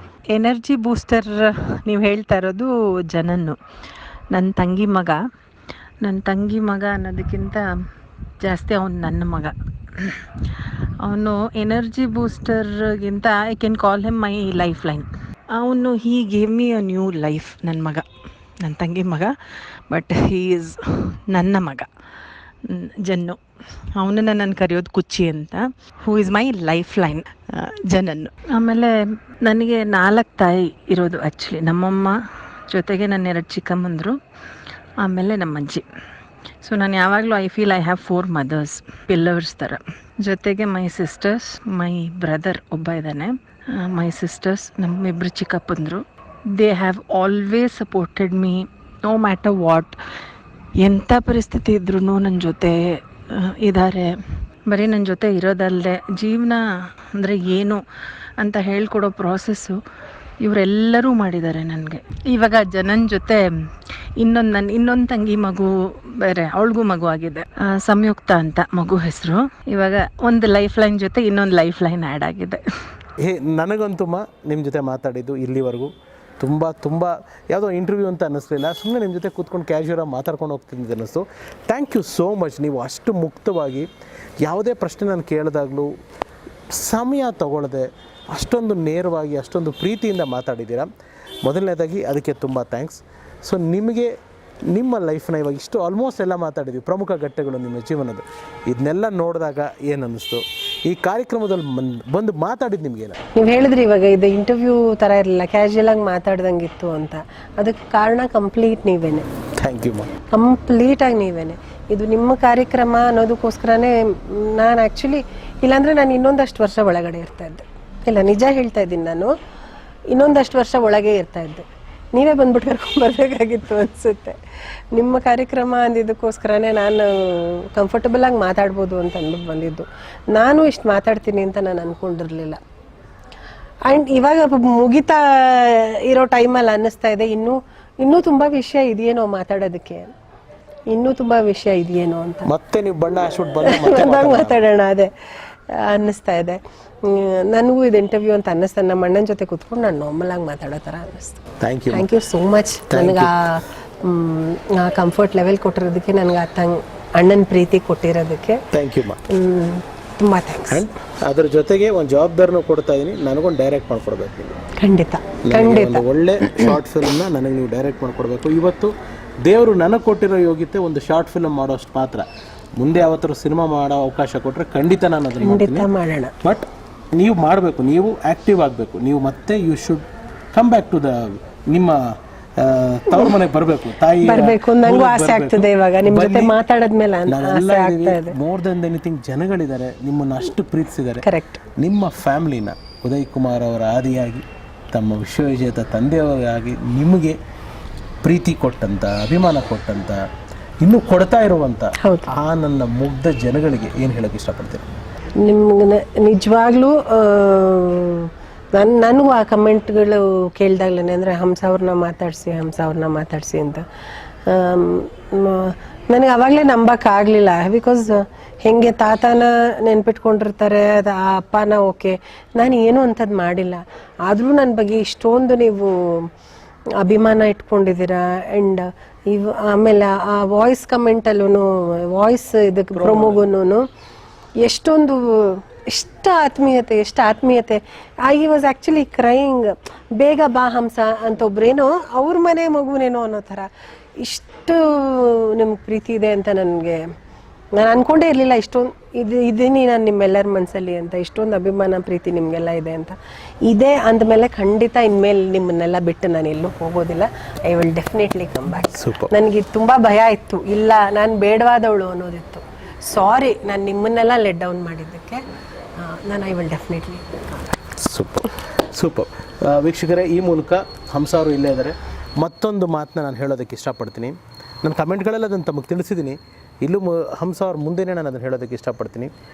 ನಿಮ್ಮ ಎಲ್ಲ ಪ್ರೀತಿಯ ಕಮೆಂಟ್ಗಳಿಗೂ ನಾವು ಸ್ಪಂದಿಸ್ತೀನಿ, ನಿಮಗೆ ಗೌರವಿಸ್ತೀವಿ. ಎಲ್ಲರೂ ಪ್ರೀತಿ ಕೊಟ್ಟಿದ್ದೀರಾ. ಆದರೆ ಒಂದು ಕಳಕಳೆಯಾಗಿ ನಿಮ್ಮಲ್ಲಿ ನಾನು ರಿಕ್ವೆಸ್ಟ್ ಮಾಡೋದು, ನಾನು ಕಳೆದ ಬಾರಿ ರೇಣುಕಾ ಬಾಲಿ ಅವ್ರ ಸಂಚಿಕೆ ಮಾಡಬೇಕಾದ್ರೂ ಅದನ್ನು ಹೇಳಿದ್ದೆ, ಯಾವುದೇ ಒಬ್ಬ ವ್ಯಕ್ತಿ ಇವತ್ತು ನಮ್ಮ ಜೊತೆಗೆ ಇಲ್ಲ ಅಂತಂದಾಗ ಅವರು ದೇವ್ರಿಗೆ ಸಮ. ಮೇಲೆ ಹೋದವ್ರನ್ನ ನಾವು ದೇವರು ಅಂತ ಹೇಳ್ತೀವಿ. ದೇವರಲ್ಲಿ ಹೇಗೆ ತಪ್ಪು ಹುಡ್ಕೋದು ಒಂದು ಸಮಂಜಸ ಅಲ್ವೋ, ಹಾಗೆ ಹೋದವ್ರ ಮೇಲೆ ಅವ್ರು ಹಿಂಗಿದ್ರಂತೆ ಅಂತ ಇದು ಮಾಡೋದು. ದಯವಿಟ್ಟು ಕೈ ಮುಗಿದು ನಾನು ನಿಮ್ಮನ್ನು ತುಂಬ ರಿಕ್ವೆಸ್ಟ್ ಮಾಡ್ತೀನಿ, ನೆಗೆಟಿವ್ ಕಮೆಂಟ್ಸ್ ಆದಷ್ಟು ಅಲ್ಲ, ಬೇಡ, ಪಾಸಿಟಿವಿಟಿ ಕೊಡಿ. ಎಷ್ಟೋ ಜನ ಫ್ಯಾಮ್ಲಿಗಳಿರುತ್ತೆ, ಇಂಥ ಫ್ಯಾಮ್ಲಿಗಳಿಗೆ ನಿಮ್ಮ ಪಾಸಿಟಿವ್ ಕಮೆಂಟ್ಸ್ ಅವ್ರಿಗೆ ಮತ್ತಷ್ಟು ಶಕ್ತಿ ಕೊಡುತ್ತೆ, ಚೈತನ್ಯ ಕೊಡುತ್ತೆ, ನಂಬಿಕೆ ಕೊಡುತ್ತೆ, ಹೊಸ ಕನಸುಗಳು ಬರುತ್ತೆ. ಇದಕ್ಕೆಲ್ಲ ನೀವು ಸಾಕ್ಷಿ ಆಗಿದ್ದೀರಾ, ಮತ್ತೆ ಆಗ್ತೀರಾ ಅನ್ನೋ ನಂಬಿಕೆ ನನಗಿದೆ. ನಿಮ್ಮ ಆಸೆಯಂತೆ, ನಿಮ್ಮ ಆಜ್ಞೆಯಂತೆ ಹಂಸ ಅವ್ರನ್ನ ಕರ್ಕೊಂಬಂದು ನಿಮ್ಮ ಮುಂದೆ ನಿಲ್ಲಿಸಿದ್ದೀನಿ, ಮಾತಾಡ್ಸಿದ್ದೀನಿ. ಏನೇನು ಪ್ರಶ್ನೆಗಳನ್ನ ನನಗೆಷ್ಟು ತೋಚ್ತೋ ನಿಮ್ಮ ಪರವಾಗಿ ಎಲ್ಲ ಕೇಳಿದ್ದೀನಿ. ಅವರು ಅಷ್ಟೇ ಮುಕ್ತವಾಗಿ ಉತ್ತರ ಕೊಟ್ಟಿದ್ದಾರೆ. ಸೊ ನಿಮಗೆ ಖುಷಿ ಕೊಟ್ಟಿದೆ ಅಂತ ತಿಳ್ಕೊಂಡಿದ್ದೀನಿ. ಇಲ್ಲಿವರೆಗೂ ಕಾರ್ಯಕ್ರಮ ನೋಡಿದ್ದ ಪ್ರತಿಯೊಬ್ಬರಿಗೂ ತುಂಬ ಹೃದಯದ ಧನ್ಯವಾದಗಳನ್ನ ತಿಳಿಸ್ತಾ ಇದ್ದೀನಿ. ನಿಮಗೆಲ್ಲ ಗೊತ್ತಿರೋ ಹಾಗೆ ಈ ಕಾರ್ಯಕ್ರಮ ಮಾಡಬೇಕಾದ್ರೆ ನಿಮ್ಮ ರಘುರಾಮ್ ಮುಖಕ್ಕೆ ಬಣ್ಣ ಹಚ್ಚಲ್ಲ, ಬಣ್ಣದ ಮಾತಾಡಲ್ಲ, ಆದರೆ ಬಣ್ಣದ ಲೋಕದ ಅಪರೂಪದ ವ್ಯಕ್ತಿಗಳನ್ನ, ಅವರ ಸತ್ಯಗಳನ್ನ ನಿಮ್ಮ ಮುಂದೆ ಇಡೋದನ್ನು ಮರೆಯಲ್ಲ ಅಂತ ಹೇಳ್ತಾ ಕಾರ್ಯಕ್ರಮ ಮುಕ್ತಾಯ ಮಾಡ್ತಾ ಇದ್ದೀನಿ. ಕಮೆಂಟ್ ಮಾಡಿ, ನಿಮ್ಮ ಎಲ್ಲ ಕಮೆಂಟ್ಗೂ ನಿಮ್ಮ ರಘುರಾಮ್ ಅಲ್ಲೇ ಬಂದು ರಿಪ್ಲೈ ಮಾಡ್ತಾನೆ ಅಂತ ತಿಳಿಸ್ತಾ ಕಾರ್ಯಕ್ರಮ ಅಲ್ಲಿಗೆ ಮುಗಿಸ್ತಾ ಇದ್ದೀನಿ ವೀಕ್ಷಕರೇ. ಹೋಗಿ ಬರ್ತೀನಿ.